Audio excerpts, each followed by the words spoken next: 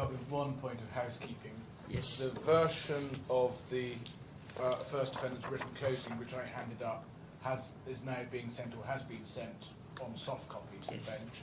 Separately, the claimants have uploaded a full version of their closings for trial, which are annotated with markups to a trial bundle.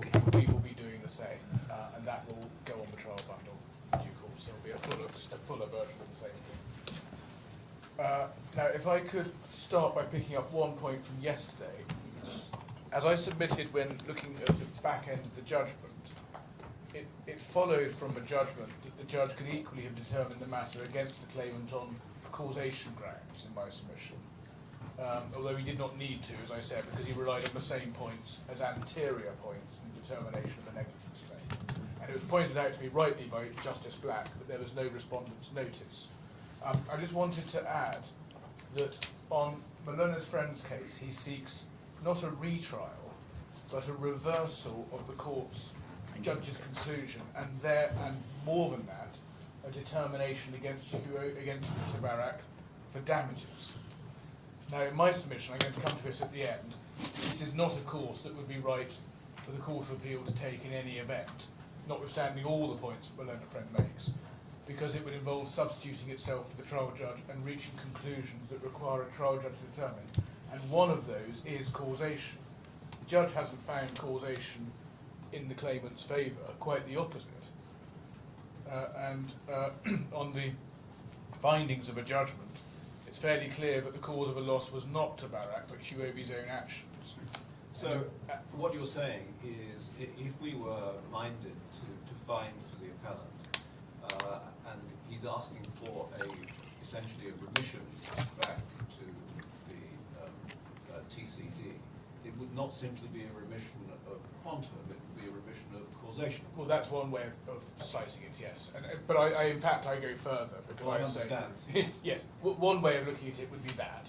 Another way of looking at it is that the most you can do is say there's a cause for concern or an unsafety and it's all got to go back. And I would say, given the nature of the claims, this is really anticipating a point we're going to come to at the end, given the nature of the issues, what are the terms of any varied contract? Is there a duty of care? Is there a breach of a duty of care? Is there reasonable reliance? None of these are issues the Court of Appeal can step in and determine. So a retrial is the only realistic course anyway for all of this appeal. But separately to that general point, on the specific issue of causation, that's a very clear example of one where the Court of Appeal can't determine causation, not least as to do so would be going against, be the opposite to the way the trial judge seems to have looked at it, and the Court of Appeal is in a worse position than the trial judge. Yeah, instead of the duty is on the claimant to prove whatever he needs to prove, Yes. Ingredients, facts, everything. Exactly. And if he fails to plead that fact during his case, then is it for the duty of the what do you call the Court of Appeal to send the case back for retrial? Of course not. Yeah. Well, the court. I think the Court of Appeal could send it for retrial if the Court of Appeal decided the judge was wrong. Yes, on all only the if you evidence. find the judge has made some error Yes. or failed to consider certain very Yes. more important issues. Yes, That's a so problem. if he gets home on his arguments, it is an option. But I would submit that his chosen relief, which is for the Court of Appeal to substitute a finding against Tabarak, is not a realistic option. And I should just mention that the Notice of Appeal doesn't in fact identify what relief is sought, and we've been scratching our head for a while, wondering what it was that they wanted. Well, I did ask. Now, back on where we finished yesterday, where we were looking at the contract claim, and I was looking at paragraph 45 of my learner friend's skeleton argument at 10.383. And that's the paragraph where my learner friend says you can take off the last sentence as what's really encapsulating their case. So I'll take it without the last sentence. Now, you can see why they may say that as a general description of the part that Tabarak was going to play going into the transaction. Although we would suggest a better and less contentious starting point would not be to say to ensure that the purpose was achieved, but more like to enable, not least because that will avoid the misstep that my learned friends come on to make. And there is a big difference between a general description of the role that Tabarak was going to play, which is what this is, and what the strict terms of any contract required, which are relevant to apportioning liability and risk. And in particular, the critical question of whether there is some strict liability going on, or whether it's more akin to a duty of care. And we can see the misstep when one looks at paragraph 50b to d of my learned friend's skeleton argument. That's at 10.384. He says that the judge ought to have found that there was this binding agreement which included the terms listed below. That's the top of 50. And then at B to D, it describes these points that Tabarak would only transfer the BTC or allow it to be transferred once the purchase money had been paid. If the purchase money was received, Tabarak would transfer the BTC to the buyer. If the purchase money was not received, Tabarak would transfer the BTC back to Huobi. And then they say the purchase money was not received, and therefore, hey presto, this is paragraph 51, Tabarak was in breach of contract. So they've moved from their general description of the role to strict liability terms, such that in any circumstances, irrespective of fault or anything else, or Huobi's instructions, whatever it is Tabarak's been told to do, in any circumstances, if the purchase money is not received and Tabarak doesn't transfer the Bitcoin, Tabarak is in breach of duty. So they have imposed this strict liability. And we suggest that that would be excessively onerous even in the circumstances of the original arrangement. And at paragraph 60 and 104, what the judge is addressing the substance of the agreement in terms of a task Tabarak was to perform. The judge never descended to the details of what the actual terms were, because he didn't need to, and whether there was strict liability or only a duty to take reasonable care or anything of that kind. And we suggest that even on the original arrangement, that's overly onerous. But more than that, and what really matters for this case, once one removes the alleged duty to advise on or implement modalities, which my learned friend rightly no longer presses, it's especially inappropriate to attach a strict liability. Because even in circumstances where Tabarak's got no responsibilities for implementing the modalities, it would be absurd to have a strict liability for whatever happens as a consequence of modalities that someone else has devised and foisted on Tabarak. So, I mean, just so we understand what you're saying, you're submitting that the judge was right in saying this was a very simple task that your clients were to undertake.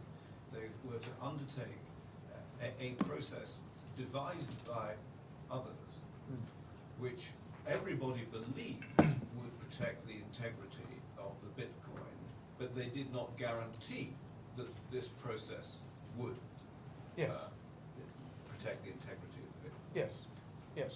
Yes, that's right. And especially, one of the features is, of course, protect the integrity is a very broad concept, and that's what my learned friend relies on. Well, I mean, prevent. Well, we can define it further by saying prevent the buyer from receiving the Bitcoin until the price was paid. Quite, and one can see. So I was just using a short. Yeah. I'm sorry. Yes, but I'm agreeing with you. Yeah. But I think it especially matters when one is looking at all features of the process that could lead to a risk to the BTC. It might be one thing to impose quite onerous obligations on Tabarak, for instance, with regard to how it operated its safe. But to impose obligations on Tabarak under the contract with regard to something like the starting point of what wallet you use, when it is the the seller's decision and choice of which wallet you use would be extraordinary. Factually, the sellers did have their own wallet that morning, did they? No, the sellers didn't. So, but Tabarak was ready with its own wallet. Oh, Tabarak, Yes, so sorry, which was- Tabarak Well, had it. of course the sellers had a wallet, because they had to transfer Yeah. the Bitcoin So- from that wallet to the Trezor wallet. Yes, but they didn't have their own. They didn't arrive with another new. They didn't clean arrive with wallet. a physical wallet, Yes. but I'm sure they have multiple wallets online. Yes, and they Online, yes, Yes. but not physical. And they I'm, would I'm, track- I'm referring to the Trezor. Yes, no, they didn't have any of those. That was a new role that the buyer, a new point that the buyer introduced.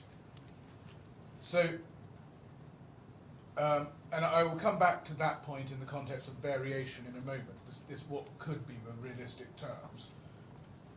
But just addressing the deal as the judge did find it, it was entirely right to find that it was of no application to the changed circumstances. And Malone and Friends' attempt to recast the original deal as one that could be made to apply to the new circumstances, and more than that, to go as far as to impose a strict liability in the new circumstances, I suggest don't square with a judgment and are wrong for at least 3 reasons.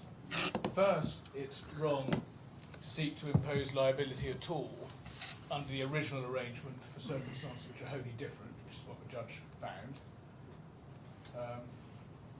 And wrong to cast the original arrangement as something that applied to a different arrangement. Secondly, and this is an a fortiori point, wrong to seek to impose strict liability in circumstances which are wholly different to the arrangement that was reached originally.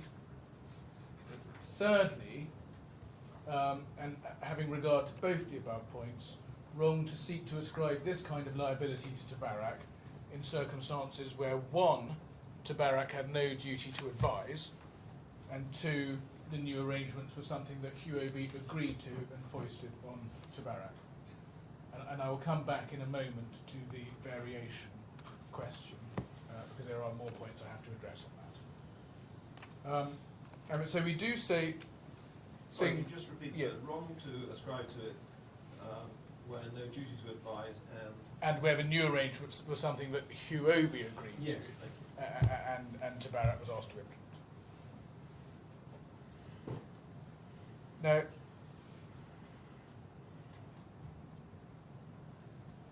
so that's paragraph 45. Just turning to paragraph 46 of Malone and Friends Skeleton, that's at 10.383. There, that's the point made about Tabarak's, about the wallet. And as I've already suggested and argued, that is a point that doesn't work, to suggest that the Tabarak's wallet, for the purposes of the original arrangement, could be deemed to be any wallet, including the buyer's wallet. That simply wasn't the deal, and I've been showing you some of the evidence on that, and that was also as the judge found it, and not open to challenge. And Tabarak, as I said, had no obligation, and as is now accepted, no obligation to propose or advise on different modalities which might give it control. And the relevance to control, which in this paragraph, is something that the claimant has placed too much weight on this appeal. Tabarak's role was to implement the mechanism that was agreed by other parties. It didn't undertake obligations, still less strict liability obligations, to guarantee control, as Malone and Friend puts it, in all circumstances, including in circumstances where Huobi changed what the arrangements were to be. So, in short, there's no basis at all for arriving at the different set of obligations that the claimants have arrived at paragraph 50, and the obligations going into the deal were those found by the judge. Now that brings me back again to the variation And that's the argument my learned friend advanced as a new point orally on day one of this appeal, which is that there was a variation of the contract. This isn't a point that surfaced at trial, nor is it in the grounds of appeal or skeleton.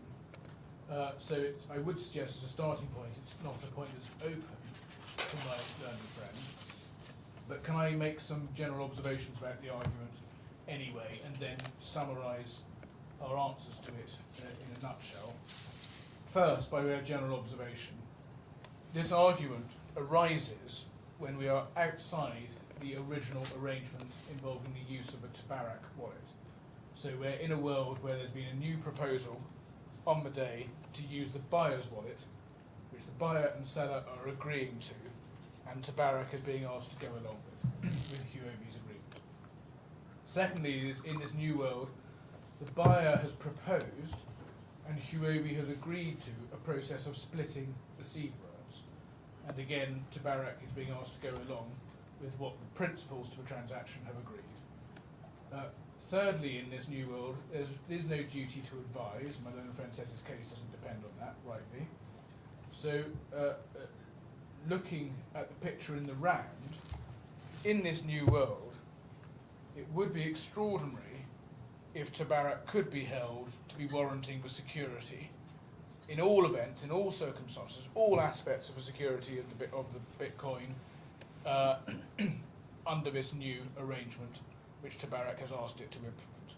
And that is what my learned friend effectively contends for in his variation argument.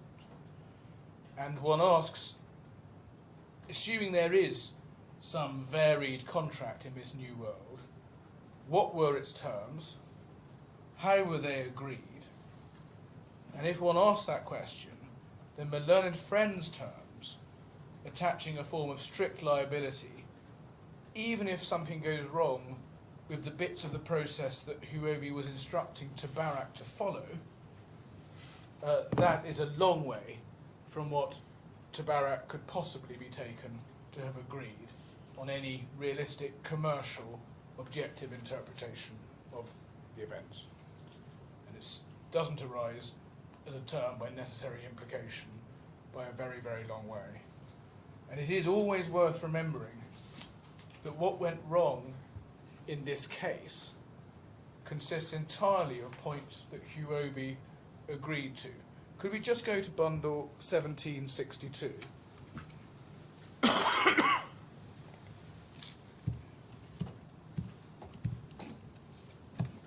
This was the joint expert memorandum that my learned friend took us all to on the first day, and 1762. It lists the flaws. Now, it's common ground that the third of those flaws is irrelevant because it's a mistake on the part of the experts. So you've got the three other flaws, 1, 2 and 4. 1, agreeing to use a Trezor wallet provided by the buyer as an intermediary to which the Bitcoin would be transferred to during the transaction. That is an error or a flaw that the buyer introduced and Huobi agreed to. 2, agreeing to split the mnemonic phrase in half while setting up the wallet, whereby the buyers would get to note down 6 seed words.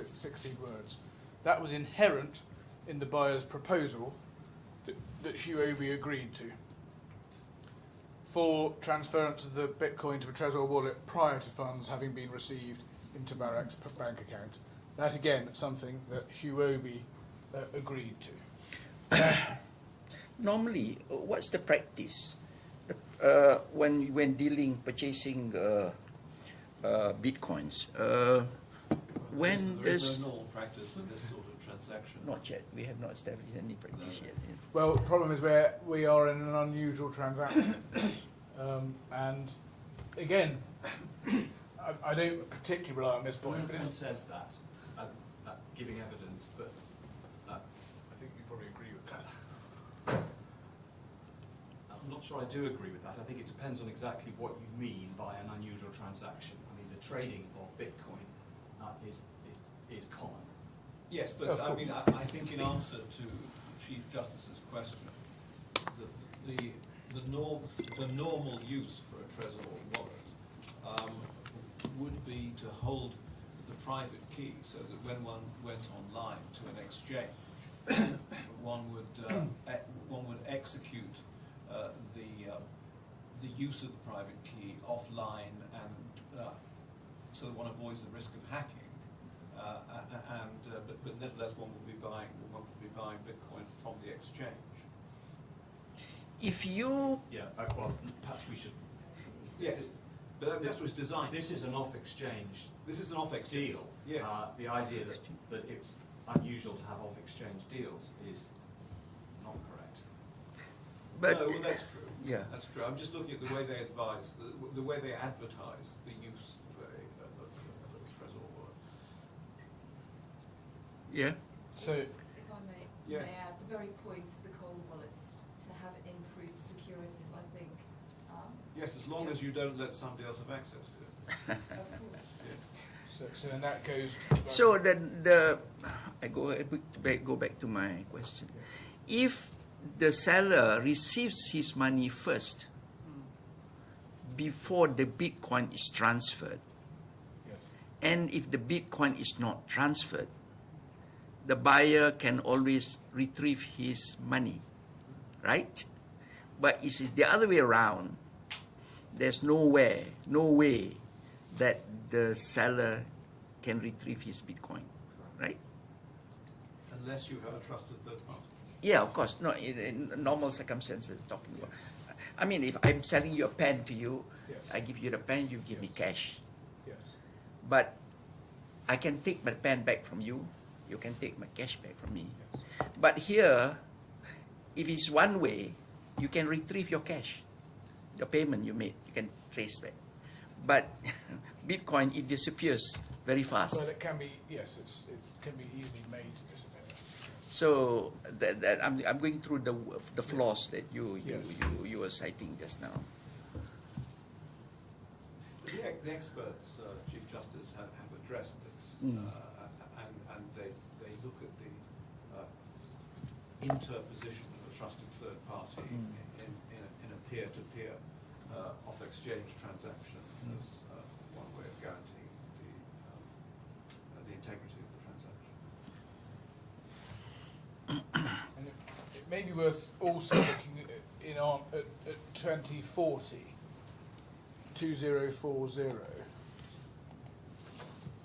This is the Learned Friends expert.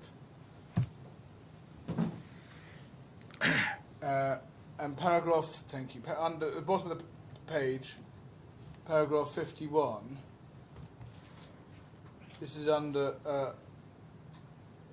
he says, a process proposed by the buyers significantly expanded the attack surface of the Bitcoin during the transaction. These points are agreed to by the experts in the joint memorandum. The buyer should not have been permitted to supply the Trezor wallet device. The buyer should not have been included in the setup of a Trezor wallet, including participating in the backup of the mnemonic phrase. So again, my Learned Friends expert is very clear of the two fundamental flaws. But both of those fundamental flaws are points that the buyer introduced and Huobi agreed to. And although this is irrelevant, I should just say for completeness, on the question of assurances from Mr. Turner, the assurances were given on the judgment and on my Learned Friends pleading after both of these steps, and they related to the subsequent phase, not the original use of the wallet and the setting up process. So this is all on Huobi, and Tabarak was asked to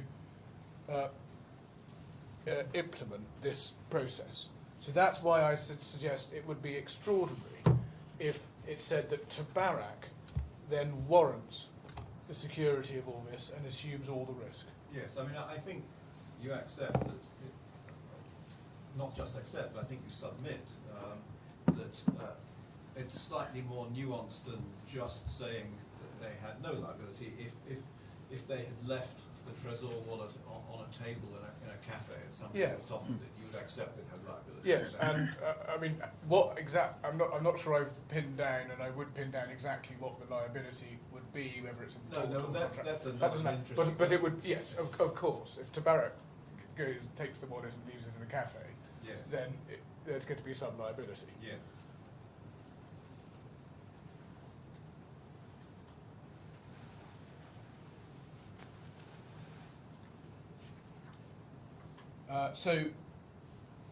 So the principals introduce something unsafe into the arrangement, ask Tabarak to go along with it in circumstances where there's no duty to advise, and that's why I say it would be extraordinary if, assuming there is some varied contract, if Tabarak had an onerous liability for the safety of these aspects of the transaction.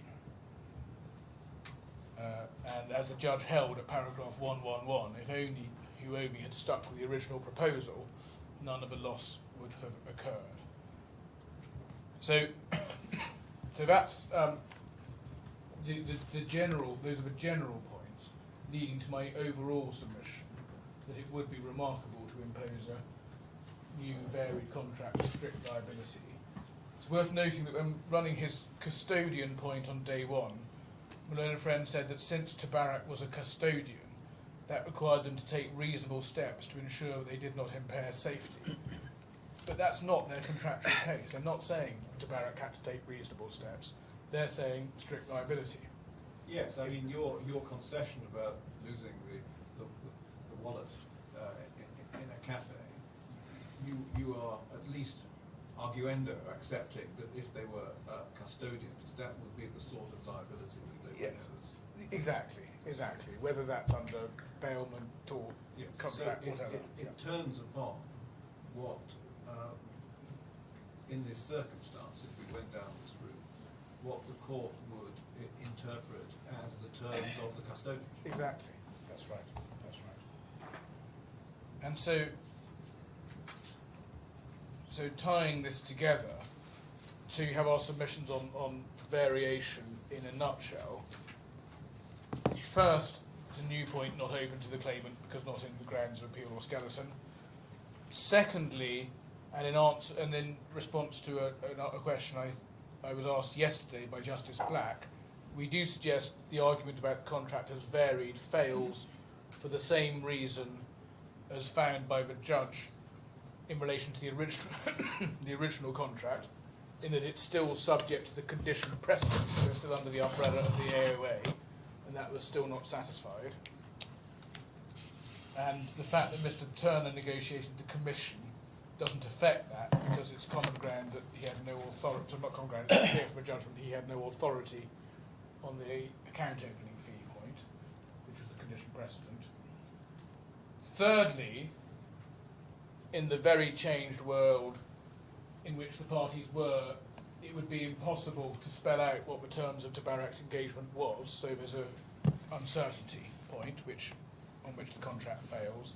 And then fourthly, if I'm wrong on all the above points, the point I've just been developing, whatever the terms of the varied contract were, they could not have imposed liability on Tabarak in the events that happened.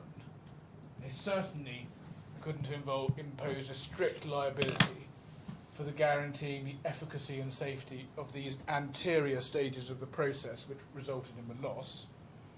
And the most that one could posit would be some kind of duty of care attaching to Tabarak's role in this revised transaction world. And that duty of care, assuming there was one, doesn't take the claimants anywhere in this appeal, because the judge has held that Tabarak's care of the Bitcoin was reasonable. And I've made submissions on that, and just that was paragraphs 103 and 104, 113 and 117 of the judgment.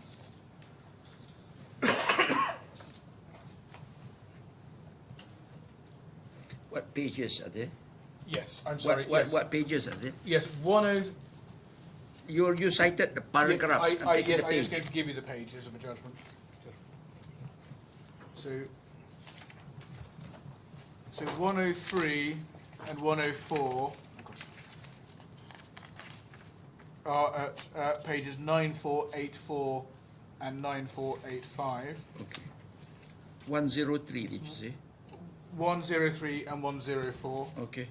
That's where he's dealing with the substance. Yes. And then he expresses his direct conclusion that Tabarak's care of the Bitcoin was reasonable at paragraph 113. And that same conclusion is inherent in his rejection of the regulatory claim because he finds Tabarak was not in negligent breach at paragraph 117.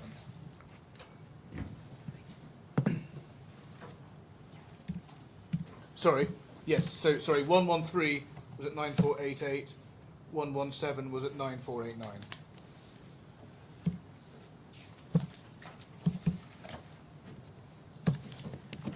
So that's what I was going to say about the contract ground. Now we're going to turn to the negligence grounds and take them in the order. There's three of them, and I'm going to take them in the order of the grounds of appeal. First is ground 4, and this is the question of whether Mr. Turner was an active advocate for use of the wallet. And just by describing that ground, one can see immediately it's a direct challenge on a finding of fact, and unusual to see in an appeal of this kind. And my learned friends rightly accept it's an appeal against the finding of fact. The appeal relates to the judge's finding at paragraph 108 of the judgment, that's 9486.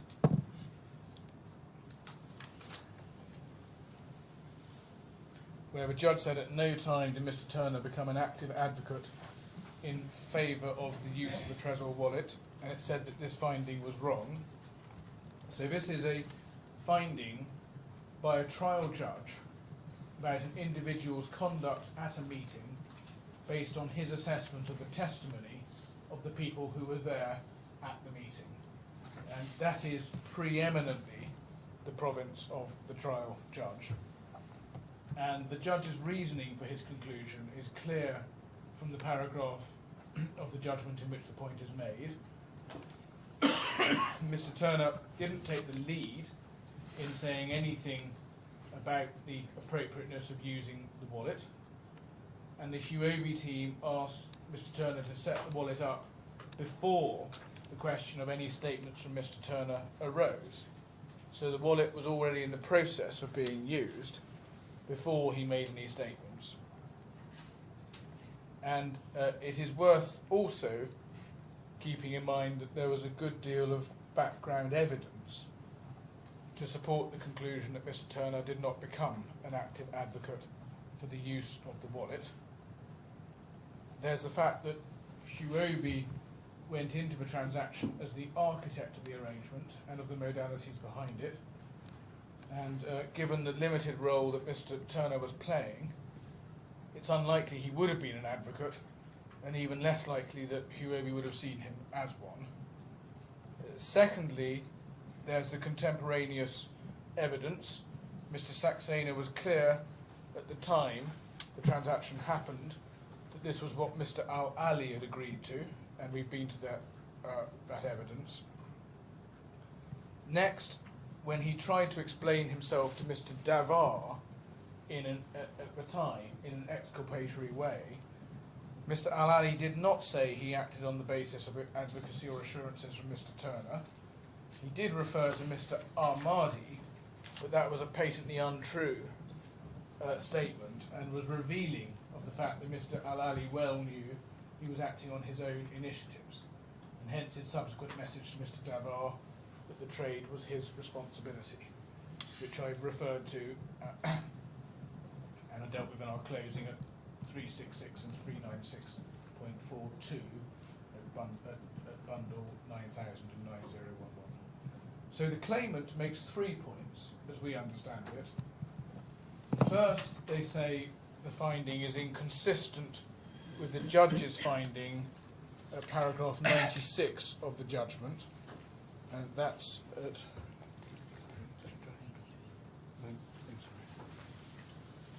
yes, that's at 9480. Now that is that's the point that's made at paragraph 53 of my learned friend's main skeleton at 10385. Now that inconsistency suggestion is immediately an unlikely proposition, given the judge plainly knew what he was finding at paragraph 96 when he made his finding at paragraph 108.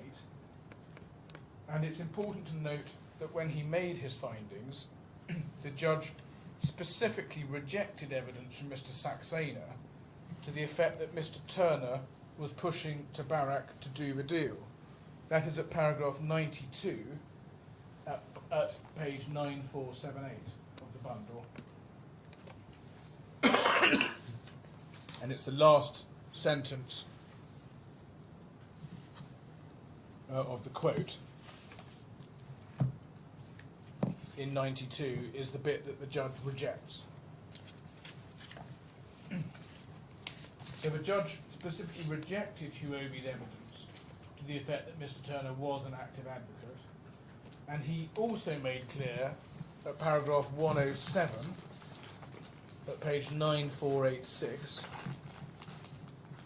last sentence, that Mr. Thurner was at all times subject to the direction of Huobi, whose transaction it was. And the judge also emphasised in the same paragraph 107 that at no stage did Mr. Thurner take the lead in saying anything about the appropriateness of the wallet.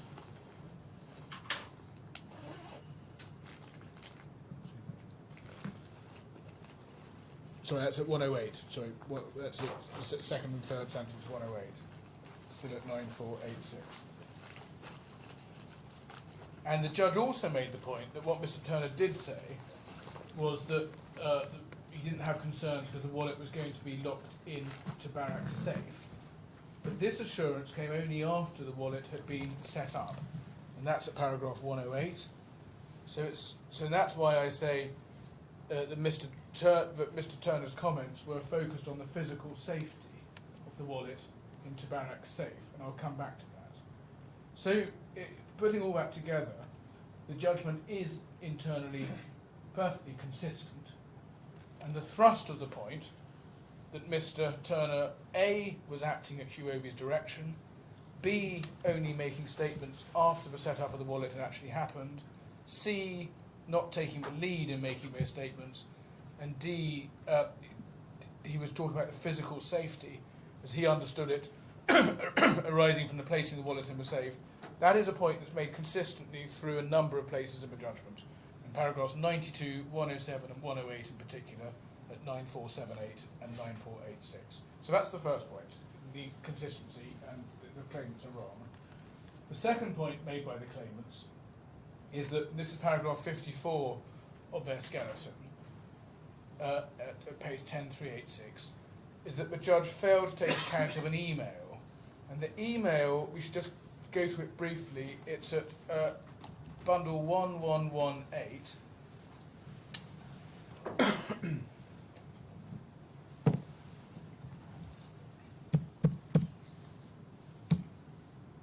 And it's the second paragraph and the last sentence of the second paragraph that my learned friends place so much weight on and suggest the judge failed to take account of.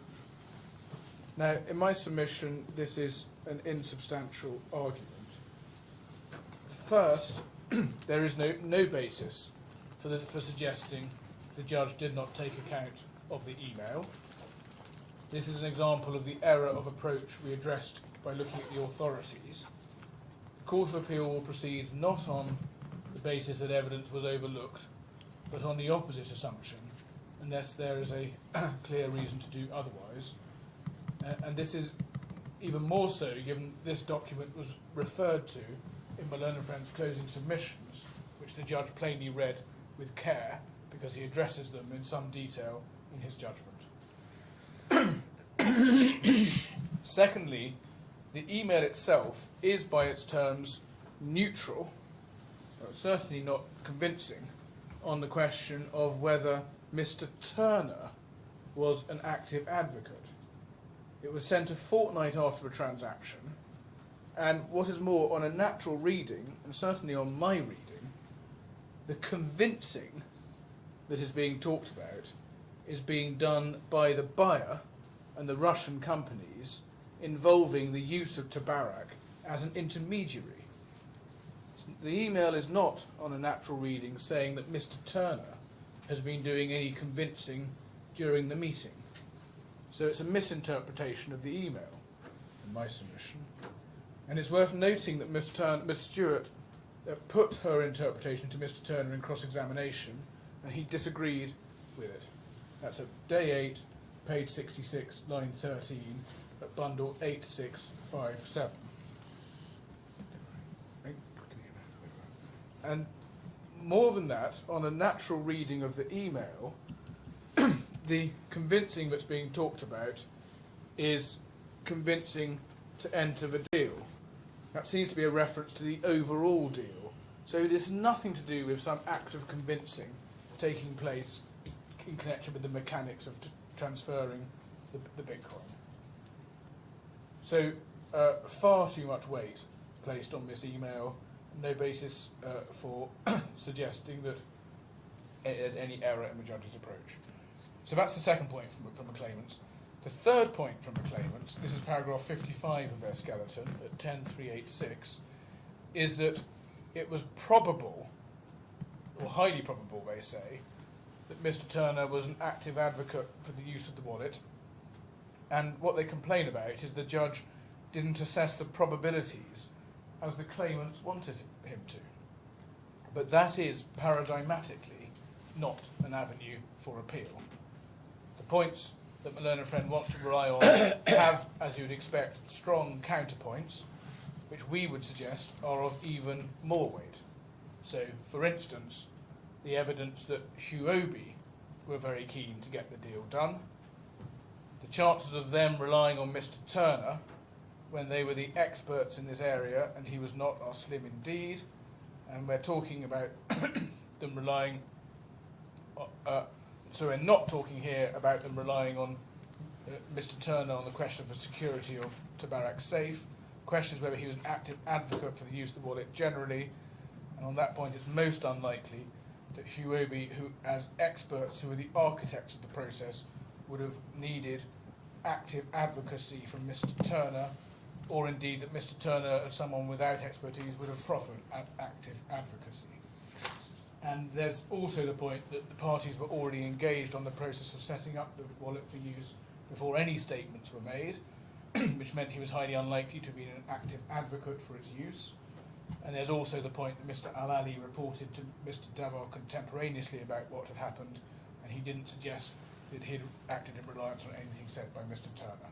So none of the claimants' arguments furnish the grounds, the kinds of grounds on which the Court of Appeal will involve itself. So that is negligence ground 4. Negligence ground 5. This is the question of whether Tabarak advised on the modalities. And this is another proposed appeal against the finding of fact. And the relevant finding from the judge is that Tabarak did not come up with or propose the modalities of a transfer. And that challenge, interestingly, in the course of making the challenge, the claimants morph into a further challenge to the effect that the judge should have held that Tabarak's role required it to take responsibility for ensuring a suitable purpose to, a suitable process to achieve the purpose, the purpose as they describe it. So this is all, by its nature, another ground of appeal which trespasses into the province of the trial judge and the kind of province which the Court of Appeal is loath and not fully equipped to interfere with. And 5 points have been advanced by my learned friends in their skeleton. And before I come to them, it is worth reminding ourselves that the judge's conclusion that Mr. Thurner's role was the limited one he describes, and that he didn't come up with the modalities, that was a conclusion that was expressed consistently across multiple points in the judgment, and was one plainly reached on the totality of the evidence. So the judge made it clear at paragraph 60, this is at bundle 9467,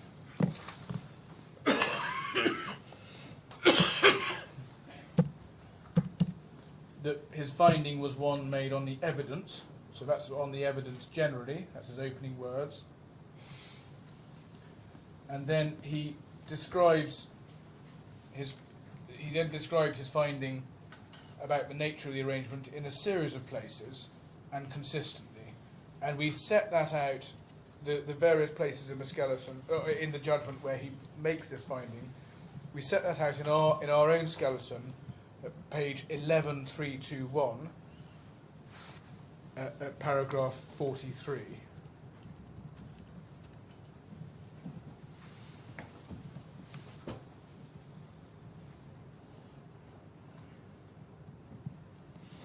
And so we start by saying, dealing with paragraph 62 of the judgment, the role was straightforward, uncomplicated, didn't require any appreciable knowledge, trading of Bitcoin. That's paragraph 62 at page 9468. Limited to the role which is described at paragraph 60, that's at 9467. The judge describes the role as the process as subparagraph 2 as agreed and accepted by Huobi and Mr. Morozov as an appropriate and effective one of Tabarak going along with their judgment. That's at 9468. He says, same paragraph, not under a duty to advise, under an obligation to advise as to the efficacy of the modalities. That was 9468. Not Mr. Thurner who took the initiative, 9468. Tabarak's role being straightforward. Huobi and Mr. Morozov who agreed that the sale should involve a trusted third party who would transfer the Bitcoin in question to the buyer only once the purchase money had been received. No necessity or scope for Mr. Thurner to propose the basic modalities of a transfer. Modalities in effect set by Huobi and Mr. Morozov. So we're now on 9469. Modalities in effect set by Huobi and Mr. Morozov, leaving it to Tabarak to agree to perform the contemplated function of the middleman once he had made sure he understood exactly what was required. And then on to paragraph 95. At 94, starts at 94, no it doesn't, it starts at 9479. Tabarak not engaged to advise Huobi on the safety modalities to be adopted for the transaction or for any other modalities that might pop up. And then on to 9480, paragraph, sorry, that's, yeah, still 95. And then paragraph 104, Mr. Thurner did not agree to provide what the claimant's grandiose called custodian escrow services, and then describing again the narrow role. And then 106 starts at 9485 and goes on to 9486, where the judge says again to Mr. Thurner, not the originator of the proposed modalities, those modalities being an uncomplicated and pretty obvious way of dealing with the conflicting demands. And then the last point, still about paragraph, Thurner never asked to provide any particulars, which was his experience enough that they had a wallet used in a trial transaction. So multiple consistent findings on this point that Tabarak did not advise on the modalities, and those were set by the buyer and the seller. So that's the judgment, and there was widespread evidential support for those conclusions, both in the points that the judge listed in those parts of the judgment, and in those points that he would have had well in mind, but had no obligation to list. And there were the multiple meetings between buyer and seller, not even involving Tabarak. The judge referred to two of them at paragraph 15 of the judgment at 9441, but that's just a snapshot. There were multiple meetings, including abortive, failed transactions, not even involving Tabarak, and multiple constant communications between buyer and seller.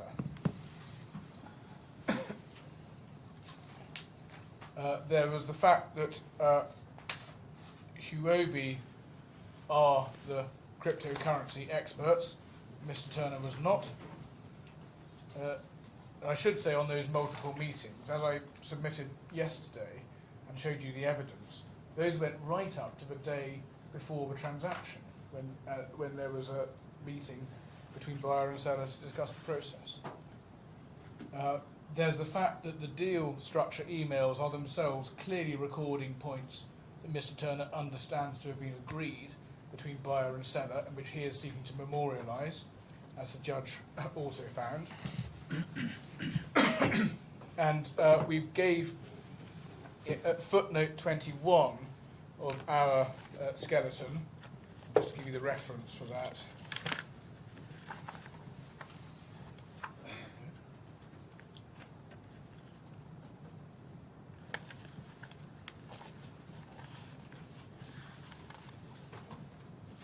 Wrong reference.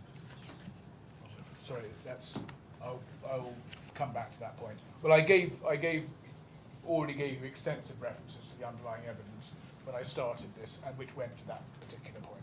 So against that background, it's very difficult to see how there can conceivably be an appeal against the judge's conclusion that Mr. Turner did not come up with the modalities for the transaction, and indeed that it was not his role to do so. And none of the claimant's 5 points provide a basis for any appeal. Their first point is that they say that the finding is inconsistent with the finding at paragraph 96 of the judgment. That's a point they make in their main skeleton at paragraph 57.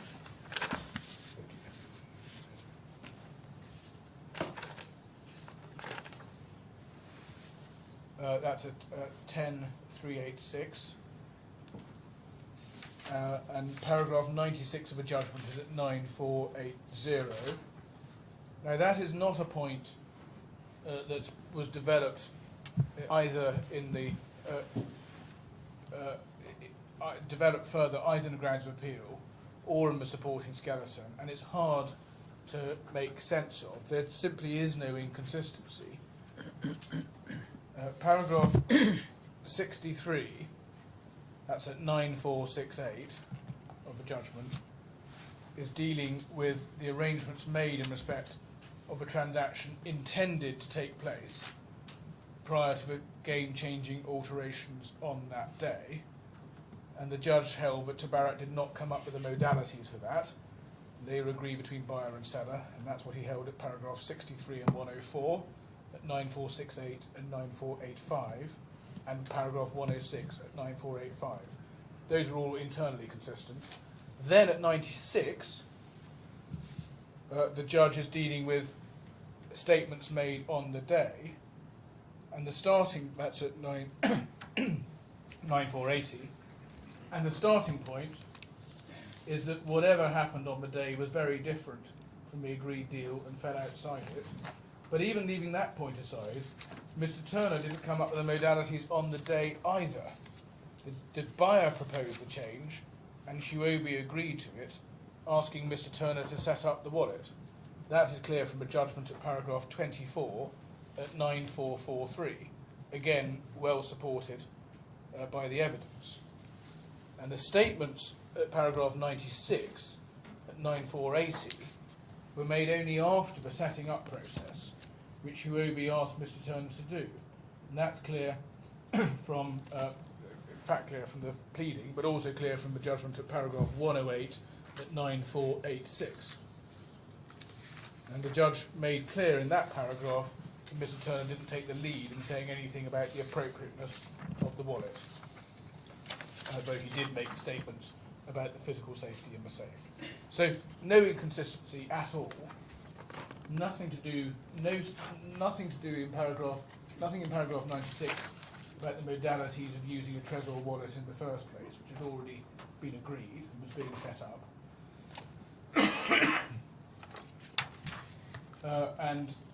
Even in the new change world, Mr. Turner was still not proposing or advising on the modalities. All he was doing was providing words of comfort about the use of the safe, which, as it happened, turned out not to be the problem. So that's the first point, no inconsistency. Second point, it said that the judge's reasoning at paragraph 63, so this is back at 9468,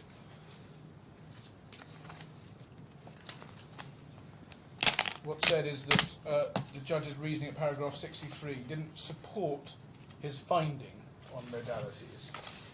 And that is an argument that's developed at some length from my learned friend Skeleton at paragraphs 58 through to 63, at pages 11.124 through to 11.248. And the way that the claimants approach this is to break down the judge's reasoning into 5 planks, and then they go on and address the 5 planks. But that in fact starts off with an artificial premise, because it's quite clear from that the judge's findings at paragraph 63 that these, as you'd expect, were his conclusions on the evidence as a whole. And the evidence as a whole contained very substantial support for the judge's findings. So it's wrong in principle for my learned friends to try to break down the judge's reasoning into 5 planks, because that's not how a judge intellectually proceeded when he reached his conclusion. He reached the conclusion based on his view of all of the evidence. And that's clear from a reading of paragraph 63 itself. Because that, even a reading of paragraph 63 doesn't support my learned friend's artificial subdivision into 5 planks of logic. So the claimant's approach is something of an Aunt Sally, because their starting point is a false premise or a false target, which they then attack, and that's just an artificial process. But even if we do look at the 5 planks that my learned friends come up with, their criticisms of them are themselves, in my submission, insubstantial. The first plank that the claimant sets up relates to the judge's observation at footnote 10 to paragraph 63. So this is at 9468 of the judgment. The judge observes that Mr. Al-Ali made an admission in cross-examination. You see at the bottom of the page. Just to round this off, so you approach Tabarak to provide custodial services, but not advise on safety, that's right, isn't it, of the transaction. And there's an attack on that by the claimants. This is at paragraph 59 and 58A of their skeleton at 11.244 and 11.255. Now, the starting point here is that this is a point about assessment of the witnesses and the cross-examination. Squarely a matter for the judge.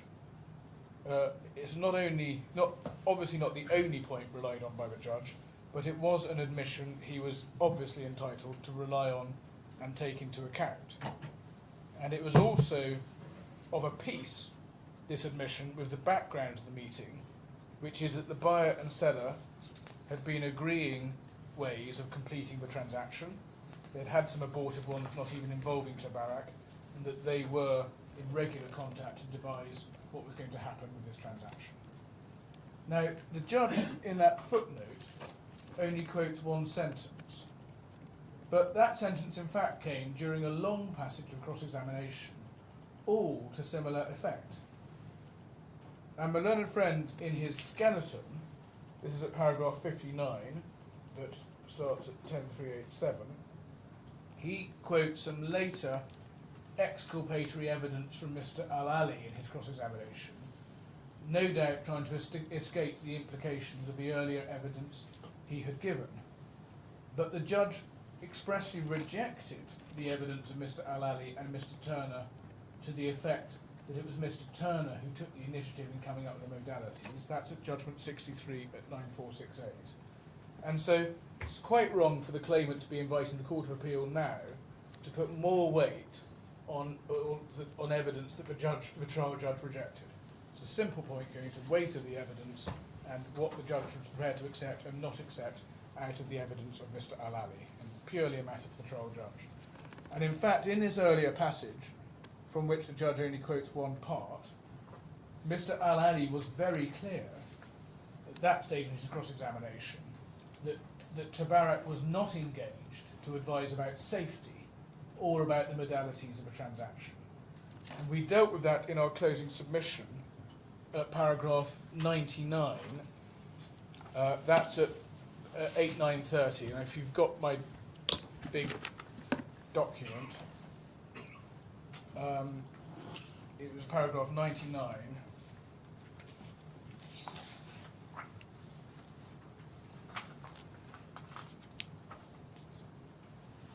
Where this is a slightly earlier passage than the one the judge quotes. In cross-examination, Mr. Al-Ali accepted in the role he occupied in Chapter on the 3rd of February, didn't need a third party to handle security matters, because him and his company were well familiar with how security should be dealt with, familiar with security protocols and the like. The learned judge put the question twice, first but as above, then again by the learned judge, in case Mr. Al-Ali did not grasp the question. I think you may not have grasped the question, Mr. Al-Ali, may I put it again to you. It's being suggested to you that in light of a knowledge, experience and access to expertise on security issues concerning the sale of Bitcoin, when it came to a transaction on the 3rd of February, you didn't need a third party to assist you on security matters because you, your company, were well equipped to handle those issues. What's your answer to that? Yes, we don't really need security, we want to take care of security on the trade. So he was quite clear in multiple places in this evidence that Tabarak were not, that wasn't part of Tabarak's role. And so, while the judge may have only quoted one part in his footnote 10, the judge of course had in mind all the cross-examination of Mr. Al-Ali, including that passage too. And it may be worth just glancing through, and I'm going to take this very quickly, but just glancing through some of the evidence that the judge had on this. If we go in the bundle to 7579,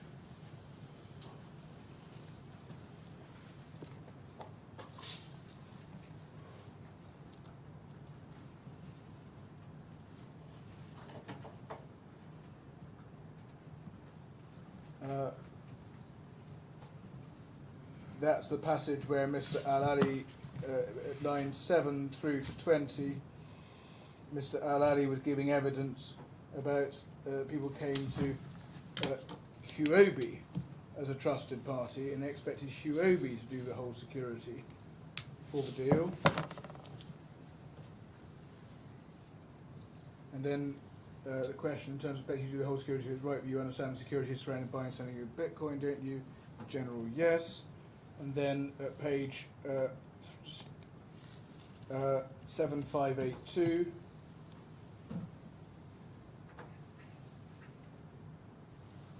that's the passage from the judge asking a question, saying when in the role you occupied in the transaction on the 3rd of February, you didn't need third party to handle security matters. You and your company well familiar with how security can be dealt with.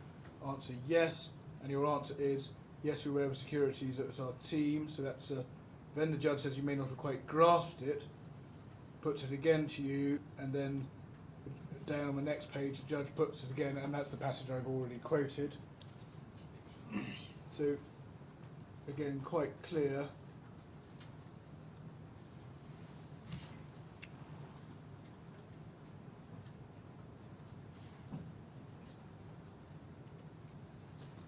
And then, even then at the bottom of the page, another question from Ms. Ahmed, didn't require expert advice. They said, not going to me expertise or advise us, whole thing not advising us, didn't call them to advise us on anything. So, the judge had quite a lot of evidence, and I'm not suggesting this is all of it, but this is just this passage in the cross-examination, which showed Mr. Al-Ali's not going to Tabarak to advise on security. So, when he was referring to security in that context, what was the security? I'm sorry, I'm not. That means safety, effectively. Safety of Yes, the yes, of the yes. transaction. Yeah, exactly. So, and that just looking at that evidence we looked at, it's not right to suggest, as the claimants do at paragraph 59b of their skeleton, that Mr. Al-Ali was dealing with matters only at the outset of discussions several months earlier and not with a position going into the 3rd of February meeting. because the judge's questions we've just looked at were specifically about the position at the 3rd of February meeting, and he put the question twice, and it was very clear what question he was asking. So we do say this is quite an extreme example of my learned friend asking the Court of Appeal to revisit conclusions that the judge drew from hearing a witness that were more than open for the judge to reach. Now, the second plank, that's the first plank. The second plank relied on by the claimants is another Aunt Sally, and the argument is that the judge wrongly thought that because Huobi had agreed to the modalities, that Tabarak could not have come up with them. And it's an Aunt Sally because the judge doesn't advance that proposition at all. Instead, he made a clear finding that Tabarak did not, in fact, come up with the modalities, and that Huobi, going into the transaction, Huobi, along with the buyer, did, and having heard the evidence from Mr. Saxena and Mr. Al-Ali and Mr. Thurner, that was the finding he made. And he also found that on the day, it was the buyer who proposed the use of the cold wallet, the buyer's own cold wallet, to which Huobi agreed. And those were the findings the judge made. Paragraph 63, 9468, saying the modalities had been set by Huobi and Mr. Morozov, and that Tabarak was going along with their judgment, and it was not Mr. Turner who took the initiative in coming up with the modalities, and that there was no scope for Mr. Turner to propose the modalities because the buyer and seller had agreed them. And then he also says at paragraph 106 that Mr. Turner was not the originator. Was there a re-examination on that point about the security? We will check that.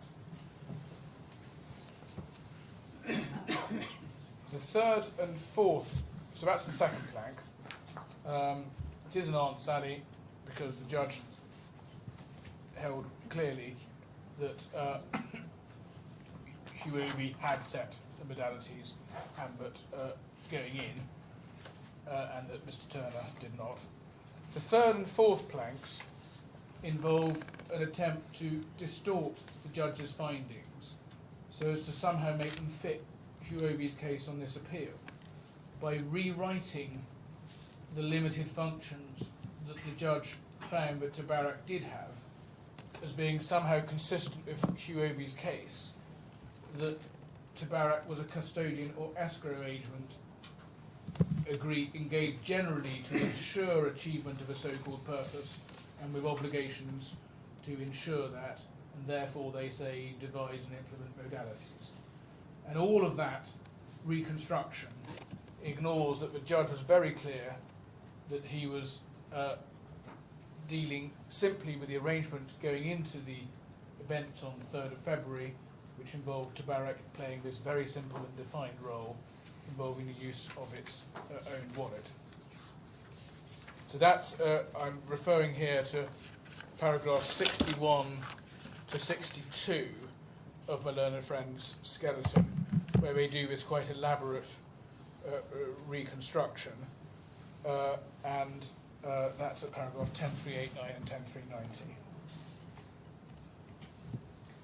Now, at the end of that part of their skeleton, the claimants say that the judge's finding was without foundation, and that he did not identify any specific evidence to support his finding. And the claimant's approach itself reflects, in our submission, an error of principle on their part.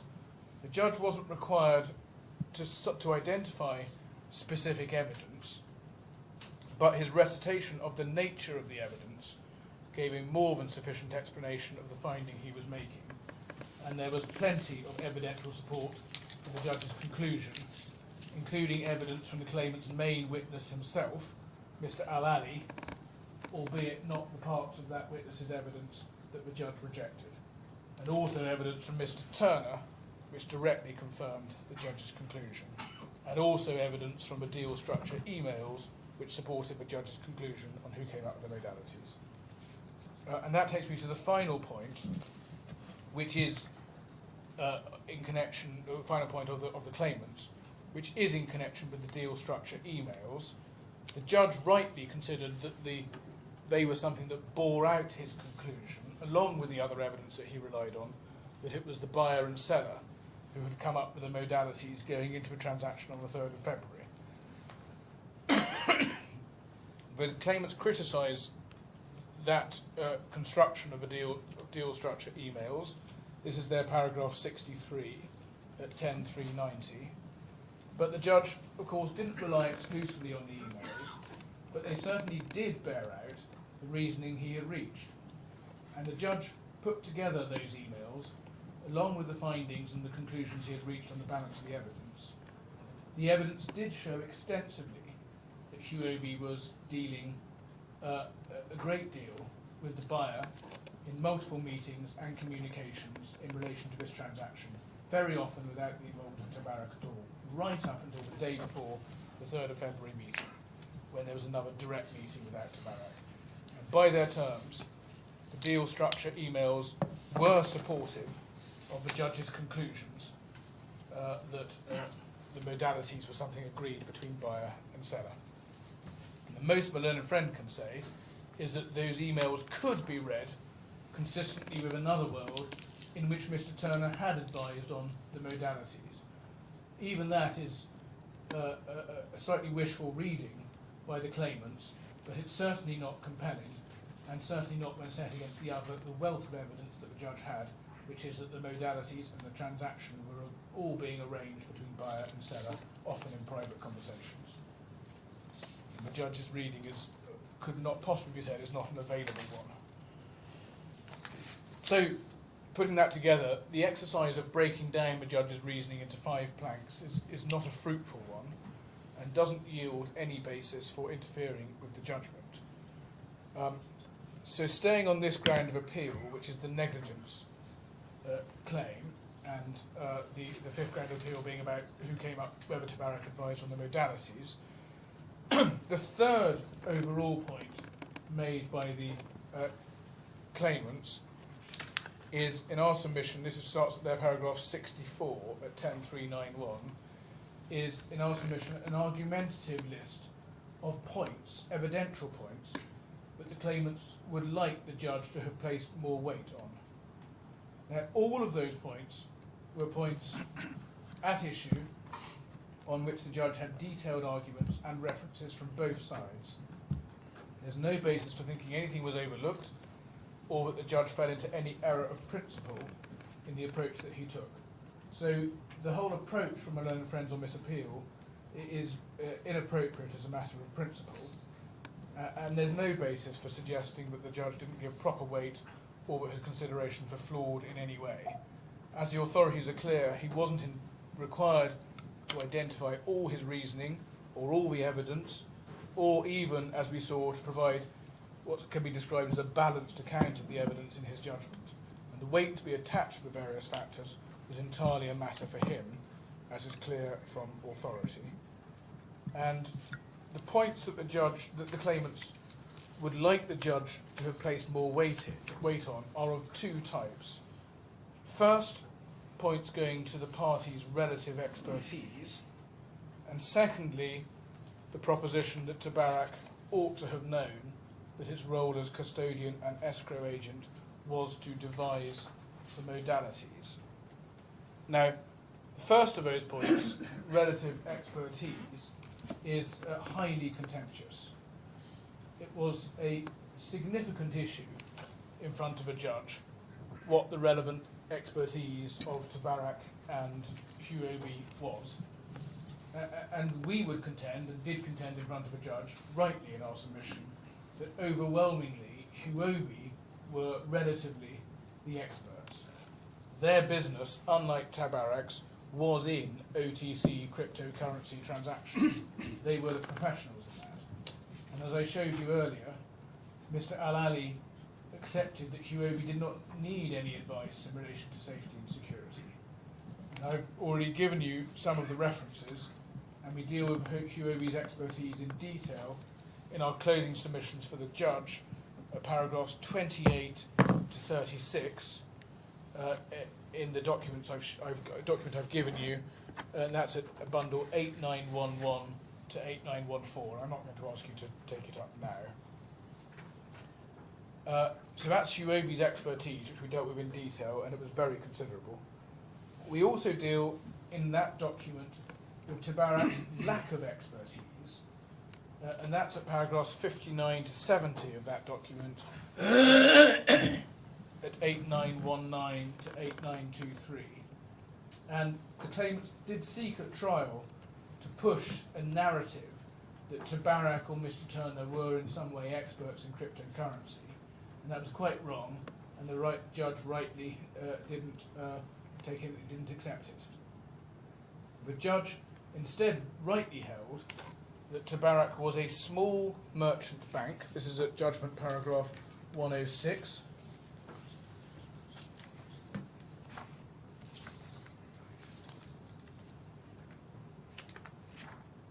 Starting at page 9485, and held that Huobi was not a professional advisor on the modalities that can be used in Bitcoin transactions. That's at paragraph 109 at 9486.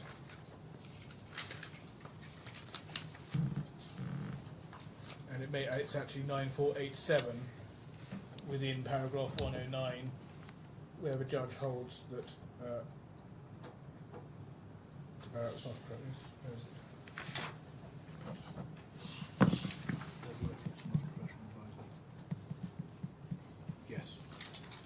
Yes, it's five lines from the bottom of paragraph 109. In the instant case, Tabarak was not and is not a professional advisor on the modalities that can be used in Bitcoin transactions.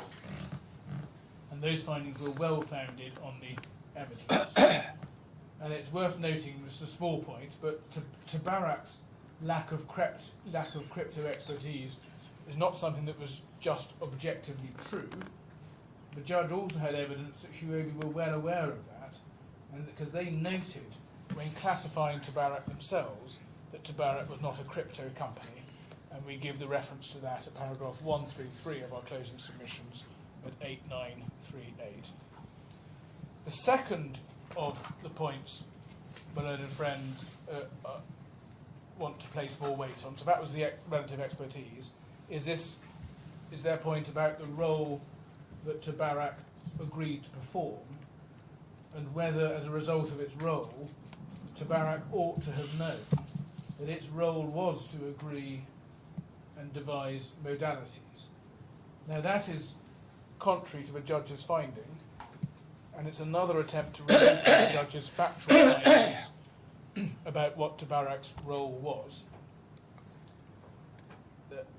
And the claimants overlook the judge's multiple findings that the transaction that Tabarak agreed to perform was a straightforward one, and one that did not require expertise.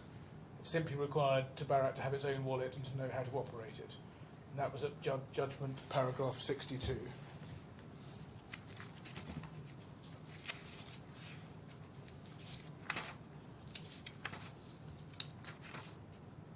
At 9468.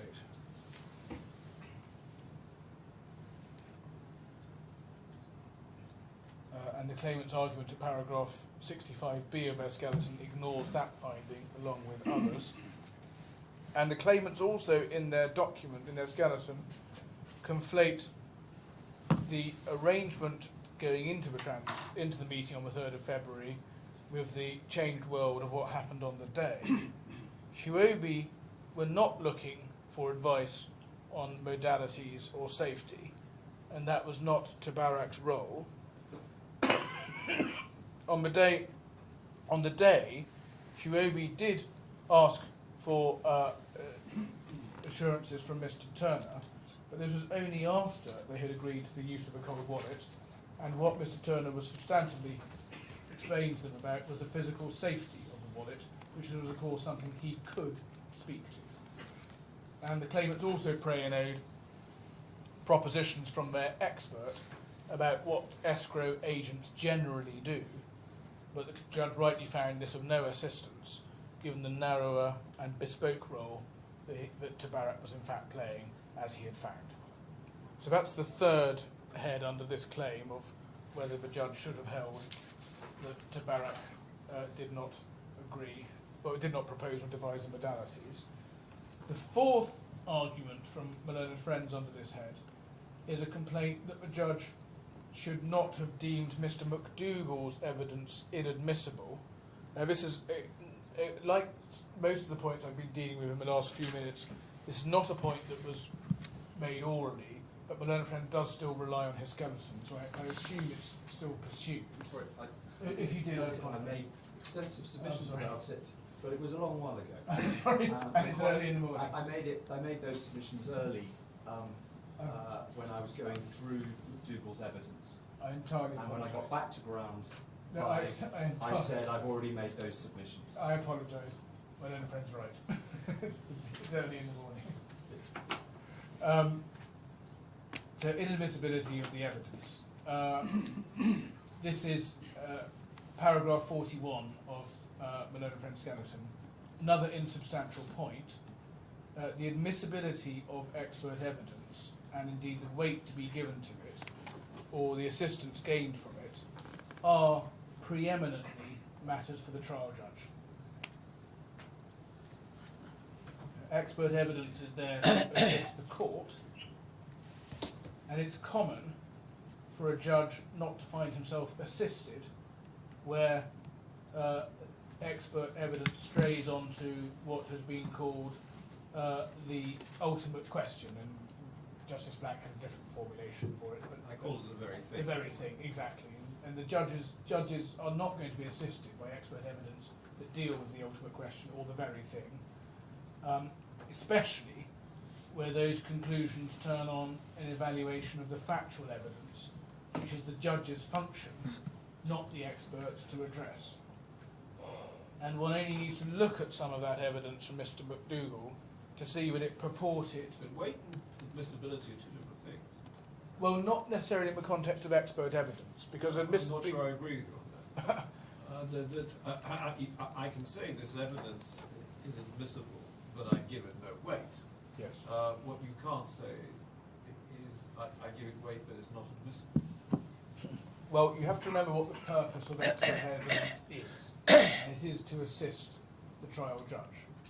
So if the trial judge decides that expert evidence is not of assistance to him, That's in weight. disregarding it, it's a point I was in fact about to make, he's entitled either to say I find it of no weight, or to say I reject the evidence, and you can, one way of looking at it. Yeah, but you could reject. Sorry, I didn't mean reject as I That's did. aligning something. I can reject evidence because I don't find it logically compelling. It nevertheless admissible. Admissibility is a point of law, whereas weight is, as you say, preeminently something for trial. Well, I would submit in the context of whether the judge finds himself assisted, it makes no difference when we describe it in terms of admissibility or weight. I would also say if it's evidence that goes to the ultimate question or the very thing, that is something that a trial judge is entitled to rule out as a matter of admissibility. Yes. Anyway, so it's, in a sense, it doesn't matter whether he had said I find it of no assistance and therefore I'm not taking account of it, or I find it inadmissible, but also insofar as it was evidence going to the very thing or the ultimate question, he was entitled to find it inadmissible. And all of the evidence that he disregarded, it was fair to say it was evidence that went to the ultimate question, and therefore he was entitled to find it inadmissible. But also, as was quite clear from the judge's logic, he was also quite entitled to find it of no assistance, and to reach that conclusion on that same conclusion on that basis. And one only needs to look at the evidence that was the judge ruled out, and to see that it purported squarely to address matters that were the province of the judge. So starting at page 1774 of the bundle,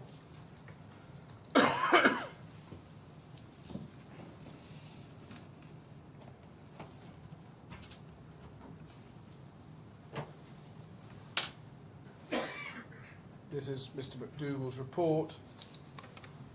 First opinion is the target is, the opinion is the defendants provided escrow services to the claimants.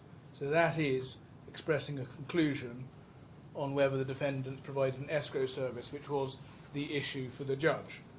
And the expert seems to have got there by characterising that some of the things that Mr. Thurner did on the 3rd of February as amounting to an escrow service.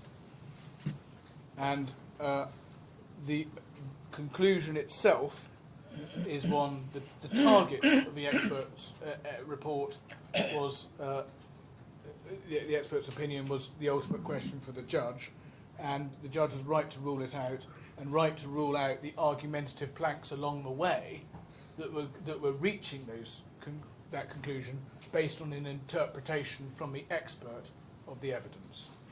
Same point, just to pick up another example, the fourth opinion. This goes to whether the advice given by the second defendant was reasonable. That is squarely, that's at 1780, squarely and by its terms engages with the ultimate question for the court, which is to be answered by the court on the basis of its findings on the evidence. And trial judges are very rarely going to find evidence that purports to address the ultimate question in this way helpful, or indeed permit it to be adduced. And more than that, in this case, given the judge found that Tabarak had a narrow role to play, he wasn't going to be assisted by expert evidence going to whether Tabarak performed an escrow agent's role and whether its performance of that role was reasonable. These were not only the ultimate questions for the judge answered those ultimate questions in a way that meant that the expert's evidence was of no assistance because of the narrow and specific role that Tabarak was performing. So, in our submission, the judge was entitled to hold the evidence inadmissible because it went to the ultimate question. That was within the range of appropriate courses the trial judge could take.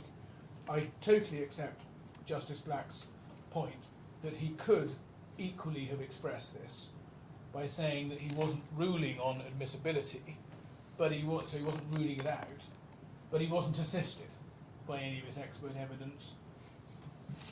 One, because it went to the ultimate question, and two, because indeed it approached the question in a way that didn't really arise, given the judge's own view of what Tabarak's role was. Either approach was viable, the end result would have been the same. The trial judge ultimately, expert evidence being something that's only there to assist the judge didn't find himself assisted by that evidence, and in our submission there's no realistic basis on which the claimants can challenge that. And then that's the penultimate point under this ground of appeal. The last point, I don't know if this is really pursued, is that it said that the judge should have reached a different conclusion on this area because of points going to the credibility of witnesses. That's a point that's advanced in 3 lines at paragraph 69 of my learned friend's skeleton at page 10394. That only needs to be stated to show up the problems with the argument. Credibility of witnesses was preeminently a matter for the trial judge, and my learned friend doesn't begin to have a basis for suggesting that the Court of Appeal could revisit that question. So that is ground 5. There's then ground 6, which is negligence, and the third ground under negligence, and this is the judge's finding that the defendants were not liable in negligence. And there are a number of points made. First, there's a point which we submit is misconceived about whether the defendants sufficiently addressed whether Article 18 or Article 20 of the Law of Obligations was in play. Now, this is the starting point here is that Article 20 is intended to impose narrower, more stringent conditions for imposing a duty of care where a claimant suffers only economic loss. So Article 18 deals with a duty of care under where there's no economic, where it's not simply a question of economic loss, and where there's sufficient proximity and so on. But where the only loss is economic loss, you can't get there by Article 18 because there are the more stringent conditions under Article 20. Now, the claimant's case at trial was that this was not a pure economic loss case.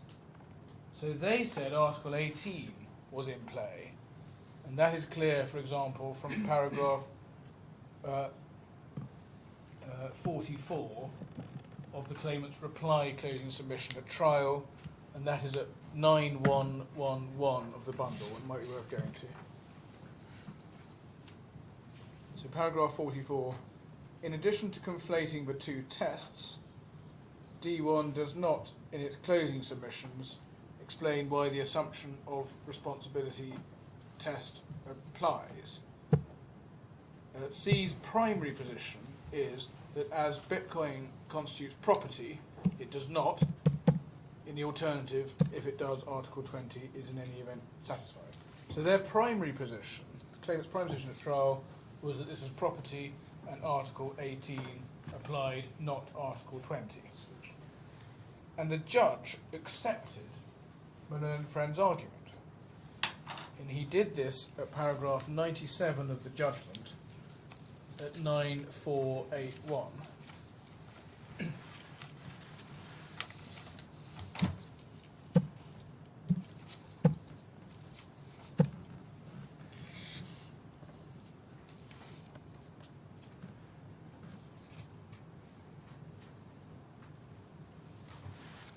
Where the judge says, I accept the claimant's contention, so I accept the claimant's contention that Bitcoin are property. It follows, and then accepts their next argument that because it's property, Article 18 applies. It follows the relevant articles in the law of obligations are Articles 17 to 18 and 21. I therefore proceed to set out those articles, leaving out of account Article 20. So the judge then addresses the case on the basis of Article 18, which is the less stringent test. And that means, as a starting point to all of this, there's no scope for appeal, or for taking up time, for this court taking up time on that point, because the claimant succeeded on that argument. There's been no appeal from our side on it, and that was why, as the judge held, he didn't need to get into Article 20 at all. Now, my learned friend now seeks in this court to resile from the primary position he took at trial, even though he succeeded on that primary position. And he now seeks to suggest Article 20 is the relevant one, and that is not a course that is open to him. But more than that, it's very difficult to see why and how he thinks it helps him.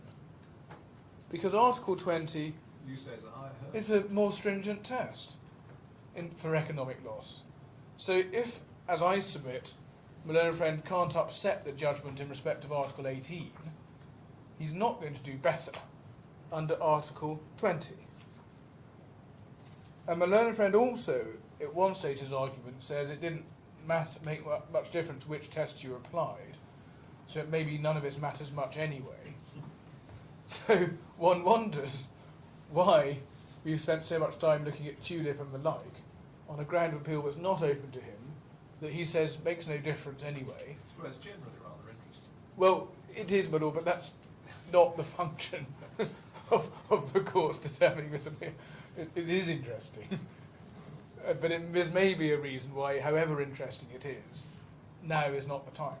This appeal is not the time to be determining this.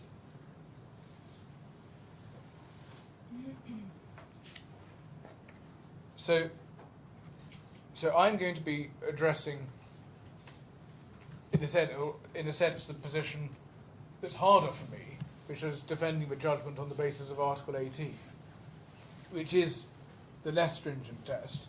I'm going to be submitting that the judge was absolutely right, or I have been submitting, I'm going to continue to submit, but the judge was absolutely right for the reasons he gave, and the rest of the supporting material, to hold that the negligence claim failed. And if Article 20 were the relevant test, then the same is true with knobs on, because the test is more stringent. And if he can't get home under Article 18, he's even less likely to get home under Article 20. So if Article 20 were the relevant test, then if there were any marginal doubts as to whether the judge was just or was not just the right side on Article 18, he's well the right side on Article 20, if that matters. Now, so I'm afraid I'm not going to develop the interesting points on tulip. It may be that my learned friend D2 has things that they will say on tulip, but it is in fact rather different to this case. In my submission, just if we're on it at all, there's quite a lot to be said for Justice Black's point about Bitcoin and total loss, and whether realistically it's to be excluded, particularly for the purposes of the DIFC law, which is of course the law of obligations based provision. So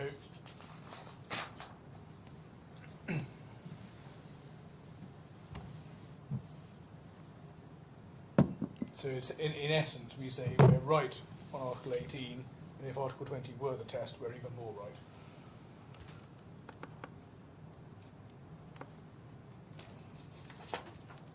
Now,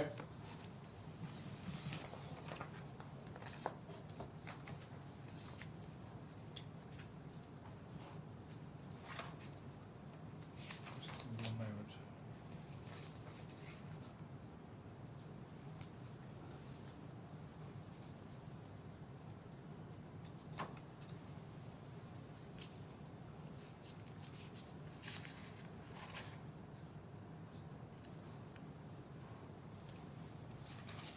So the next point the claimants make, although they refer to the Article 20, Article 18 distinction, they then attack the finding at paragraph 110 of the judgment. I should just finish off on the Article 20, Article 18 point, just by looking at what the ground of appeal actually is on that, because there's another question about whether my learned friend's argument is even sufficiently raised in the ground of appeal. So it's ground 6 at 10.357.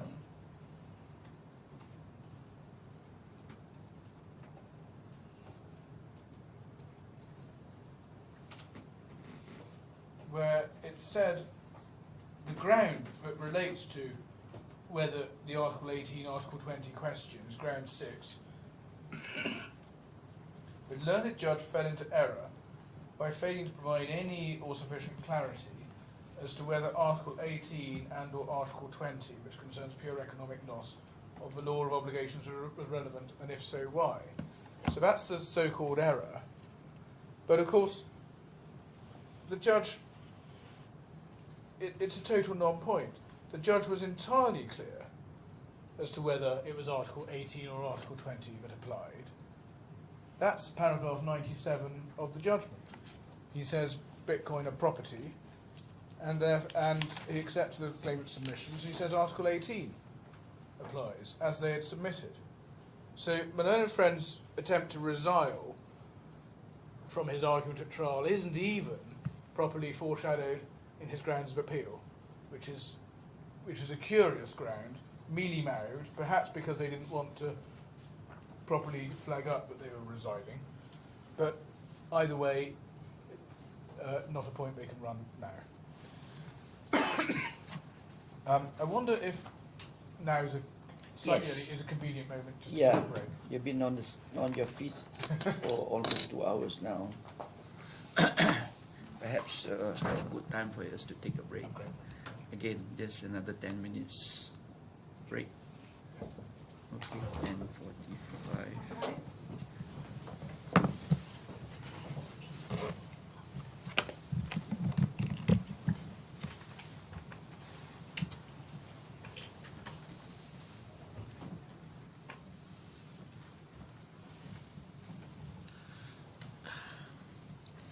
Mr. Hill, how long are you going to take? I know you're how many hours more have you? I was just about to, I'm glad you asked, I was just about to say, I'm been intentionally going quite quickly in the hope of shortening everyone's day. Yeah. My learned friend has about an hour and a half. Well, we've got just Mr. over Cossack, an hour and 35. I believe it's 1 hour 35 minutes. Yes, he has 1 hour 35 minutes. We have Mr. Cossack to do this one too. Yeah, exactly. So I'm going to try to wrap up quite soon. I think my learned friend may take an hour. So it does mean, hopefully, we will be not running till 4 with my learned friend's hour and 35. He has to, whatever it is, he has to finish before 3:45. No, exactly. Stop. So what I'm saying is because I've gone a bit quicker, my time I will not take my full Okay. quotient of time, so he can have his hour and 35. So and we we'll stop finish. at 1 o'clock. Yes. We start again at 1:30. Well, Sorry, we start again at 2 o'clock. and we will. We finish at 3:45. Whatever happens, Well, 3:45, 3:40. I know. I'll say stop at 3:45, but there'll be a exchange, last minute exchange of words. Well, my learned friend says that, and I'm knowing him and the way things are going, I can tell. I'm sure he's right that he will finish earlier than he thought. But whether my hour and 35 minutes is up at 3 o'clock, 3:30, or 3:45 depends on when he is actually finished. I think it'll be around 3. You can. It sounds as though you can start to target an earlier finish than 4. Yes, Good. by a few minutes, perhaps. Good, fantastic. Thank you. No, I'm confident we will be earlier. I know you're proceeding very fast, very much faster than I expected. Can I just pick up on a couple of points from earlier? First, I had a wrong reference to a passage in our skeleton argument. This is on the question of the parties' relationship leading up to the meeting, relevant to the question of devising modalities and so on. I've already given you a lot of references to our closing submissions, which I've been to, but I also give a further list of references in our skeleton at footnote 27 at 10439. And I accept a lot of those will be the same references as we've already been through. Second point, Chief Justice, you asked me about whether there's re-examination Yes, on the security issue. and safety of a transaction. There was one question which is quite instructive. If you go to 7879, 7879.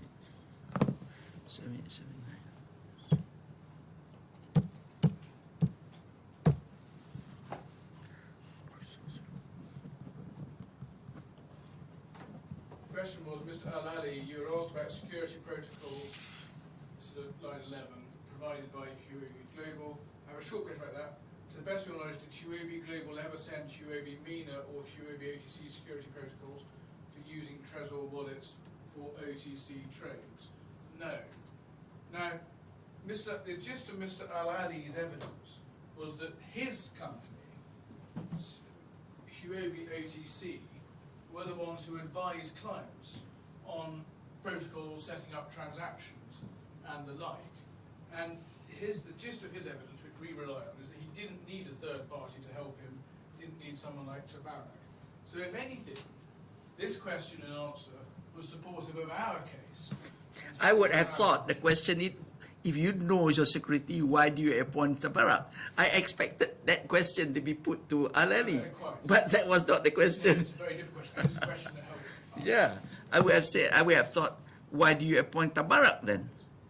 You know, and hopefully he will answer something in your favor. Yes, and then what that shows is that they didn't need Tabarak to advise on safety and security, as Mr. Al-Ali had said. And it reinforced, this was a further point which, if anything, reinforced the judge's conclusion that Tabarak was there to act in the narrow middleman role that he had found. So that's the re-examination. So can I carry on the Yeah, question please proceed. I'm just on the 6th ground, which is the negligence finding.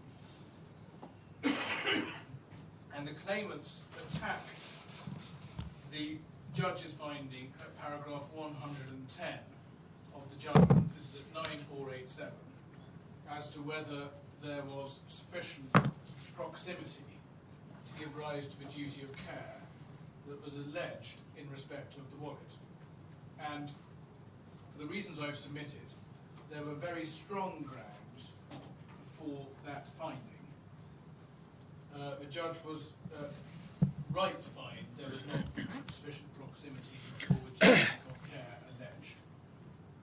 And the claimant was and is submitting a general duty to ensure the safety of the Bitcoin that would apply even in a changed world, and to ensure the safety of Bitcoin in a changed world.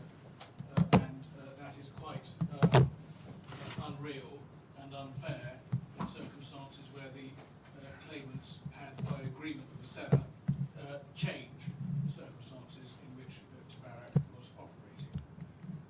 And as the judge had held, Tabarak wasn't under a duty generally to advise on modalities, even as a matter of contract, let alone as some kind of tortious duty.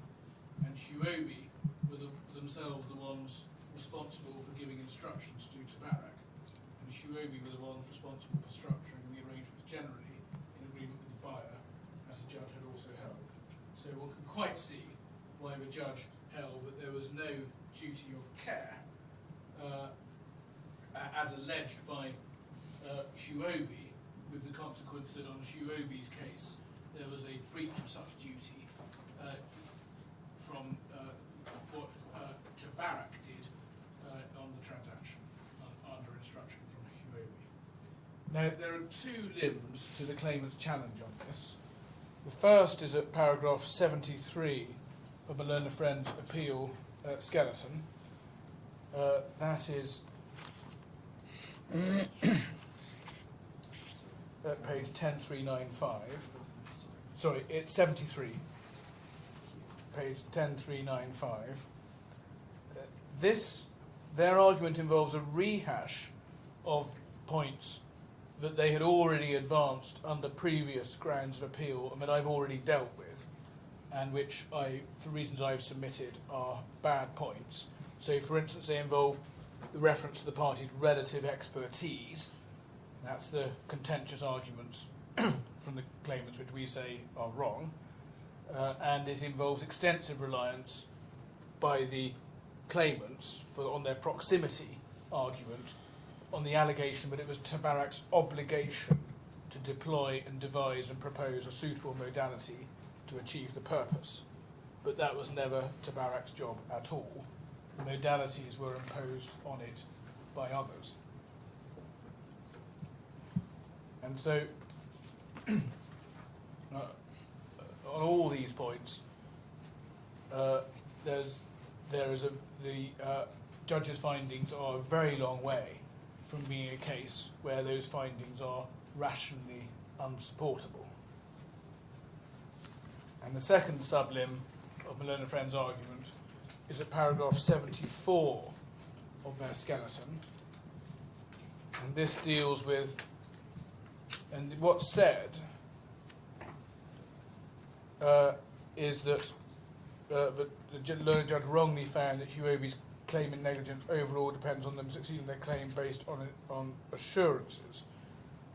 And it's a mischaracterization of what the judge has done in the judgment. So the judge didn't limit himself in the judgment to analysing the case by reference to the assurances only. Paragraph 97 of the judgment, which is at 9481, was just a fair recognition of the realities of the case, but he went on to consider separately both proximity generally, irrespective of assurances, and separately the effect of the assurances. And at judgment paragraph 88, that starts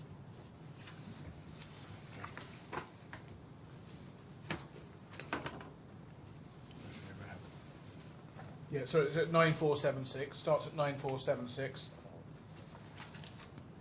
and then at 99, it's at 9482,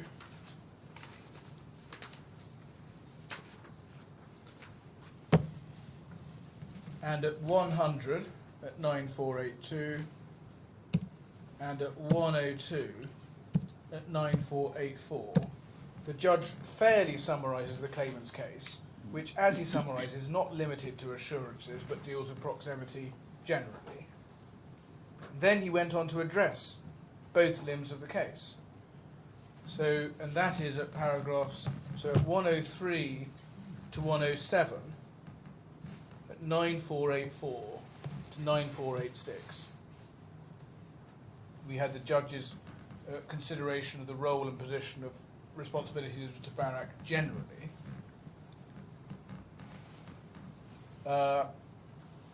And that's what they say the judge should have been focusing on, and he did. And then at paragraph 110,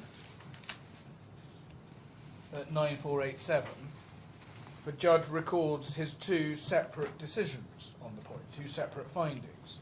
First, he makes a finding about proximity generally. That's the first sentence of paragraph 110. And then, down the paragraph, he deals with the position in relation to the assurances. So that's why he says, on the facts I have found, I hold the relationship between Tabarak and Mr. Thurner was not sufficiently proximate for the alleged duty of care in respect of how the Trezor wallet was handled to exist. I also find the claimants have failed to establish that Tabarak Mr. Thurner owed the alleged duty of care in respect of the assurances. So also is, of course, an important disjunctive word. So they are two separate findings. And one does need to always keep in mind that what the judge is considering is the alleged duty of care.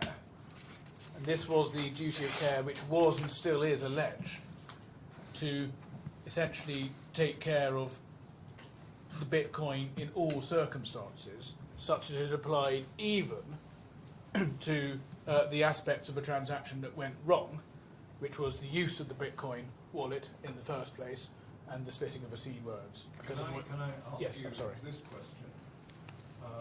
It's something that I'd also like to hear, obviously, from the appellants. And it may be something you can't answer now or they can't answer now, but the question is this. If you are right in your argument, well, it's a fallback argument. You say no varied contract or no new contract, but if there is a contractual relationship, then the duty of care, we discussed it yesterday, Yes. the duty of care within that contract is very limited merely to undertake the very limited task and not to underwrite the Yes. transaction. It's very fair, right, yes. So we're now looking at a tortious situation, but do you say it's DIFC law that you can have coterminous responsibilities in contracts at all? Or do you say, as I say, you may not be able to answer it, or, I mean, it's obviously something the English courts have considered. Or do you say that if there is a duty in contract, then there is no tortious duty?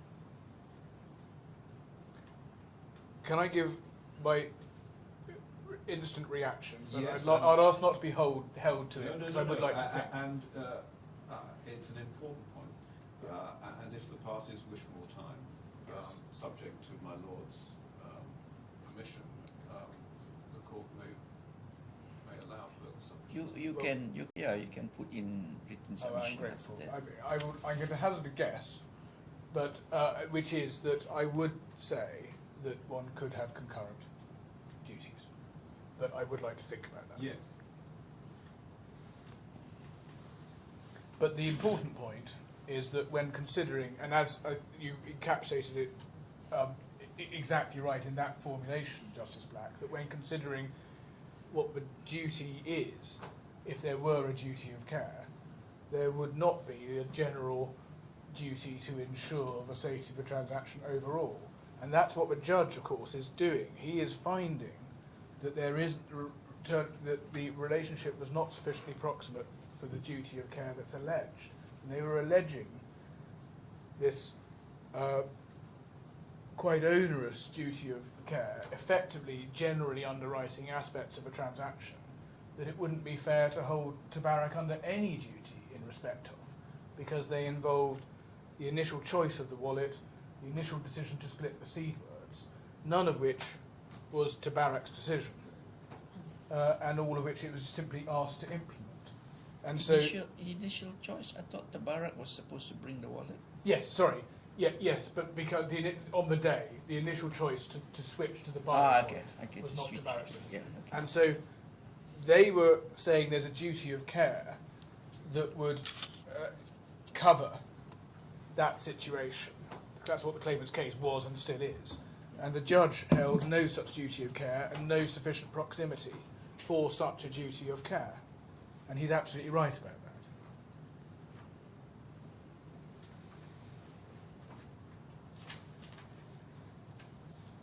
So the second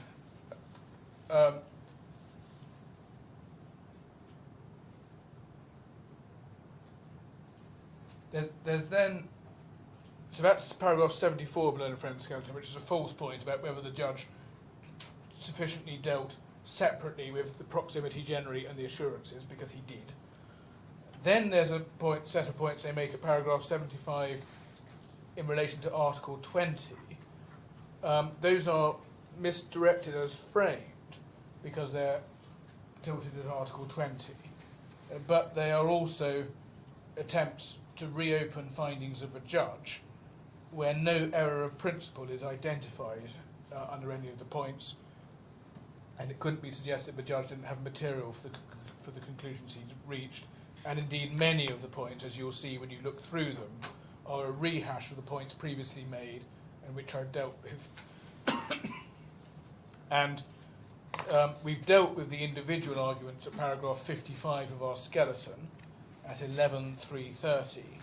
And just to draw out a couple of points, at paragraph 75A of my Learned Friend Skeleton, this is judgment 105, sorry, this is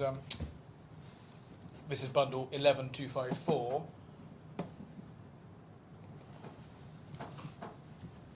There's a reference to the relevance or otherwise of whether there was a retainer. Now, the judge, that is an Aunt Sally and a misdescription of a judge's point. The judge's point at paragraph 104, which is at page 9485 of the bundle, is not just there was no retainer, but that this was a narrow and bespoke arrangement in respect of a single transaction. And Mr. Turner didn't assume any duty to advise on modalities or any other modalities, and those were highly relevant findings the judge made. And then at 75B of the Learned Friend Skeleton that starts at 10396, he goes on to make a challenge to the judge's findings that Huobi did not rely on the defendants and that it was not reasonable to do so. Now, all of those findings trespass inappropriately on, all those findings, all of those arguments trespass inappropriately on matters that were classically the province of a trial judge and where there's no error of principle identified and no reason for the court to interfere. We have dealt with the arguments raised in our skeleton at paragraph 55.2 at page 11330, but I'm not going to develop them orally because it's quite clear just by looking at the sorts of arguments that my learned friend raises and our answers to them that this is classic trial judge territory and not appeal territory. My learned friend then goes on in his skeleton to make a point about the Manchester Building Society case. It's somewhat obscure what the point is that's being taken, and I'm not sure my learned friend really developed it orally. I apologise if he did. But the short point about Manchester Building Society is that it's an accounting negligence case which is focused on the issue of scope of duty, where the existence of a duty of care was common ground. And the judge essentially held at paragraph 109 at 9486 that this case didn't really assist him much on whether a duty of care was owed in this case, in circumstances where Tabarak was not a professional advisor on the modalities to be used in Bitcoin transactions.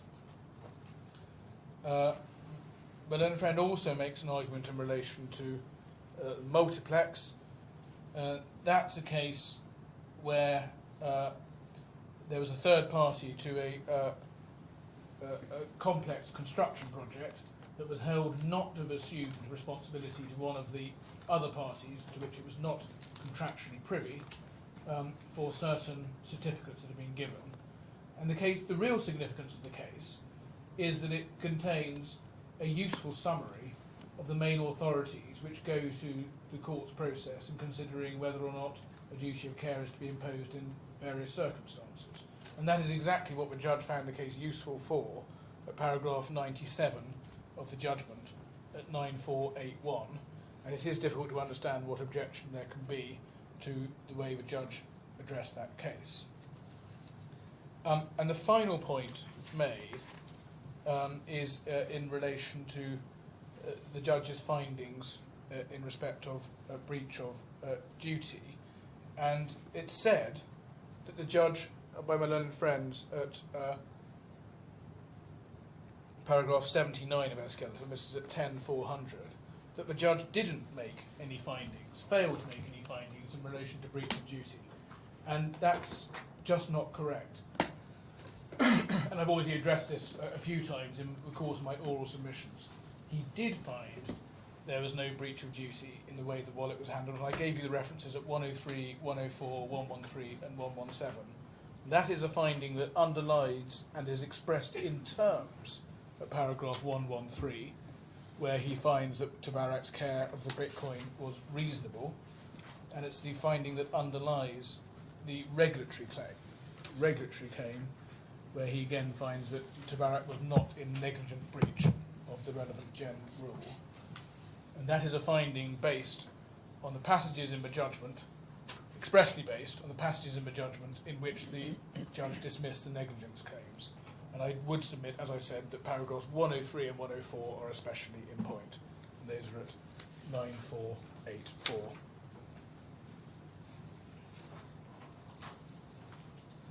And it's worth saying that neither of the findings at judgment 113 or 117 are subject of any appeal. So not only did the judge make the finding that there was no breach, there's no appeal in respect of that finding.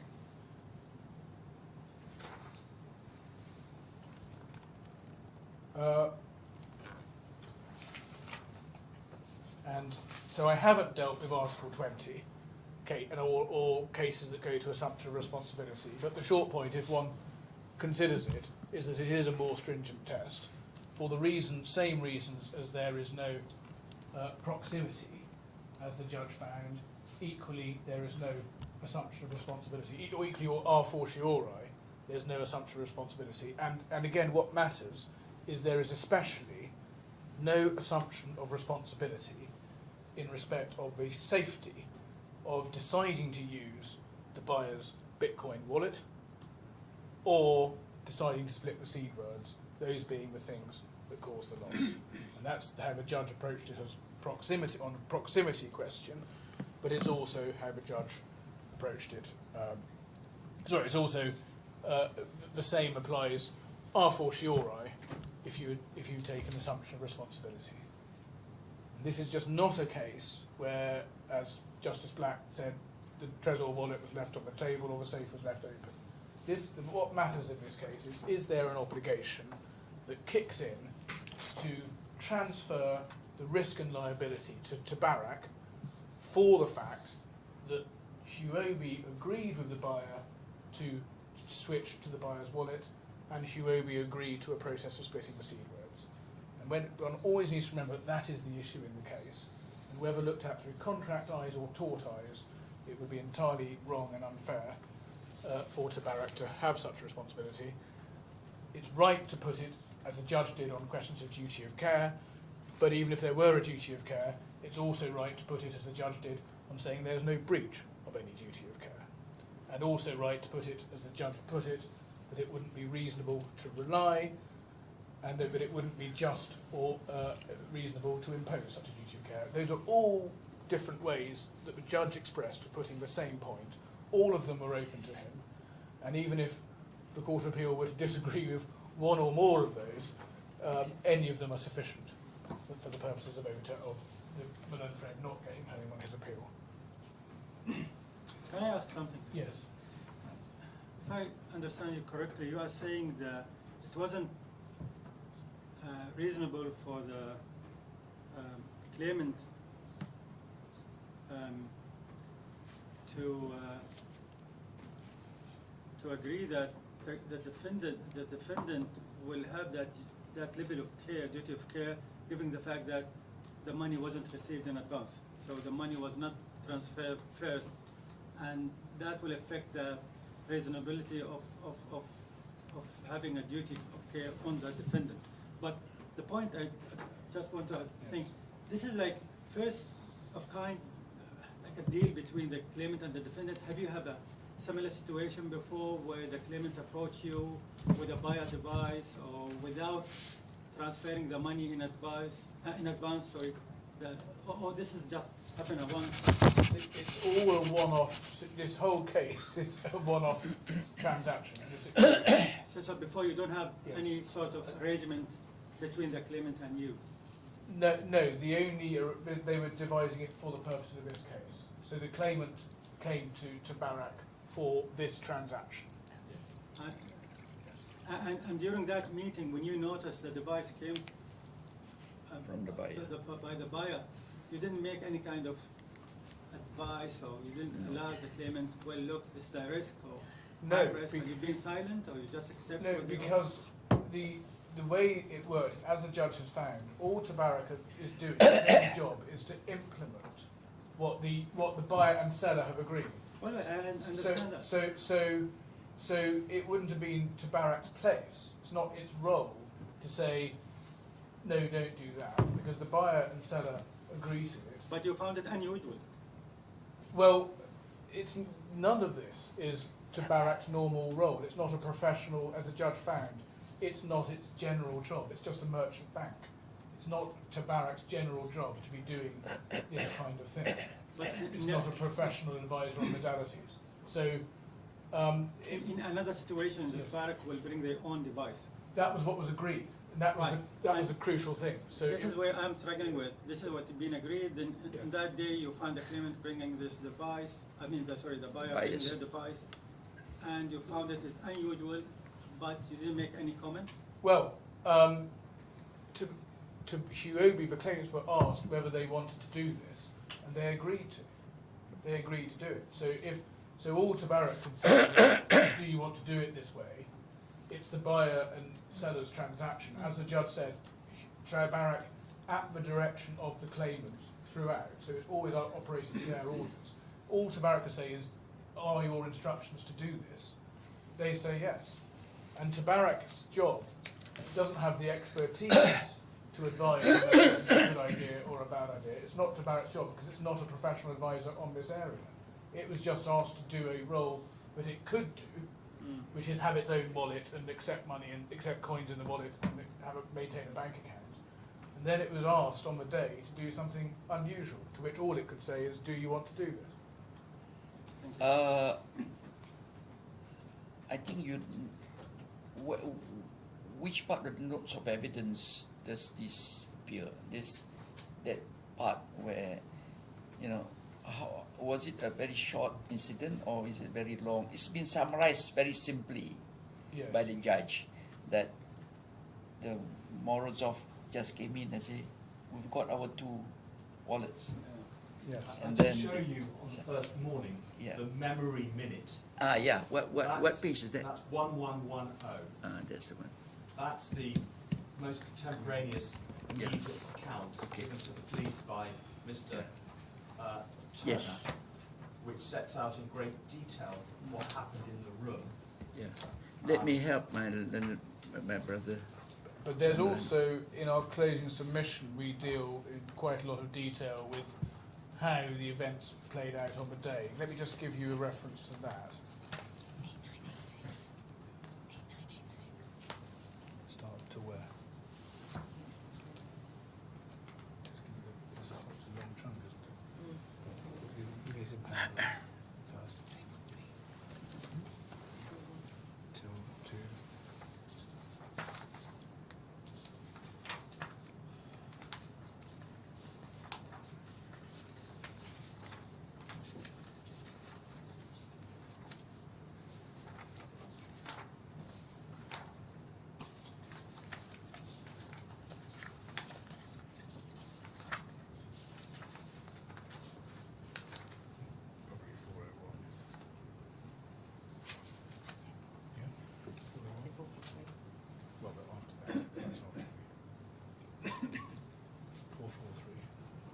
So it's dealt with at length in our skeleton, into our closing submissions, in a passage that starts at 313 at 8985. So,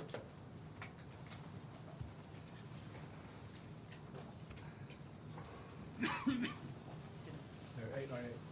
313 at 8985, and then it goes on. It goes on to fourth paragraph 439 at page 9022, but the early part of the day stops at about 400 at 9011. So 313 to 400 gives you the core early period and the evidence in relation to that. And it is very important in answer to Your Excellency's question, to keep in mind that Tabarak is not a professional advisor in this area, and it wasn't playing an advice role. Because one can quite see, if there was an advisory role, then life might be different. But the judge is very clear that the transaction, that the role that Tabarak was asked to play is very simple and didn't involve advice. Now, that's negligence. Can I come on to breach of fiduciary duty? And this is the seventh ground of appeal. And the judge held that Tabarak was not in breach of the standard of care. And that is clear from paragraph 114.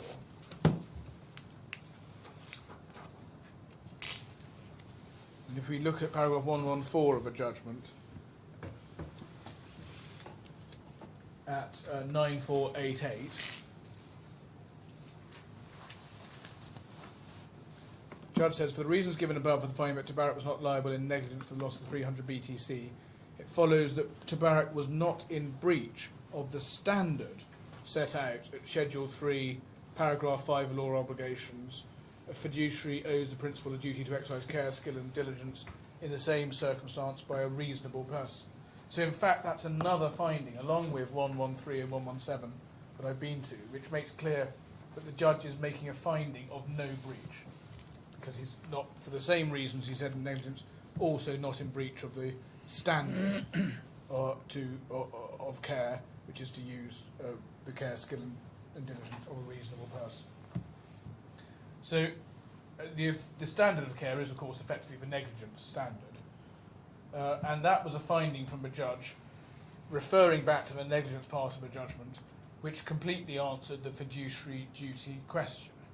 And again, that's a finding made on the evidence, having heard the testimony of the witnesses, and it was more than justified as a finding, not least given the findings at paragraph 103 of the judgment at 9484, that there was an honest and innocent mistake that was shared in by Huobi itself, who had instructed Mr. Thurner to play that role, and given that Tabarak was not a professional advisor in the modalities that could be used in Bitcoin transactions, the judge held at paragraph 109, and given that Mr. Thurner had no advisory role.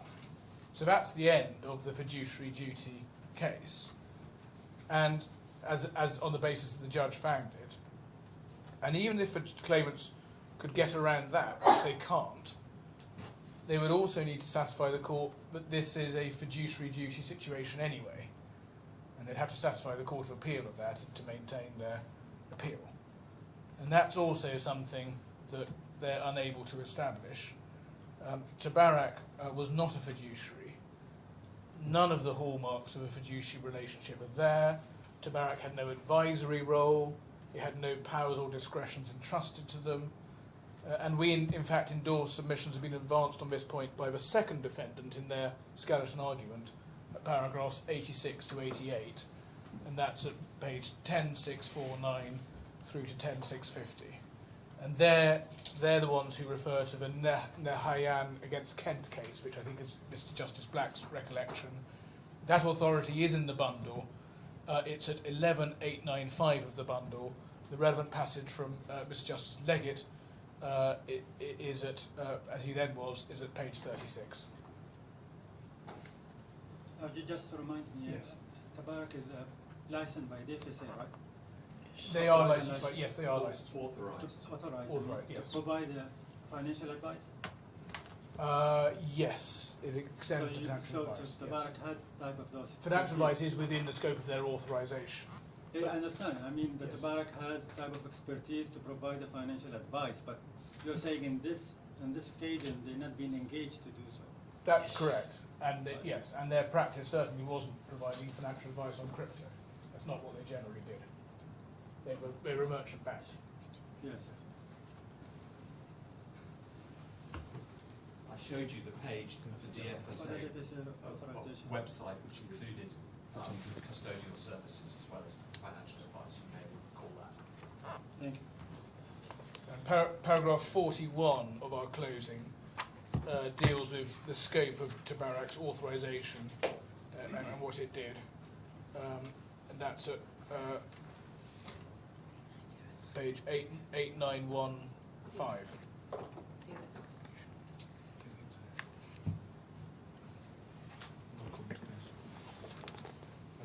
I just make sure I can read the right reference.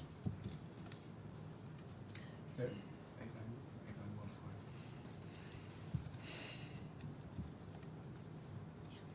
8915. So Tabarak's job didn't generally involve advising on this kind of thing, and that was, it was here playing a very narrow role. So, back on fiduciary duty, the main point is the judge was right, or the judge is right, and his findings are unassailable.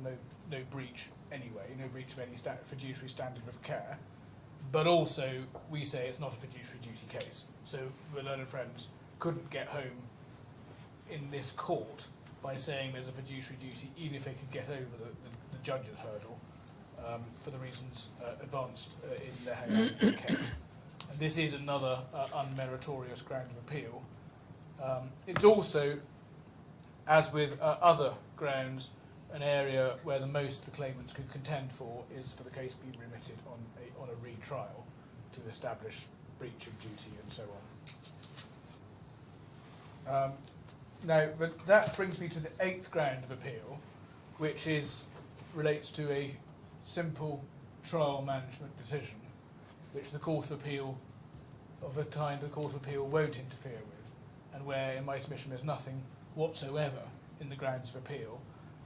Because some of the argument might turn to the granularity of what happened, I'm going to let Miss Ahmed develop submissions on that, and then return to conclude after she completes.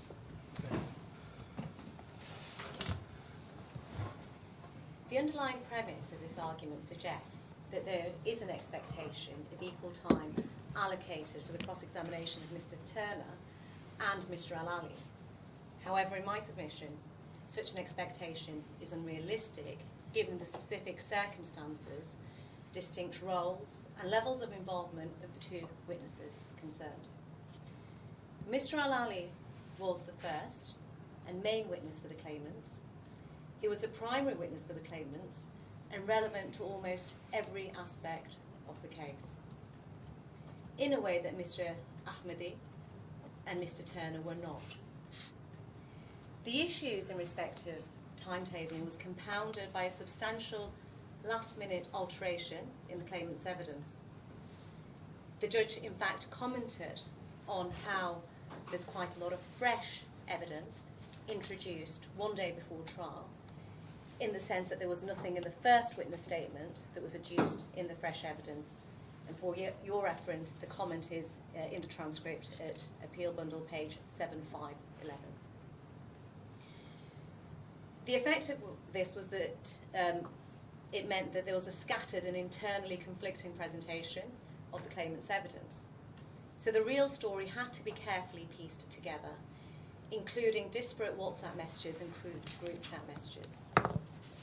In comparison, Mr. Turner's involvement with the facts was notably narrower, focusing primarily on his professional background, limited interactions related to 3-deal structure emails, his dealings with Mr. Ahmadi, his role and authority, and the events that transpired on a specific day.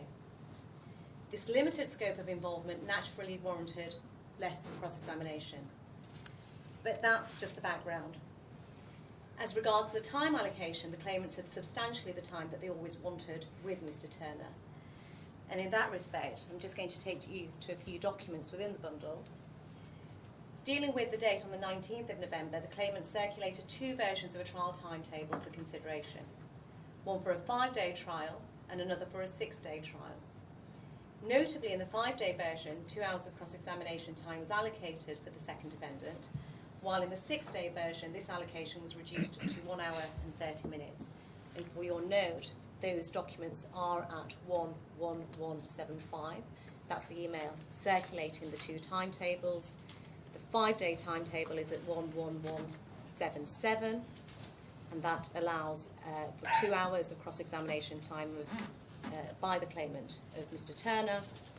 And the second trial timetable for the 6 days is at 11180, and that allows for an hour and a half, 90 minutes of cross-examination by the claimant of the second defendant. On the 22nd of November, recognising the evolving nature of the trial, the claimant circulated a draft timetable to adjust time allocations for an anticipated 8-day trial. In response to requests made by all parties that 8 days would be needed, the first defendant's time was revised to 2 hours and 30 minutes, and the reference there is 11183. The timetable faced significant adjustments when on the morning, as I said, of the first day of trial, the claimants applied to introduce new evidence, including 2 additional witness statements from Mr. Al-Ali and Mr. Saxena, resulting in substantial changes to their initial statements. Initially, there was a supplemental report introduced by Mr. McDougall, incorporating aspects of the verification stage that hadn't been incorporated in his first report. This meant that the first day of trial was effectively wasted, leading to an adjustment of the trial timetable for the remaining 7 days, and in effect, the proposed 8-day trial was transformed into a de facto 7-day trial. So my learned friend could only have been expecting somewhere between her 6-day estimate of 90 minutes and her 8-day estimate of 2.5 hours. Before the final day of trial, in an effort to reclaim lost time, the judge requested the parties to reach an agreement on cross-examination times. In the absence of a consensus between the parties, the judge independently allocated 100 minutes, that's 1 hour and 40 minutes, for the cross-examination of Mr. Turner by the claimants, and in the same vein, allocated time to all the parties in which to complete their cross-examination. So this was not significantly less time that the claimant, this was not significantly less than the time that the claimants always wanted. Towards the end of the allocated 100 minutes to the claimant for the cross-examination of Mr. Turner, the judge granted an additional 10 minutes to Ms. Stewart, bringing her total cross-examination time to around 110 minutes. That again, we say, in our submission, is close to the time that the claimants always wanted, and in excess of their time on their 6-day estimate. In fact, there was more time Ms. Stewart could have deployed with Mr. Turner, but chose not to do so on the day of the cross-examination. When Ms. Stewart was nearing her cut-off time, Ms. Stewart explained to the judge that she anticipated she would be 25 minutes shorter with the last witness on the day, that was Ms. Savio Lova, and asked for only 10 minutes of the time that she was duly granted.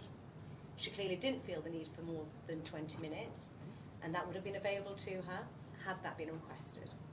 And this is also addressed in the second defendant's skeleton argument in this appeal at paragraph 95, and the reference there is 10652. So in fact, in our submission, we say that Ms. Stewart appeared to accept the judge's proposal with one variation, which we say that the judge accommodated. At 10.413, we can see the claimant's response to the judge's timetabling, and I think in this context it's quite important that the bench open up this document, 10.413.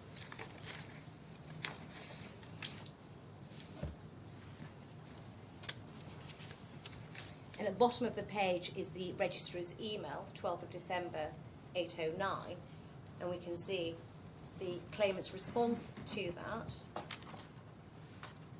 The claimant's counsel is concerned that the amount of time allocated for her cross-examination of Mr. Turner is insufficient. However, only around 15 minutes will be needed in respect to the claimant's cross-examination of Ms. Zavyalova. Accordingly, the claimant's counsel would be grateful for the remaining 30 minutes of the 45 minutes allotted for Ms. Zavyalova to be reallocated to the claimant's cross-examination of Mr. Turner.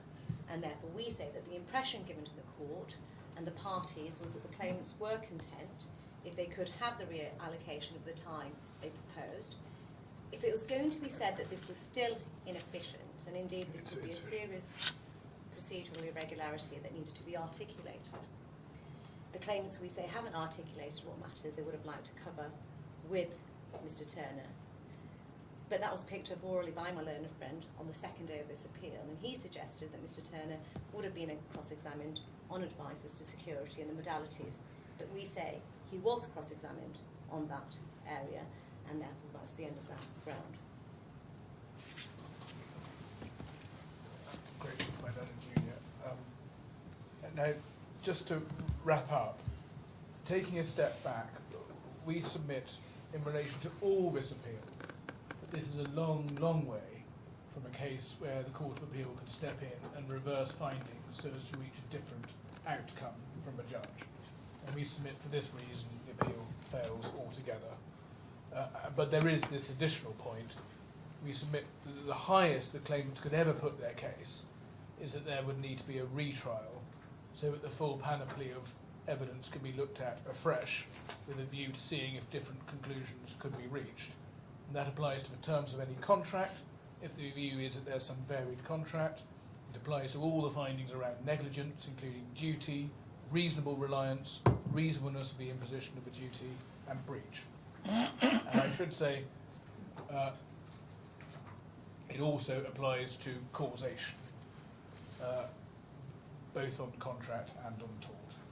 And so this is a case where the most they could hope for is a retrial, but that's not the relief they seek. But more than that, the main point is that they don't even get anywhere near that territory, because for that to arise, they would need to show that there are relevant errors on the part of a judge of the kind with which this court can interfere, because they would have made a difference to the outcome of the case, and there are no such errors, unless I can be of further assistance. Thank you very much, Mr. Hill. Yes. Justice, I'll probably need about 2 minutes for shifting of the Sure. paper. You can address from where you are, can't you? Okay. Can you Oh, I adjust see. your microphone? You have the difficulty here, is it? I don't know if there's a microphone issue. Do I need to leave? Oh, I see. Okay then. Let's switch seats. I thought you have I microphones think on you you. might need to just to move to rearrange because of the microphone. Okay, let's take a break. 2 minutes.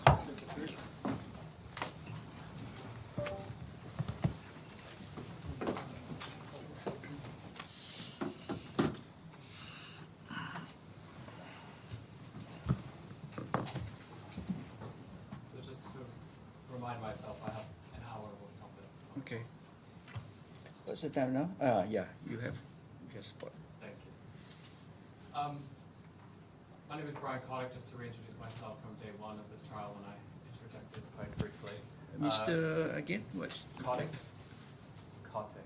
Got It's Russian. We represent the second defendant, Mr. Turner. I will address our role in this appeal at the end, and largely our position, and to the most extent, echoes what the first defendant has already presented, so we don't find it necessary for this court, or that it would assist this court in going through all of the grounds separately, but we will limit our submissions just to matters of interest of the court that we think would be assistance, particularly of the fact that this is the first matter, not only in this venue, but addressing matters of cryptocurrency.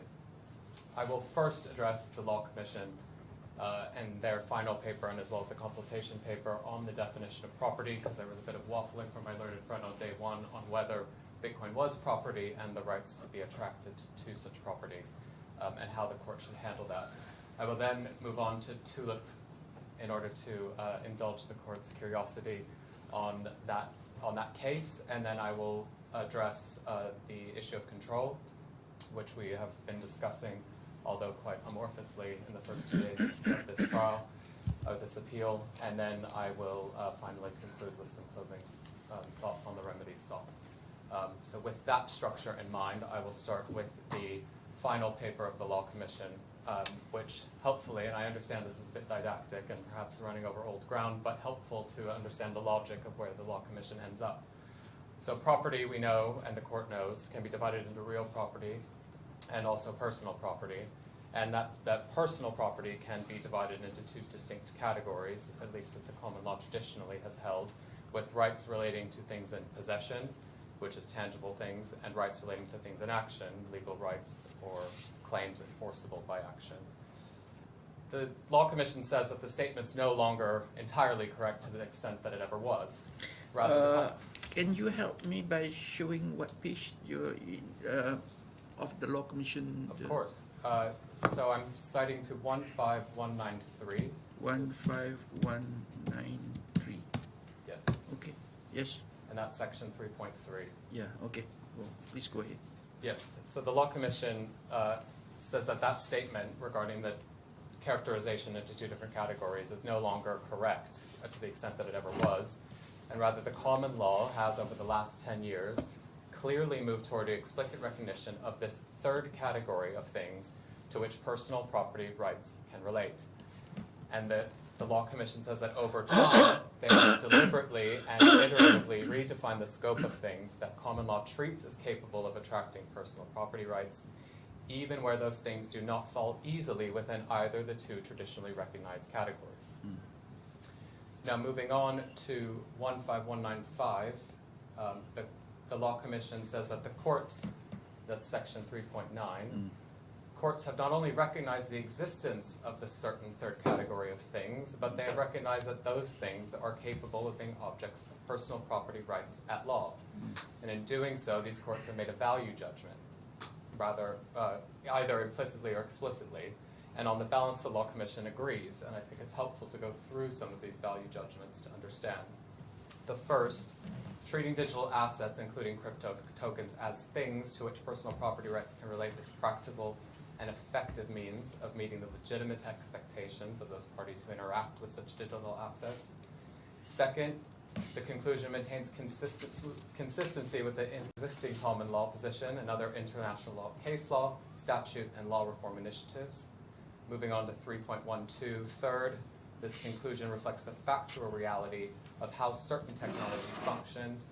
Some digital assets, specifically crypto tokens, replicate some of the features of property relationships between a person and an object. Moving on to the page following, the fourth consideration, as they identify in the report, the law of personal property is perfectly able to deal with such things and assets, and there is a high degree of existing legal certainty as to how principles of personal property law should apply to such things. The fifth consideration and value judgment was that the consultees of the Law Commission consultation paper overwhelmingly supported the proposition that certain digital assets, including crypto tokens, can and should be capable of things to which personal property rights can relate. And finally, the idea that some digital assets, such as crypto tokens, are capable of being an object or thing to which they relate, has been discussed and considered in detail for many years and is already widespread in legal and academic commentary. So the Law Commission concludes that the law should not attempt to directly apply the legal principles applicable to things in possession or thing in action, but move on to this third category. And for that reason, and I'm referring to 3.28, which is at page 15200 of the bundle.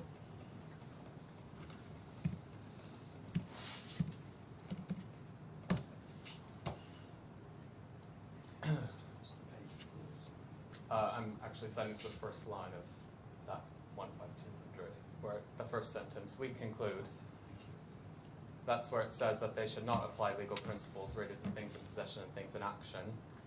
For this reason, the Law Commission states, they discuss control in Chapter 5, and we conclude that instead of directly applying the concept of possession, the law of England and Wales can develop jurisprudence around the concept of control, which is better suited to the functions of this third category of things and the technology they use.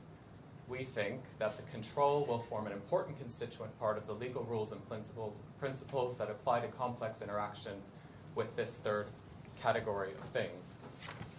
And this includes that control should be considered as a core constituent element within a range of higher level organizing or framing principles such as legal concepts of transfer, intermediate holding arrangements, collateral arrangements, and causes of actions associated with that remedy.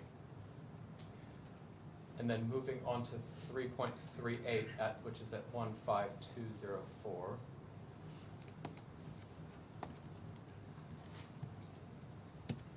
The Law Commission says that our conclusion is consistent with the existing position at common law, which has over the last 10 years clearly moved toward an explicit recognition of this third category of things to which personal property can relate. And I won't cite to all of this tenure of jurisprudence cited to, but you can see that the Law Commission has specifically cited to a new case from the Court of Appeal, which if you move on to, if you actually look at the footnote there, that refers to TULIP. And then in the next paragraph, 3.141, it refers to the judgment of AAV persons. And if I remind this court, that is specifically what the judge referred to in paragraph 97 of his judgment at 9481, when he determined in finding the primary case of the claimants that Bitcoin is property.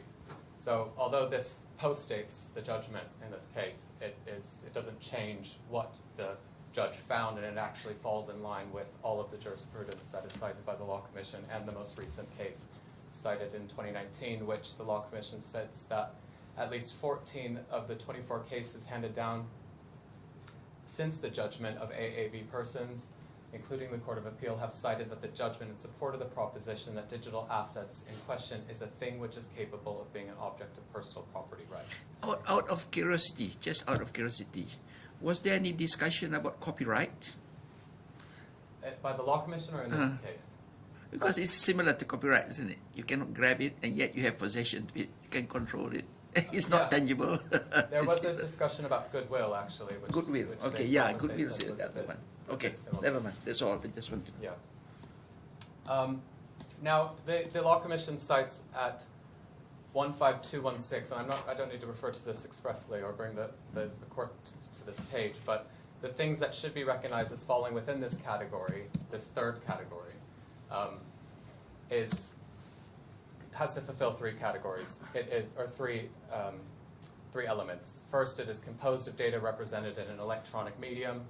Second, it exists independently of persons and exists independently of legal systems, and it is rivalrous.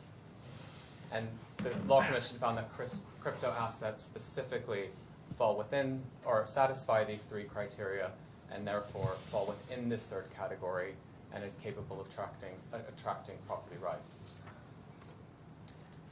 Now, the court, and I actually would like to refer to where the Law Commission discusses TULIP. So if we turn to 4.31, which is at 15226.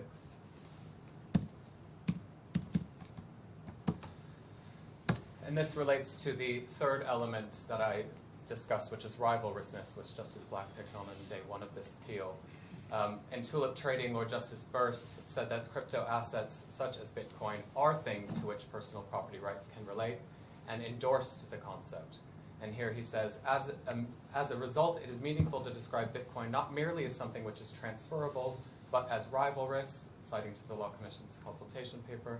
For a transferable thing to be rivalrous, the holding of it by one person necessarily prevents another from holding that very thing at the same time, because the holder cannot double spend their Bitcoin such that it is rivalrous. The crypto asset can be said to be capable of assumption by a third party. And then I would like to now, since we're on the topic of TULIP, discuss that case briefly, because it was of interest to this court. And I echo my learned friend of the first defendant, who said that it isn't relevant to this case, but it is just to indulge the court's curiosity. If we turn to that judgment, it will be helpful to point to a few passages.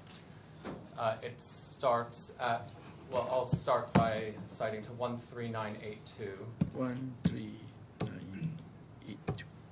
And this is Justice Falk's decision, so this is the first instance here, but it is helpful to understand the background of this case.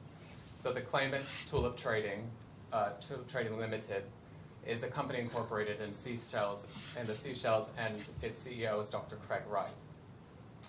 And the defendants, moving down to the paragraph 4, are the core developers and or otherwise control the software in respect of 4 relevant digital asset networks, and it describes those digital asset networks. Now going back up to paragraph 3, we discussed the claim. The claim in this case relates to a very substantial amount of digital currency assets that Tulip held, claims to own, but is currently unable to control or use, following what it says was a hack of computers located at Dr. Wright's home office in Surrey. He says that a result of this hack was to remove from those systems the, quote, private keys which would allow dealings in the assets and the information that would allow access. Private keys is not that secure. To those assets. We're discussing that private key is the control, but that's not so. Okay, yes. Right. If we look down to paragraph 6, we see what Tulip was seeking in this case. So they claim that the defendants owed a fiduciary and or tortious duty, which had the effect that they should assist in regaining control and use of the assets. Specifically, Tulip seeks a declaration that it owns the relevant assets because it was disputed by the defendants, and orders requiring the defendants to take steps to ensure that Tulip has access and control of them.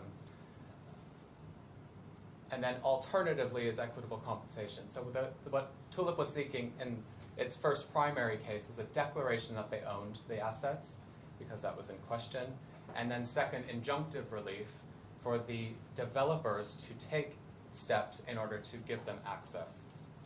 And it's relevant to look at the hack in this case because it's indicative of what was actually deprived, Tulip claims to have been deprived. If we go to paragraph 27 at 13987,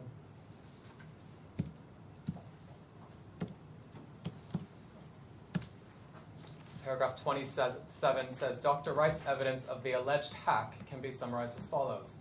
The private keys were contained in encrypted, quote, wallet.dat files contained in a further password-protected file on his computer system at home offices in Surrey. The password was contained in a digital password safe. Both the password-protected file and the digital safe were stored and synced with 2 cloud storage devices, and Dr. Wright did not store the details of the private key in any other location. So Dr. Wright had this encrypted file on his computer, and that is actually part of the hack. So he lost those files that contained the private keys within those files. He also claims at paragraph 29 that Dr. Wright accessed a separate wallet containing other digital assets, the Electrum wallet, and noticed that transactions on the 5th of January 2020 that either he nor his wife had actioned, and that the system logs had been erased, and he discovered that Bitcoin worth £1.1 million had been taken from the Electrum wallet, and that the password-protected files containing the wallet data files and password-safe data had also been taken along with research work. But Dr. Wright and Tulip are not claiming the loss of the Electrum wallet and the Bitcoins contained therein. All he is claiming is the loss of his private keys, such that he cannot gain access to the Bitcoin located on two different wallets, actually. And what the judgment finds here, or there was a factual finding, that those 2 wallets that Tulip had through Dr. Wright still contained the Bitcoin. So he was still the owner of the Bitcoin. They had not transferred to any other buyer or any other thief. And so the hack didn't affect the Bitcoin in his wallets. And that is why the request of relief he sought was just the injunctive relief to get access to the private keys so that he could gain access to the Bitcoin that he still owned. So the request for relief here was not about getting his Bitcoin back or damage to the Bitcoin or the value of his Bitcoin that he has lost because he still owned the Bitcoin. It is true that he can't access the Bitcoin, but that's why the relief sought here is just to gain access. And that until he loses the Bitcoin, there was no loss of his property, as we know is one of the 3rd categories of property that he could have lost. So, I beg your pardon, I missed something there. So the excess was held by the order was sought against who? Against the developers. The developer. Because what he Okay. was claiming Yeah, I forgot. is that the developers could have made a patch to the system. And with that patch could have developed a new private key that he would be able to access his Bitcoin. The problem there was that it was still contested whether he owned the Bitcoin. So if they made this patch and thereby giving him access to the Bitcoin, there's a The potential Bitcoin that belongs to somebody it else. would've- Exactly. Accidentally came into his wallet. Exactly. So there was a public policy reason that Justice Falk actually analyzed on whether that would be something that she should be able to order, that type of injunction, because other users would say that granting this type of patch or this injunctive relief, saying that these developers should create this patch, could lead to issues of other users who would have rights to the Bitcoin that was still contested. So what happens in the end? What happened in the end? In the end, No order was made. no order was made, but So- this is just a strikeout application. Oh, strike. Regarding service out of the jurisdiction. But all throughout this case, and we don't need to go to the paragraph, but my learned friend cited to 86 where it was pure economic loss. And the reason why it's pure economic loss is because the only thing that was lost was the private key.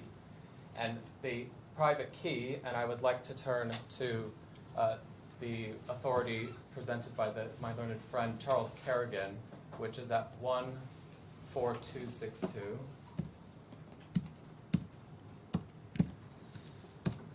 And it says in that first full paragraph, whilst English law... The number again. Sorry, 14262. Thank you. Whilst English law has made progress in recognizing users' rights over their crypto assets, challenges remain for users seeking to establish property rights over their private keys. English law does not afford property rights over pure information, which is highly transmissible and cannot be relinquished once gained.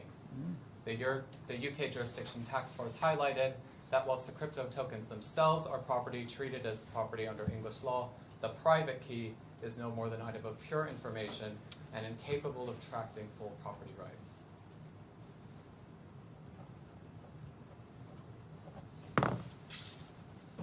So we submit that TULIP is not relevant to this case for several reasons. However, even if the court is willing to interested in considering it, that it just relates to the loss of private keys and only relates to pure information such that property rights cannot attach, and therefore there was a discussion on pure economic loss. So, are you saying that TULIP is authority only for the proposition that the loss of a private key is pure economic loss, not that it is authority for the proposition that loss of Bitcoin is pure economic loss? Correct. But the key, with the key, you have access to the Bitcoins. Correct. And I'll read and think it over again. I mean, too advanced for me. Well, they said if you have the private key, that is just pure information to give you access to the Bitcoin. Yes. But it does not transmute the ownership of the Bitcoin if you lose the private key. So you have a key to the car, you own the key. You don't own the car. Right. In short, you lose the car, that's fine, but you still have the key. Right. In short, that's what. Right. If you lose the key to your car, you can't gain access to your Yes. car. You still own the car. Yeah, but here in following this case, if the key is the key to the car, Right. physical key to the car, and there's a car, and your access to the car is your key. Right. But the case is saying that you hold the key, but you can lose the car. No. Yes, because the 1.1 million is the car.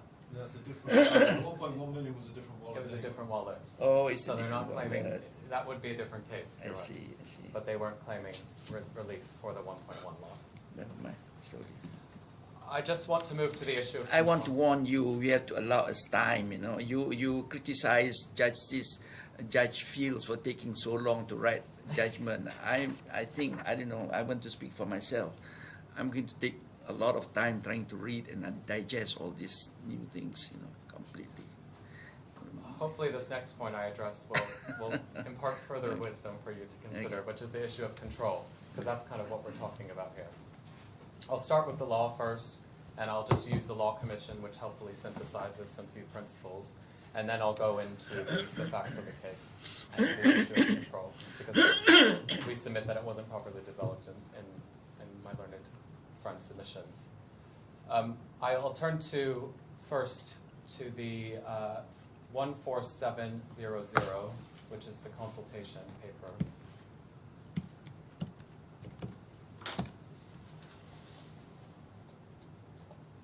And this is section 5.57, excuse me, it starts just before on 14699. So, and I'll take us back to where I was when I was discussing the Law Commission paper before, which is that in defining the types of this third category of property, we have to focus on control, because that is where the focus is as it relates to distinguishing it from the other things in possession and things in action.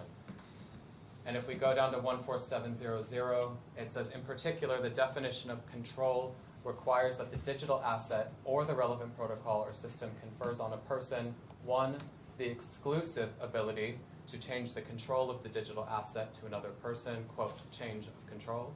2, the exclusive ability to prevent others from obtaining substantially all of the benefit from the digital asset. And 3, the ability to maintain substantially all the benefit from the digital asset. The next paragraph, the combination of limbs 2 and 3 comes very close to the description of rivalrousness, as a resource is rivalrous if the use of the resource by one necessarily prejudices the ability of the other to make equivalent use of it at the same time. I'll then move on to 14801, which is section 11.7, 14801.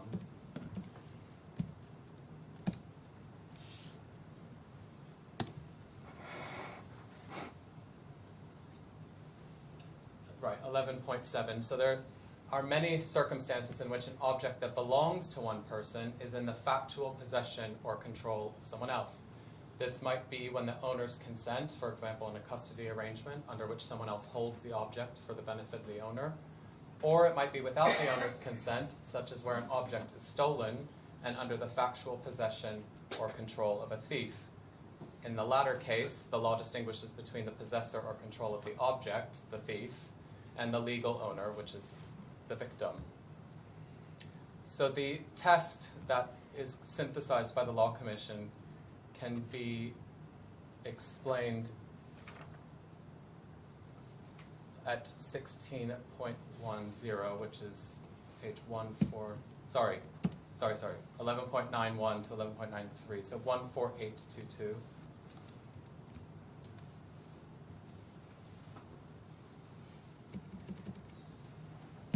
So 11.91 is at the bottom of the page. Broadly speaking, we think that a person in control of a data object at a particular moment in time is the person who is able to sufficiently, 1, and this kind of repeats what I've just mentioned, to exclude others from the data object, to put the data object to the uses of which it is capable, and to identify themselves as the person with the ability specified in 1 or 2. So what they've called these two elements, basically, is positive control, which is, and this is 11.92, a person in control, they start with negative. Negative control, a person in control of data object will be able to prevent others from putting the data object to the uses of which it is capable. This is the idea of negative control. And then the next paragraph, 11.93, the second element reflects the positive dimension of control, the ability to use the asset. The notion of use should be understood as referring broadly to any deliberate actions that could be taken in relation to the data object and will include effecting a change of control if that is something which the data object is capable. When taken together with the first element of control, we think that these two elements capture the exclusivity dimension inherent in the personal property rights in relation to that object. The law wait. Just again, out of curiosity. Item 3, to identify themselves as the person with the abilities specified 1 to 2 above. 1 to 2 is to exclude others from the data object, Right. and to put the data object to the uses of which it is. Say for example, I exclude you using my key, my physical key, exclude you from access to my safe, but it gives me the right to open the safe. That is 1 and 2. Right. But 3, I can understand. To identify themselves as the person with the abilities, But you're the person who has the keys to the safe. so I'm the third. So I'm you have able to control over identify the you. safe. Yes, I know, but why the need for the 3? Because So- it's obvious, isn't it? Well, not with crypto. Ah. So if you go to 11.95 on the following page, on the 4th line down, Oh, somebody can access without the key. no, for certain types of, however, it says for certain types of data objects, such as those existing within pseudonymous, Pseudonymous.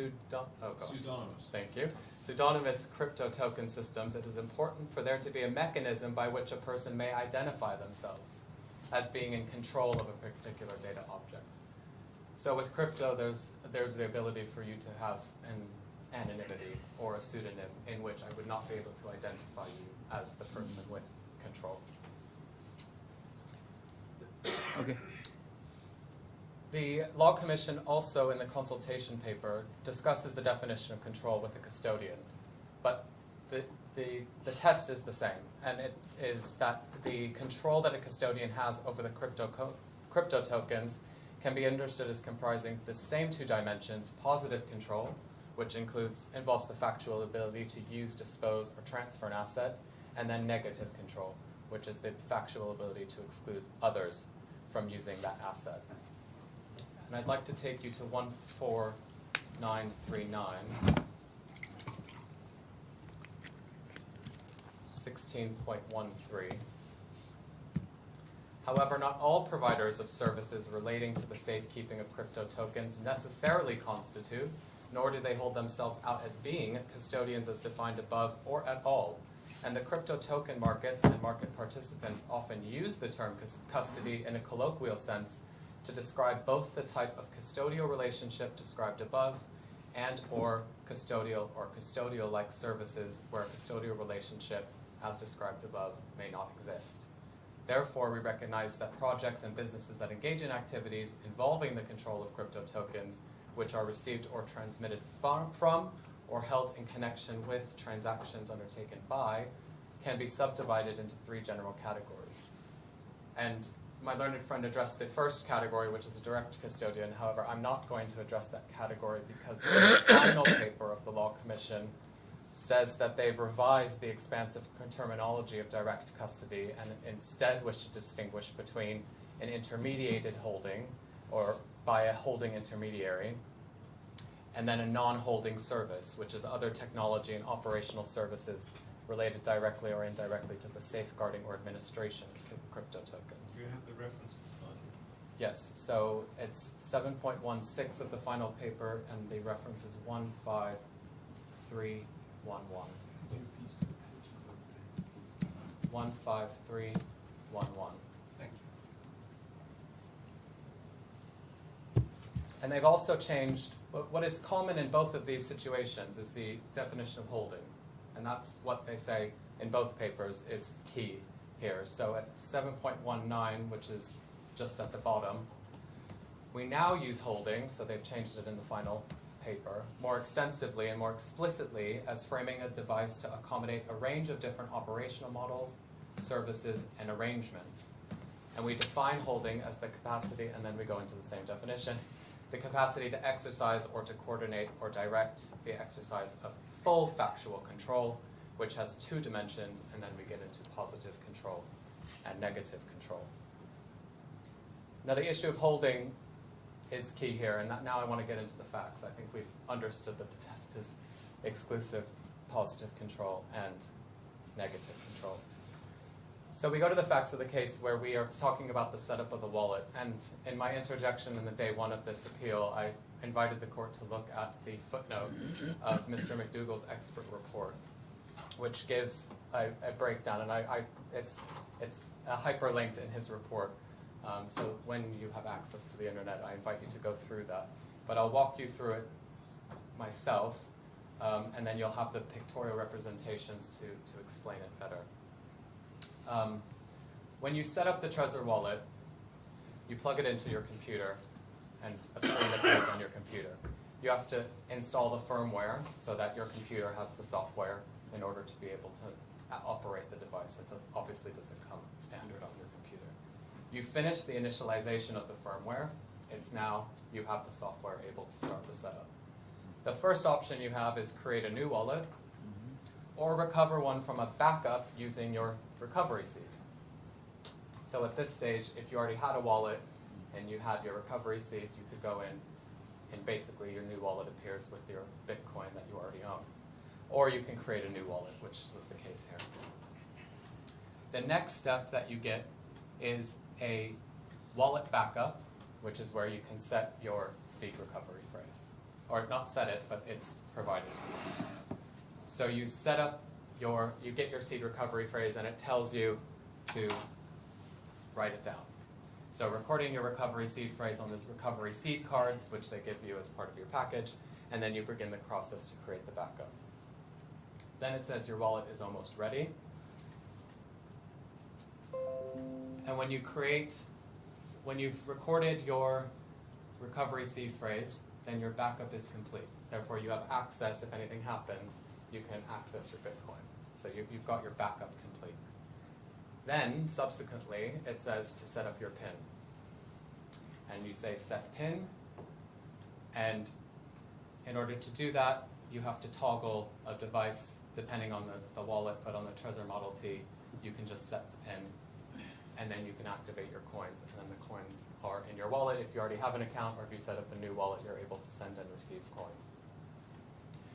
When the wallet is set up by Mr. Turner on the instruction of the claimants, and we get to the second step, which is the recovery seed phrase.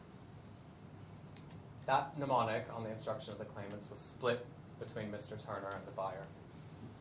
Mr. Turner did not have the full recovery seed phrase. He didn't know the full recovery seed.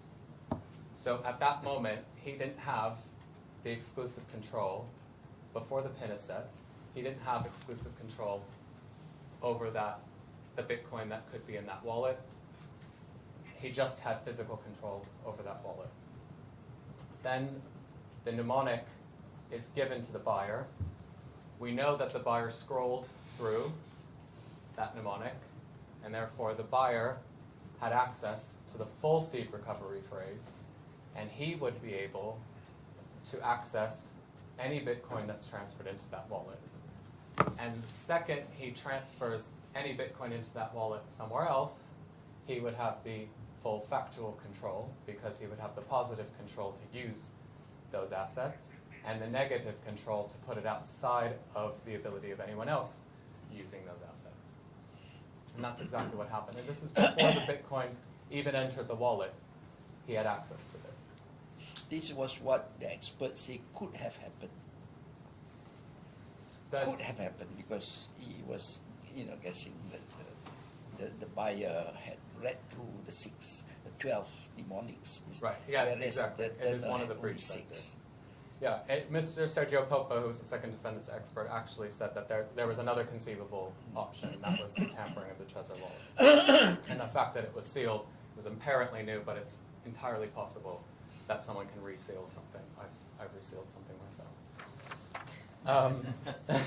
Innocently. Innocently, yeah. A sandwich bag. Mr. Turner then sets the PIN. And setting the PIN is just giving you access to your physical wallet. So setting your PIN doesn't give you access to recover any Bitcoin if you lose your if you lose your wallet, and it doesn't let you set up a new wallet and transfer your Bitcoin over. It is just accessing to that wallet. Now I'm going to try to have an analogy that Chief Justice raised regarding a phone, and hopefully this extends. So your PIN on your phone, it gives you access to your phone, right? No Face ID, just your code. That gives you access to your physical phone.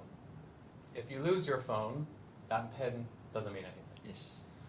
If you have an iCloud, for example, and you have your login details for your iCloud, you can get a new phone, and you can enter in your login details, and that phone is backed up with all of the information you had from your first phone, and you don't, so no need of the PIN. And so the issue of the PIN doesn't give Mr. Turner factual control at any moment. It doesn't give him exclusive factual, negative control for the purposes of this case. And this was said at several points in the case. In the expert joint memorandum, the expert agreed that the seed phrase is the most fundamental and important aspect worth considering when it comes to holding Bitcoin in a self-custodial wallet.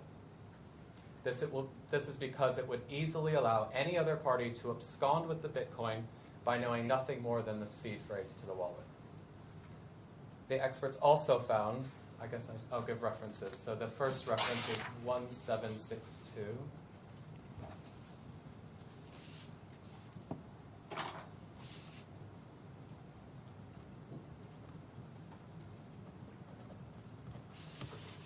Right, so the paragraph I just What was the cited, number again?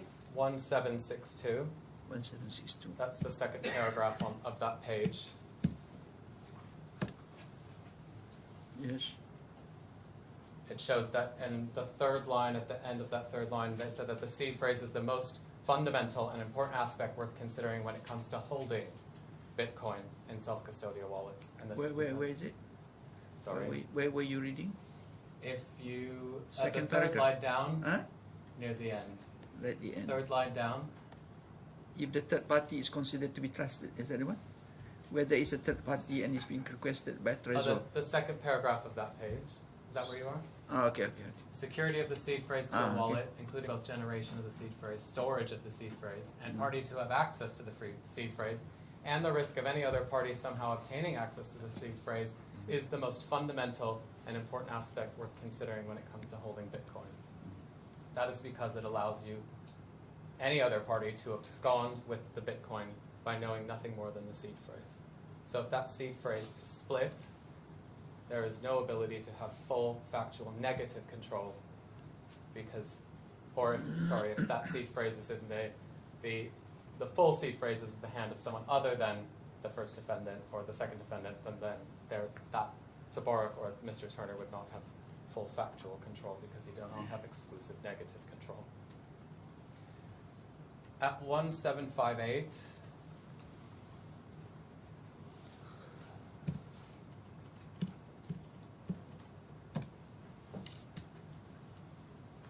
and now the bullet points, I'm not going to count the bullet points, but the bullet points starting after the mnemonic phrase, it's, Yeah. yes, after the mnemonic phrase was recorded, a PIN code was then set on the device as part of the setup process. The buyer set up the PIN. This is the mistake that was corrected later on. This PIN code would be required for any subsequent use of the It's not the bias, is it? It's Tabarak, is it? Thurner. It's Mr. Turner, yeah, that was corrected. Thurner set up the name. Mr. Turner set up the PIN code for the device. This PIN code would be required for any subsequent use of the physical device itself when not using the mnemonic phrase. So this is what I was talking about with your PIN code to your phone, but showing that Okay. the next sentence, however, it should be noted that this PIN code would not necessarily be needed if accessing the wallet via a mnemonic phrase. So that shows the hierarchy of the security between the PIN. And Mr. McDougall confirms this in his cross-examination at 8501.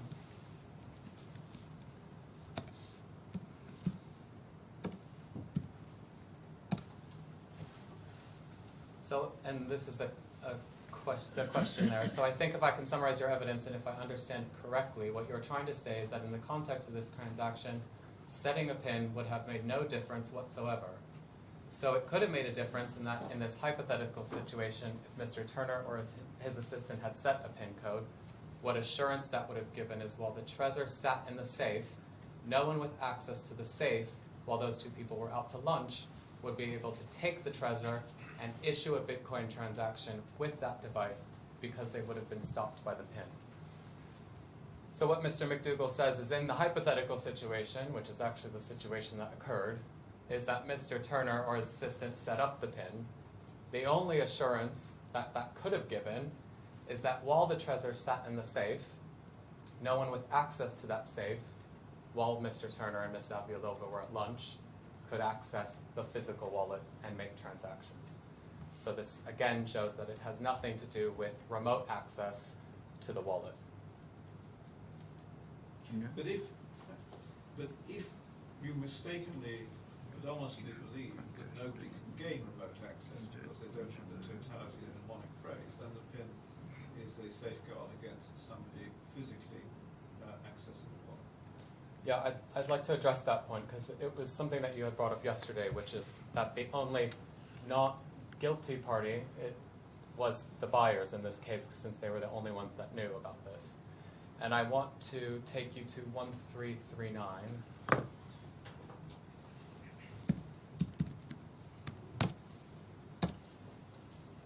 And near the bottom of the page, we have Shantanu Saxena. This is the 3rd of February, so this is the day of the transaction.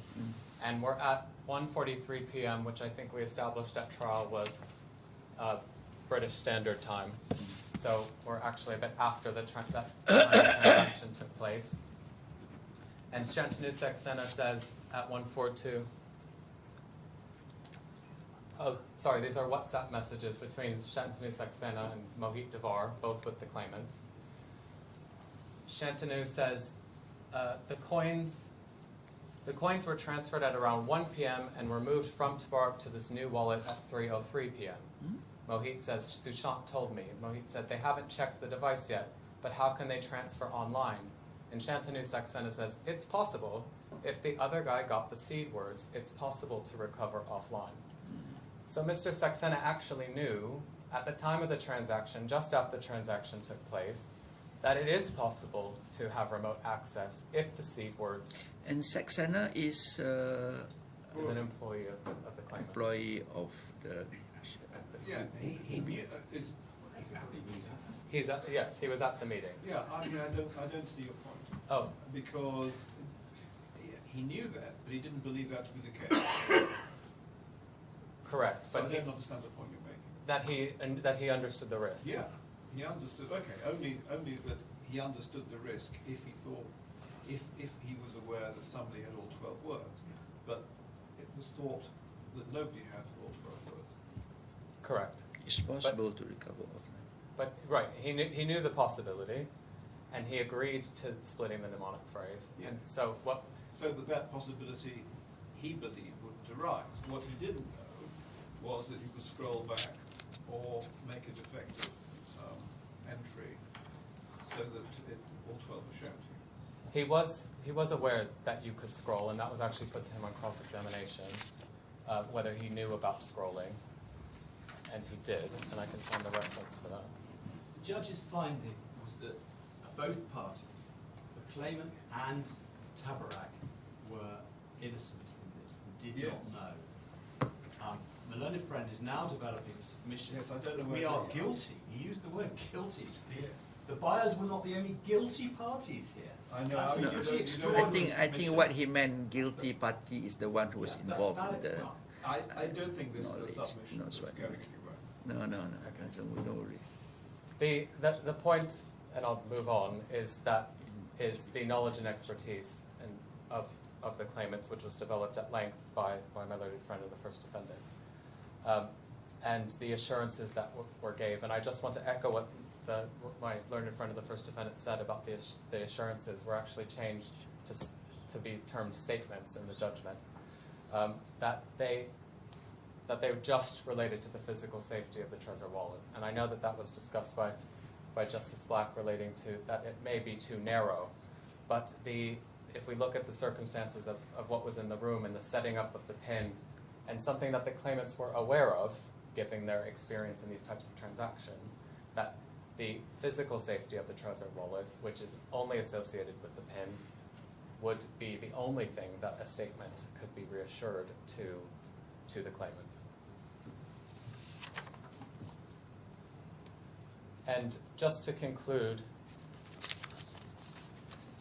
I want to echo again the submissions of the first defendant regarding the relief sought by the claimants in this case, and regarding whether they seek a declaration of liability between the parties, because that was not what we understood, with their submission, since they were seeking recovery of 300 Bitcoin, which, as Justice Black pointed out, has not been developed whether that can actually be awarded or not, and it was not developed at trial. But the second defendant is only here as part of the alternative claim of the claimants, and that is that their primary claim is that Tabarak is liable for the actions of Mr. Turner, as he had full authority, apparent authority, as an employee of the first defendant. And then their alternative case is that, pursuant to Articles 13 and 15 of Law of Obligations, Mr. Turner is jointly liable with Tabarak for all causes of action. And the only way that that can be established would be through a retrial, at most, and it's not something that can be deciphered from the judgment, since the judgment was very clear that there was no duty of care, that there was no actionable breach of that duty of care, and that there was, and the claimants don't advance any case on contract against the second defendant, so we're really only in the realm of tort against the second defendant. So for those reasons, we echo the first. Shatnu and Mohit are both employees of the claimants. Correct. Mr. Saxena was at the meeting. Mr. Mohit Devar was not at the meeting, if that helps clarify. Okay. Who was it who left the room? Mr. Saxena left the room for a brief period of time. If I can be of no further assistance. Yeah, okay. Well, 12:45. Good. Anything else? You have another 10-15 minutes you want to? Anybody from, or do you want to start? You have additional 15 minutes, Mr. Speak. May I make a suggestion? Yes. We break now. Yes. or one hour. Can. Um, Then we start at I may 1:45. find We I'd start at probably 1:45. less if I have a few minutes now to think about how I'm going to fit Okay. in all I need to say into the 1 hour 35 minutes I've been given. I would suggest that we break now and start again at 12:45. 1:45. I think 1:45. That would be Okay. Can I flag up something for you? Yes. Which just arises out of Mr. Cobbett's final submission. I'd certainly be grateful for some expansion on the question as to the personal liability of Mr. Turner, and precisely how you phrase that. Personal liability. I'm grateful that you've asked me that question. Yes. And I'll see what I can do in the time I have available. Yes, of You- course. You may It's a appreciate- 5 minute. It's a 5 minute point. Yeah, It just well, needs to be shown. It may be 5 minutes. I'll do my best. Okay. A number of 5 minute points take up quite a lot of time from an hour and 35. Yeah. Before I forget, can you highlight me the in your claim form, the last paragraphs, your prayers? What do you pray? In your claim, in the- your may in your statement of claim. I What do you quickly claim? now or yeah? No. You just give. Never mind. You just give me the page Can number we give you later. the page numbers when we come back? Later. Yeah. Sure. Thank you. Okay. Good question. Thank you very much. You know, when you are given opportunity to write, you tend to, you know, I was a counsel for too many years, so I know you tend to go beyond bringing My new issues. role in this appeal has been to try and focus it, and commensurate with that role, I would make sure that any submissions were only a basic reply on the facts to what was submitted. Okay, thank you very much for Can I your. just give you the bench references? Well, I said we'll be uploading the course of the day our closings. Yes. The references in the transcript, in the bundle, are 15.890 to 16.056 is the complete version of our closing. That's with all the references updated, not just the selected ones I gave you yesterday. 15.890. 15.890 to 16.056, and then we've also put our closing reply submission in, which is 16.057 to 16.096. So now both sides have those in the bundle. Well, thank you very much. We appreciate very much the submissions put in by you. It's always easier for us to make the decision when submissions are clear, lucid, you know, it's easier to understand. I think you have covered almost everything. I enjoyed Mr. Cliff's submission on the technical thing. I thought that was the most enjoyed part of the judgment of the hearing today. It was undoubtedly the highlight, and I mean that most sincerely. Something very new altogether. But again, thank you very much for the submissions. Well done, and we'll come back to you with an answer as soon as possible. As in Latin we say, curia adversari vult. So, yeah. Sorry, just on the question of things that have been uploaded, the closing submissions that have been re-uploaded with all the relevant paragraphs annotated, Yes. which is part of the island hopping exercise that the learned friend has done and to which we're effectively responding. They are available in hard copy, but I think you won't want them right now in hard copy if they're uploaded to the I system. think they have uploaded. I think that's where you're going to carry that. They would have been useful, I'm not perhaps, going to if carry. you were going to look at them in the moment. We've had them all in soft copy, Yeah. and so they were certainly emailed. Thank you. If I have to print, I'll print them in my country, in Malaysia. I'm not going to carry all the way the heavy load. So thank you very much indeed for your very kind submission. Thank you. Thank you. All the best. Thank you for allowing us the pleasure and honour of being the first people in this new course. Of course. And I the had first, meant to say that at the very beginning when you introduced the you new were course. looking at me as if I was doing something funny. You know? No, You no, were I staring at me I like knew that. what you were talking about. And I had meant to say we are genuinely very honoured to be here. And also the first digital appeal Certainly. in the world. Yeah, I did mention that. Thank you. Thank you very much.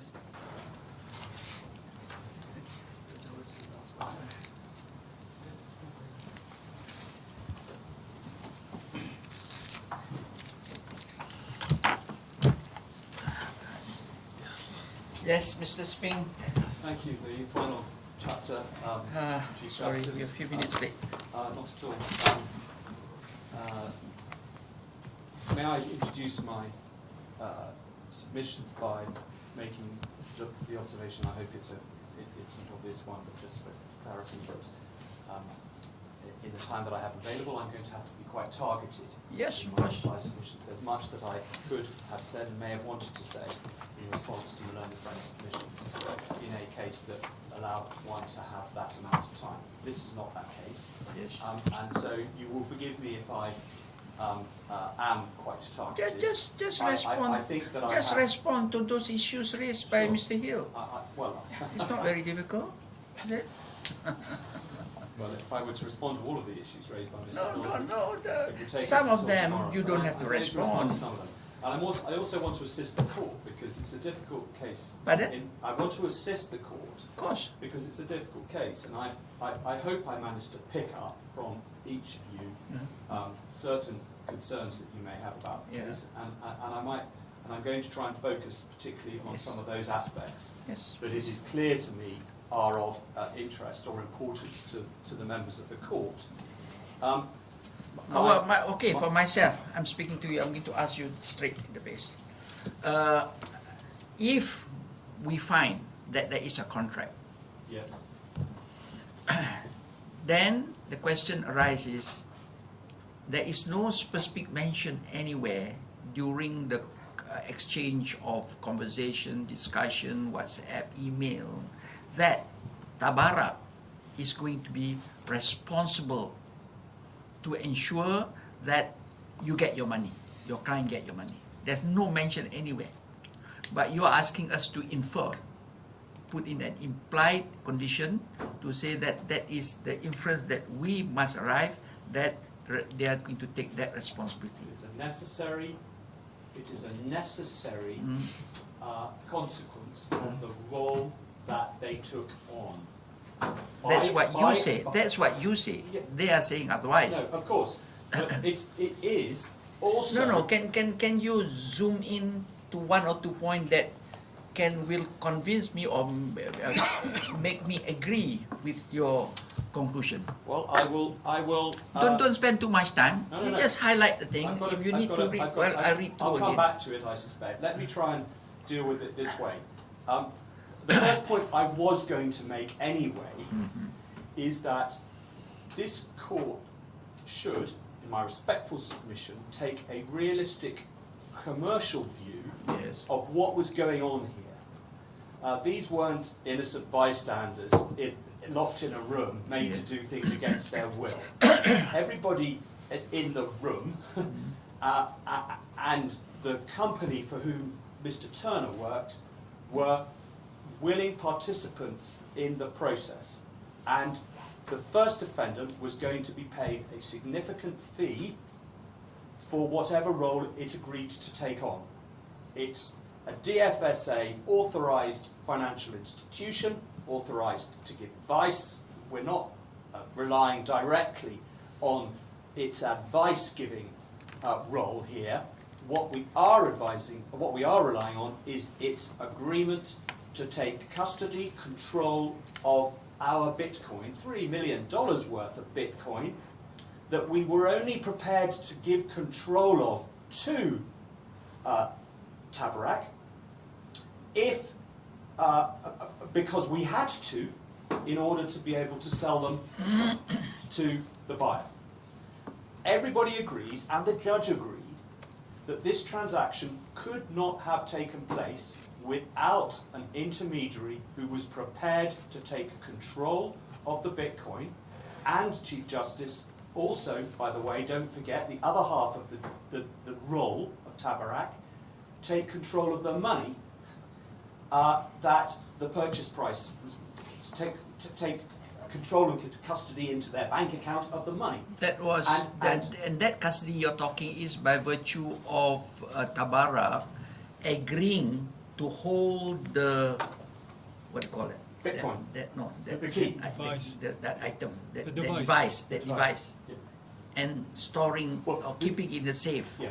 No. And by virtue of that, No. he was. No, the device was just a means for control of the Bitcoin to be handed over to an independent, trusted third party. That's Tabarak. Okay, So that's you are what- saying that the claimant, handed over to Tabarak. Tabarak supposed to hand to the buyer. Yes. That's how it's supposed but only only. the only basis upon which the claimant transferred the key to its Bitcoin to the wallet that Tabarak was holding. Okay, the only basis upon which they did that was either that once Tabarak received the money into its client account from the buyer, then their claim on that for the return of that Bitcoin ceases, and it becomes the right of the buyers to receive that. Okay. So it is entirely a custodial, and it's right to say it's an escrow arrangement because they're holding money on account to be passed one way or the other, depending on what happens, and they're holding the Bitcoin, and that's the role that they agreed to undertake. Now the wallet is merely the physical means. Wallet is not even to physical. enable them to perform that role. And in my respectful submission, the key to this case is to put aside for a moment all the stuff about who's an expert in this and who's an expert in that, who proposed the way in which the wallet should be set up. Put aside all of that for a moment. The facts as found by the judge is that the buyer and Huobi, the seller, were prepared to agree to a process whereby Tabarak would take custody, control of the Bitcoin, and once the money was paid, the money from the buyer, in the way that it happened in the room. But most importantly, Tabarak were willing to act in that custodial role on the basis that was hammered out and agreed in the room. Now, my learned friend constantly said, poor Mr. Turner was only acting on instructions from Huobi. He was directed by Huobi to do this. He didn't have to do it. Tabarak were a large commercial organisation being paid a substantial fee, and the nature of the role that they were undertaking was that the risk of the Bitcoin was going to be transferred to them for a short period of time. That's necessarily the consequence of the agreement that was reached. And you said to me, the emails don't say, you'll give us your Bitcoin back, but they do describe an arrangement where the Bitcoin is handed over, effectively, to the Tabarak for a specific purpose, and it's completely understood and accepted what that purpose is. And if the money doesn't come in from the buyer, it comes back. That's clearly the agreement hammered out in the deal emails. It's also, Chief Justice, the agreement actually set out by the judge at paragraph 60 of his report. It's a very simple transaction, but it's a very important transaction. One, you transfer the Bitcoin. Two, you transfer it on, provided the purchase price is paid. Three, you transfer it back if the money isn't paid. And that is a necessary aspect of the role that they took on. And there's no getting away from that. They weren't entitled to keep the Bitcoin for any other reason. And this transaction could not have taken place. And however you look at this, at the end of the day, Tabarak were prepared to act for money as the custodian of the Bitcoin, using the wallet that had been proposed by the buyer and using the setup process, including the splitting of the mnemonic that had been proposed by the buyer and agreed by Huobi, but also agreed by Tabarak. You can't ignore Tabarak's agreement to the process that went on in the room, because they were being asked to take, they were being asked to be entrusted with the Bitcoin using that wallet that had been set up with that process. If Mr. Turner didn't like the process that was being suggested, he should have said, we don't want to be the intermediary. All right, we won't earn our money, but we won't be on any risk. And that's a problem. You are asking us to make that inference from the set of facts that had taken place, you know. But no words, express words were saying to say that you're going to be responsible. There were no express words say that. It's just from what had happened, exchange statements and acts that took place prior as well as on the day. You are asking us to make an inference that among the terms contained was that Tabarak is going to be responsible. Well, I'm not the only one who suggests that inference. If it is an inference, it is the way the parties conducted themselves, Chief Justice. It's not an implied term in the normal sense. It is the way the parties reached. It's an express term, if you like, through their conduct. Yes. Okay? You can have a contract. It is an implied term, isn't it? Well, because assuming that a new or variant contract arose because of the game change, then it's a classic bystander test, isn't it?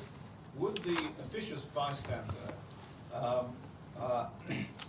then ask the parties, well, who bears the risk of the loss of the Bitcoin before either transferred to the buyer or transferred back to Huobi?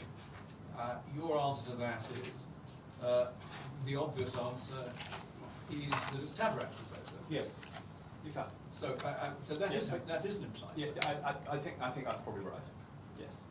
But can I just draw your attention to the judge's own conclusion on this very point?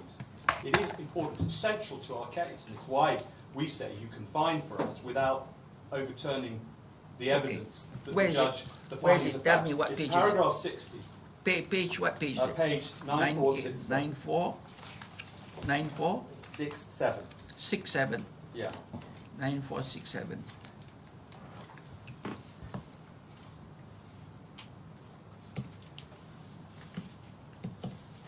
Actually, if you I yeah. find on the evidence Para, that para. 60, Justice, Okay. Chief Justice. Okay. I find on the evidence that it was orally agreed that, one, Tabarak would provide its existing wallet. I'll come to the fact that it's its existing wallet or it's a different wallet in a moment, but that doesn't affect what the structure of the agreement is that the judge found. To receive the Bitcoin from Huobi, once the price per coin had been agreed. This is all things that happened in the room. Two, Tabarak would only transfer the Bitcoin to Navicon once the purchase money had been paid by Navicon into an account maintained by Tabarak. Three, if the purchase money was received into Tabarak's account, Tabarak would transfer the Bitcoin to Navicon and transfer the net proceeds onwards to an account nominated by Huobi. And four, if, this is the key point, if the purchase money was not received, Tabarak would transfer the Bitcoin back to Now, Huobi. that's where this change, what do you call it? Game change. The game change? The game change. The game change took place. Because according to 60, paragraph 60, the parties were supposed to use the wallet, Trezor wallet or whatever wallet, brought by Tabarak. But at the last minute, the Russians say, use ours. Yep. And Huobi says, okay, fine with us. And that is expressed in real clear words in the in the notes of evidence. You can see Sure, that. sure. I mean, So you're- that's when Tabarak said, okay, Okay. you want to do with that yourself? We want to get involved. Tabarak did not say, you do it yourself, we won't get involved. No, he didn't Of course say. they didn't. That's my whole point. They said, okay, we'll do it. If you read, I probably won't have time to They take- consented. Can we say that they consented? They agreed. They did not object. They positively agreed because Mr. Turner, after there had been discussion about the use of the different wallet, and after there had been discussion about the setup procedure and the splitting of the mnemonic, he agreed to undertake that process. Okay. And he agreed to undertake that process. This all appears in the memory. What do you call first Yeah, the memory? memory minutes, Memory minutes. page 1110. I'm not going to take you to it Never, right never, now. no need, no But need. this is, I'm trying to give you No an need, no overview need. here. 1110. And Okay. And so can I put it to you this way?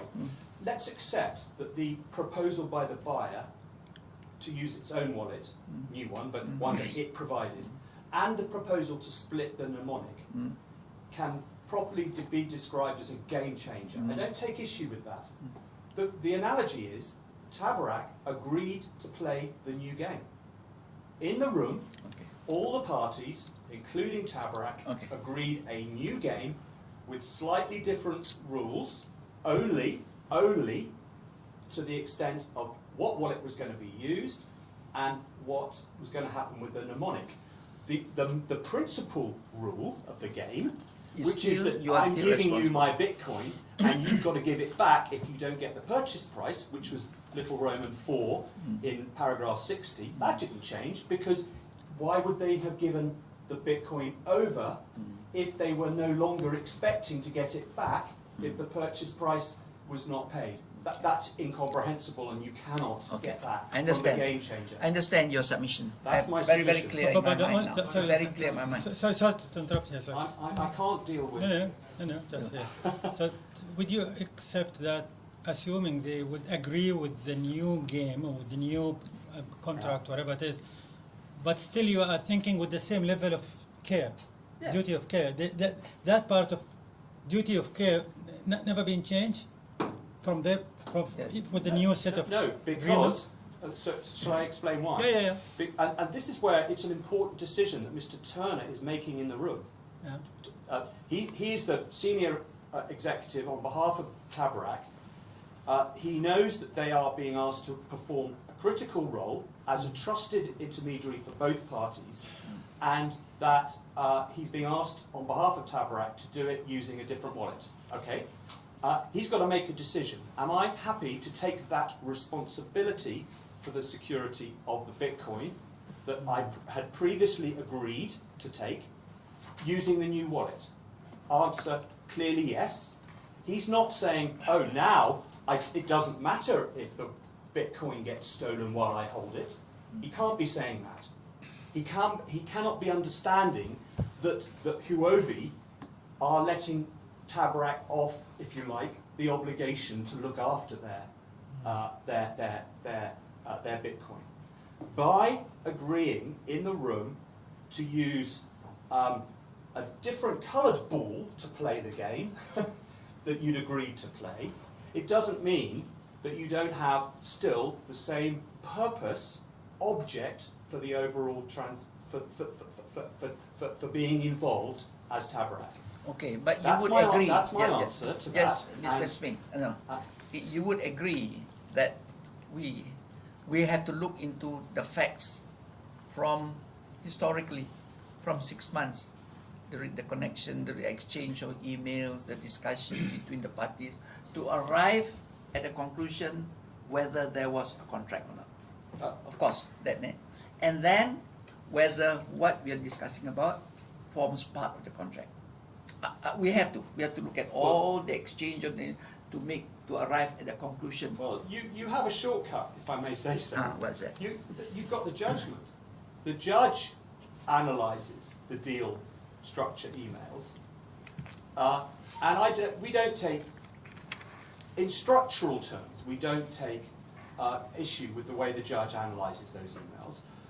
We might disagree about who's proposing the modalities, but we say that this is why I'm asking you to simplify the case, because it's actually possible to do this. It doesn't matter who proposed the modalities. The question is, at the end of the day, did they agree them? And the key question in this case is, did Tabarak agree to perform its role using the new wallet? Understood. And okay, Mr. Smith, I understand what I want to. What Mr. Gill has to say. I just want to say, my learned friend does need to be careful to stay within the confines of what the judge says at the end of paragraph 107, which is that Tabarak, Mr. Turner, were at all times at the meeting, subject to direction of Huobi, the transaction that was being made. What para is that? That's just the end of paragraph 107. And my learned friend does need to stay within that framework. Okay, Tabarak would I'm transfer with the respect, because the learned friend is not going to be allowed, I'm sure, by this court, to have a reply to the reply. No. He was just through correcting interventions like that. correcting that. Okay. I think- absolutely accept that the judge said that they were acting under the direction of Huobi, but what that actually means is that they were, Huobi was saying, will you do it in this way, because that's the way that the buyer has proposed, and we would like the transaction to go The ahead. short point is this, that he may well have been acting under the directions of Huobi, but for what purpose? Yeah. And you said the purpose, Yeah. you said the purpose was to act as the intermediary and hold, for a short period of time, the Bitcoin and we have to decide whether or not he was on risk or Tabarak was on risk during that period. Exactly. Okay. That's I the think we should not waste time on that because you're running short of time, Mr. Smith. I think you should, on that point, you have already made your point. Okay. I understand what you have said. I understand. Can I just, because we've been down that road, Okay. and that was a part of the submissions I was going to make on what the contract was. Can I just I'll leave it to you. So I will. can I just make my submissions on what the contract was after the game change? Okay. All right. Yes. the first stage in my argument is that it was a term of the contract under paragraph 60, the previous, what you might call the pre-existing agreement, as found by the judge, that if the money wasn't paid, the Bitcoin would come back to us, all right? And that's the contractual term that we rely on. It didn't come back, so we win, okay? The question is, was that a term of the contract at the time that the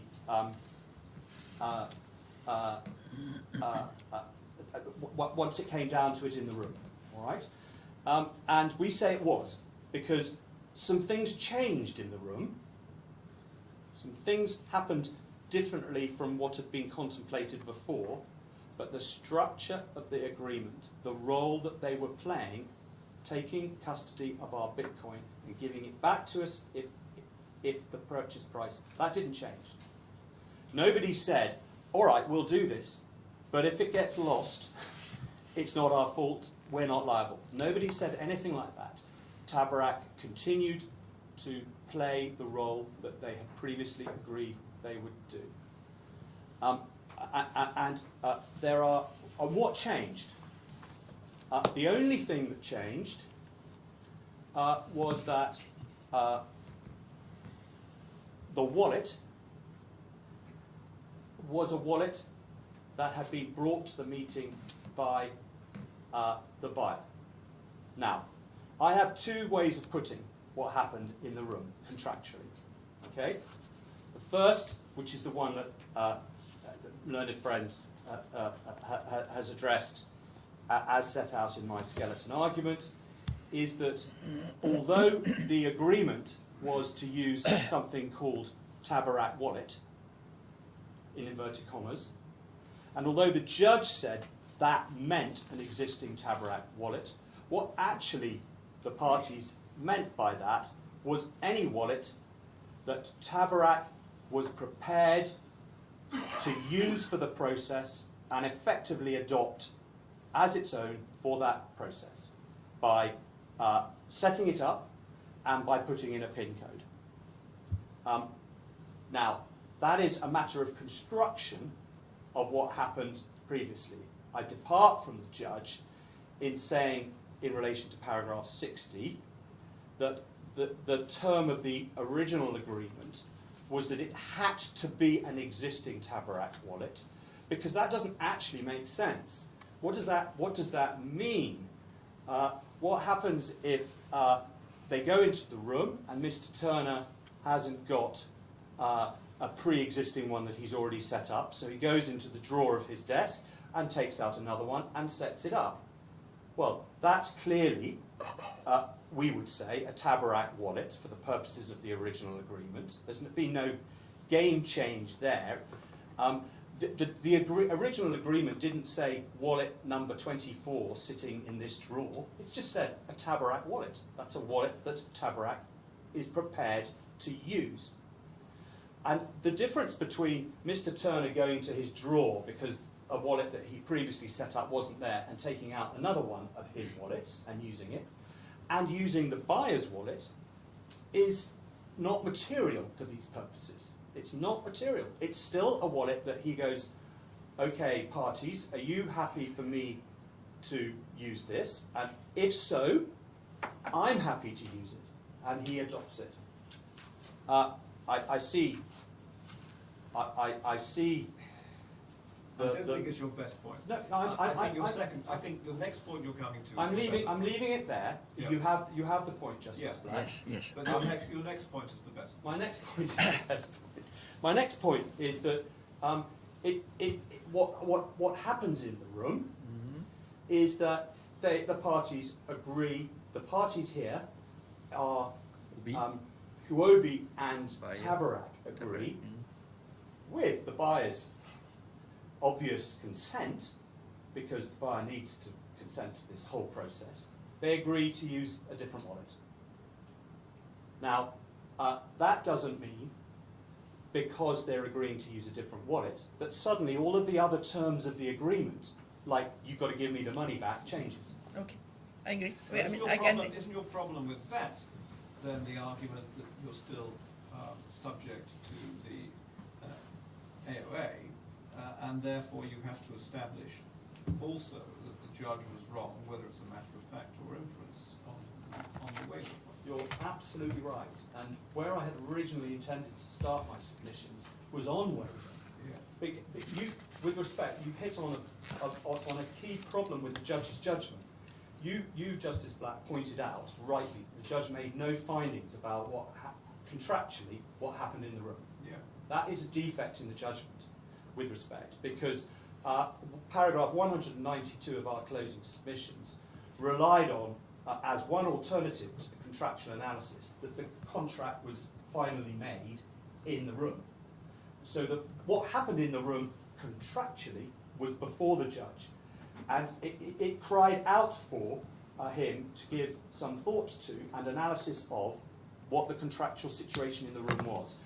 What was the contractual consequence of the game changer?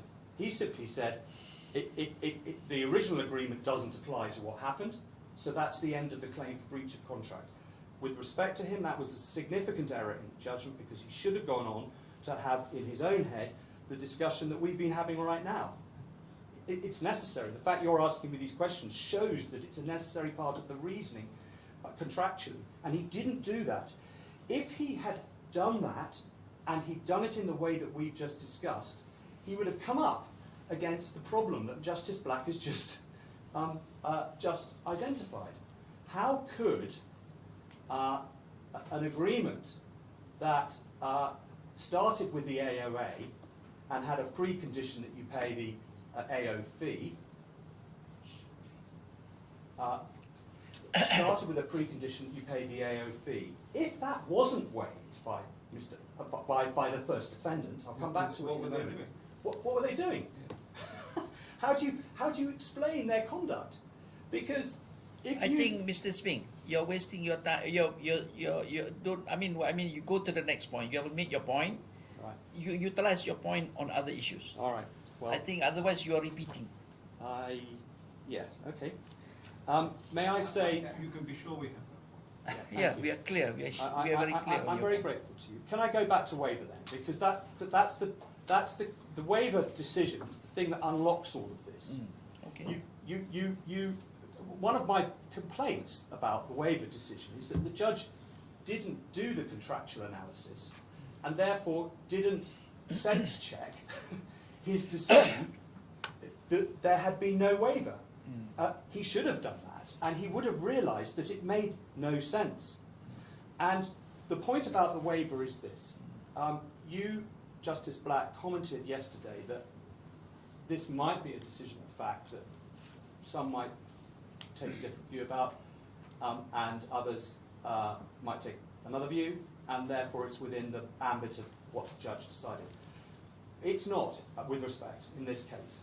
The waiver decision is contained in paragraph 86.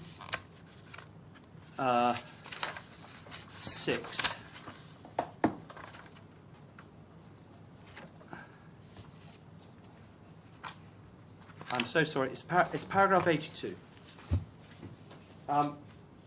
He simply said, in my judgment, Mr. Ahmadi's failure to respond to Mr. Al-Ali and letting the transaction proceed would not have led an objective observer to clearly and unequivocally conclude that he was waiving the AO fee condition precedent.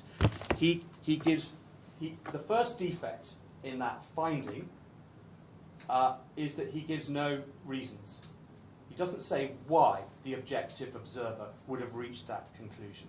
Okay? And the judge doesn't always have to give reasons for everything, of course, but this is a key finding, and he doesn't deal with it at all. The first thing that he fails to deal with is what everyone was doing in the room if objectively the fee hadn't been waived. The judge found as a fact that Mr. Ahmadi allowed the transaction to go ahead in his meeting room. The judge rejected Mr. Ahmadi's evidence that the only thing that was going on was that they were providing a neutral venue. he knew that what was going on in the room was the transaction in which D1 was involved. He couldn't have objectively not been waiving the condition precedent, because if he hadn't waived it, it shouldn't have been allowed to go ahead. Mr. Thurner had already been ticked off previously for agreeing without authority to waive the AO fee. And he'd sent a WhatsApp to the clients, to Huobi, saying, I'm sorry, I don't think this is going to go ahead. Mr. Ahmadi's determined that you have to pay up. Mr. Thurner would not have gone into the room as the senior executive and undertaken this transaction if he thought that the AO fee had not been waived. Nor would the Huobi participants. The prepayment. The Prepayment. prepayment had not been. Did I say fee? Yeah. I'm sorry, the prepayment had not been waived. Nor would the Huobi representatives have gone in, because if they thought that that was still a precondition, they would have realised that they didn't have a contract. They weren't a client. And the problem with the judge's analysis, or lack of it, in this part of the judgment, I'm afraid, is he simply doesn't address that. Nor does he address what then happened at the and every stage of the meeting. If you take up the memory minute and just read it through, Mr. Thurner is acting with authority as a representative of D1. He is performing the very role that the agreement said should be performed, subject to the changes that I've described. And in every respect, that is subsequent performance conduct by the first defendant, Tabarak, which the judge should have taken into account in working out what an objective person at the beginning of that meeting would have felt about Mr. Ahmadi's attitude to the prepayment condition. The judge also failed to take account of the fact, as was clear from his findings, that the safe was used, his safe was used to store the wallet. Why was that happening? If it wasn't because Tabarak had taken on the role. And although the judge didn't find this himself, he didn't say anything about who put the wallet in the safe. It's perfectly clear from the memory minute that it was Mr. Ahmadi himself who put it in. He was the only one who had the passcode for the safe. None of that conduct is consistent with the finding that an objective observer would have concluded, or would not have concluded, that the fee was being waived. Yeah. And the final point on this, if I may say so, is that, and I take issue with a point made by my learned friend about this yesterday, paragraph 84 of the judgment. This is his finding that Tabarak was stopped from denying that the due diligence criteria had not been satisfied. And the judge's reasoning for saying that Tabarak couldn't effectively get out of the contract because there hadn't been proper due diligence compliance was because, quote, Tabarak proceeded to treat Huobi as a client by participating in the trial transactions that took place on the 24th of December, etc. Now, my learned friend said that I am comparing apples and pears when I compare the AO condition precedent with the due diligence requirements. Well, if you're just looking at the nature of the individual requirements, yeah, that is apples and pears. But I'm not. I'm not comparing that. I'm comparing the judge's reasoning for saying that the contract still went ahead despite the due diligence with the reasoning for why the contract went ahead despite the non-compliance with the condition precedent. And in both cases, Tabarak treated us as their client. So they treated us as their client when we hadn't, they said, complied with the due diligence requirements. The judge said, that's fine, that's enough, Tabarak can't rely on that. But for some reason, when they treated us as their clients on the day in the room, he thinks that's different. And he doesn't explain why. He makes no reference to that.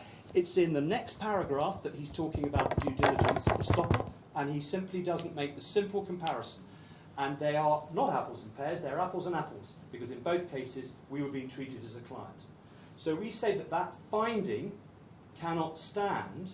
We also say that this court is in a position to say, because the judge did not take into account material evidence at all on this point, and it's no good saying that the waiver decision was made with all of this huge body of evidence that the judge had available to him, and therefore it can't be attacked. On this point, the judge needs to set out his reasons, hasn't done so, needs to identify material evidence and say why it helps him or does not help him. He hasn't done any of that. You have that evidence. It's straightforward. I've explained what it is in 5 minutes. You in this court are in a position to overturn that finding of fact, to the extent that it's a finding of fact, and say that there was no waiver. And with respect, that is what I invite you to do. Your fallback would be to say go off and have a retrial, but we know what the evidence on this point is. There's no need for a retrial on this point. The AO fee was waived. The AO fee was waived for and retained for any other thing, like increasing the percentage of the commission or something. I've read somewhere, but I forget where. We need to look at paragraph 85. Yeah. Yes. I took you in opening to the WhatsApp, sorry, the email, which has all those figures set out. I think that's what Justice Shamlan is referring to. And there are two elements of paragraph 85. There are the fact that after Mr. Ahmadi's departure, nevertheless, there was an agreement that the money would come from the proceeds of the sale.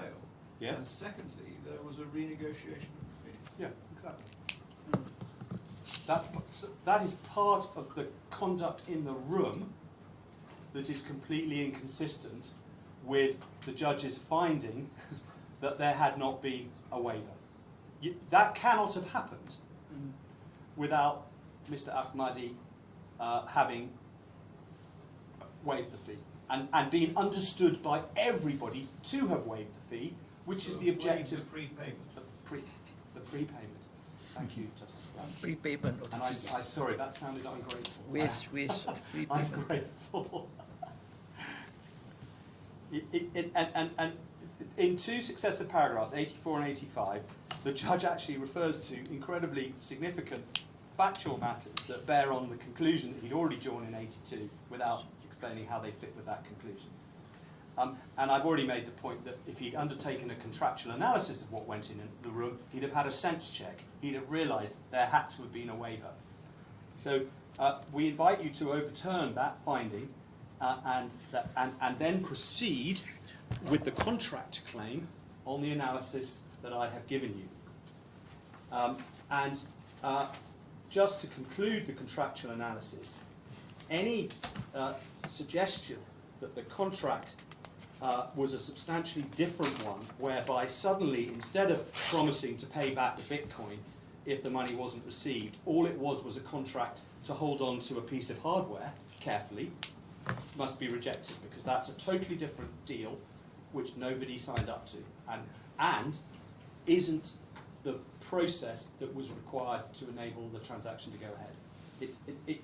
There was no option. And a final point on this.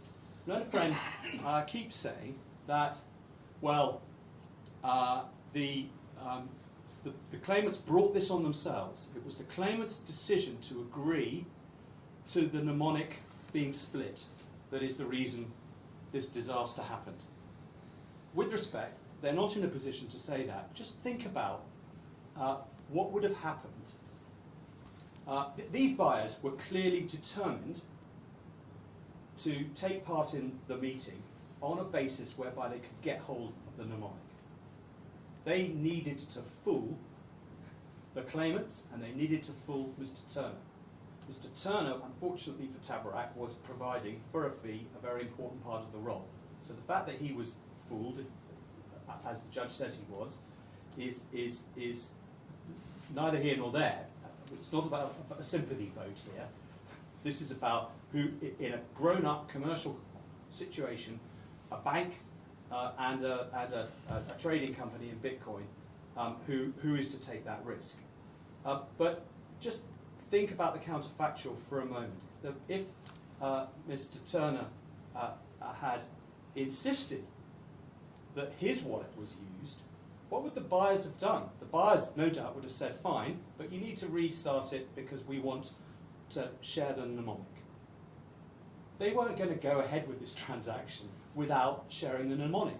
So the key question in this case is, if that had been the condition that was imposed by the buyer, which it was, it doesn't matter what wallet you're using, what they were interested in was getting hold of all 12 of the seed words. And if it had been a different wallet, if it had been Tabarak's wallet, no doubt the same condition would have been imposed by them. And if the transaction was going to go ahead, on any basis, Mr. Turner was going to have to make a decision about whether Tabarak was prepared to take on the custodial role when the wallet had been set up in that way. This submission is inconsistent with the judgment in paragraph 111, where the judge held that had heeded that instruction and refused to agree to the use of Mr. Rose's wallet to Bitcoin with Well, that finding doesn't bear analysis, and there is no rationale given for that finding at all. Judge doesn't explain why that is so, and common sense tells you that that cannot be right. Either the transaction would not have gone ahead, or it would, and it would have been a decision that Mr. Turner would have had to take on behalf of the D1. It doesn't matter what Huobi say. Mr. Turner's responsibility was to decide whether the way this was set up was a way which satisfied Tabarak, given the role that they had agreed to play, which was an important role. And there is no doubt that he was, throughout, it would appear, seeking to ensure that only 6 words were noted down. He didn't stand behind them, but the idea was not, here's the 12 words. The whole idea behind what he was doing was to hand them the wallet, and so that they could only write down the relevant 6 words.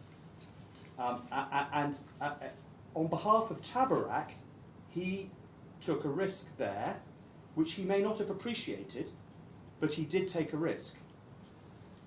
And that's key. Right. I've dealt with waiver. I've dealt with contract. Let me deal, please, with tort. How are we doing?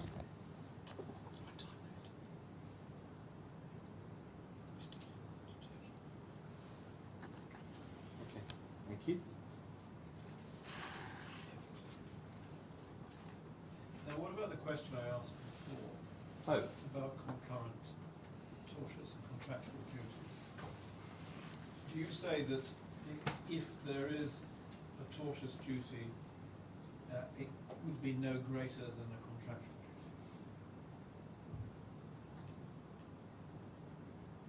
duty?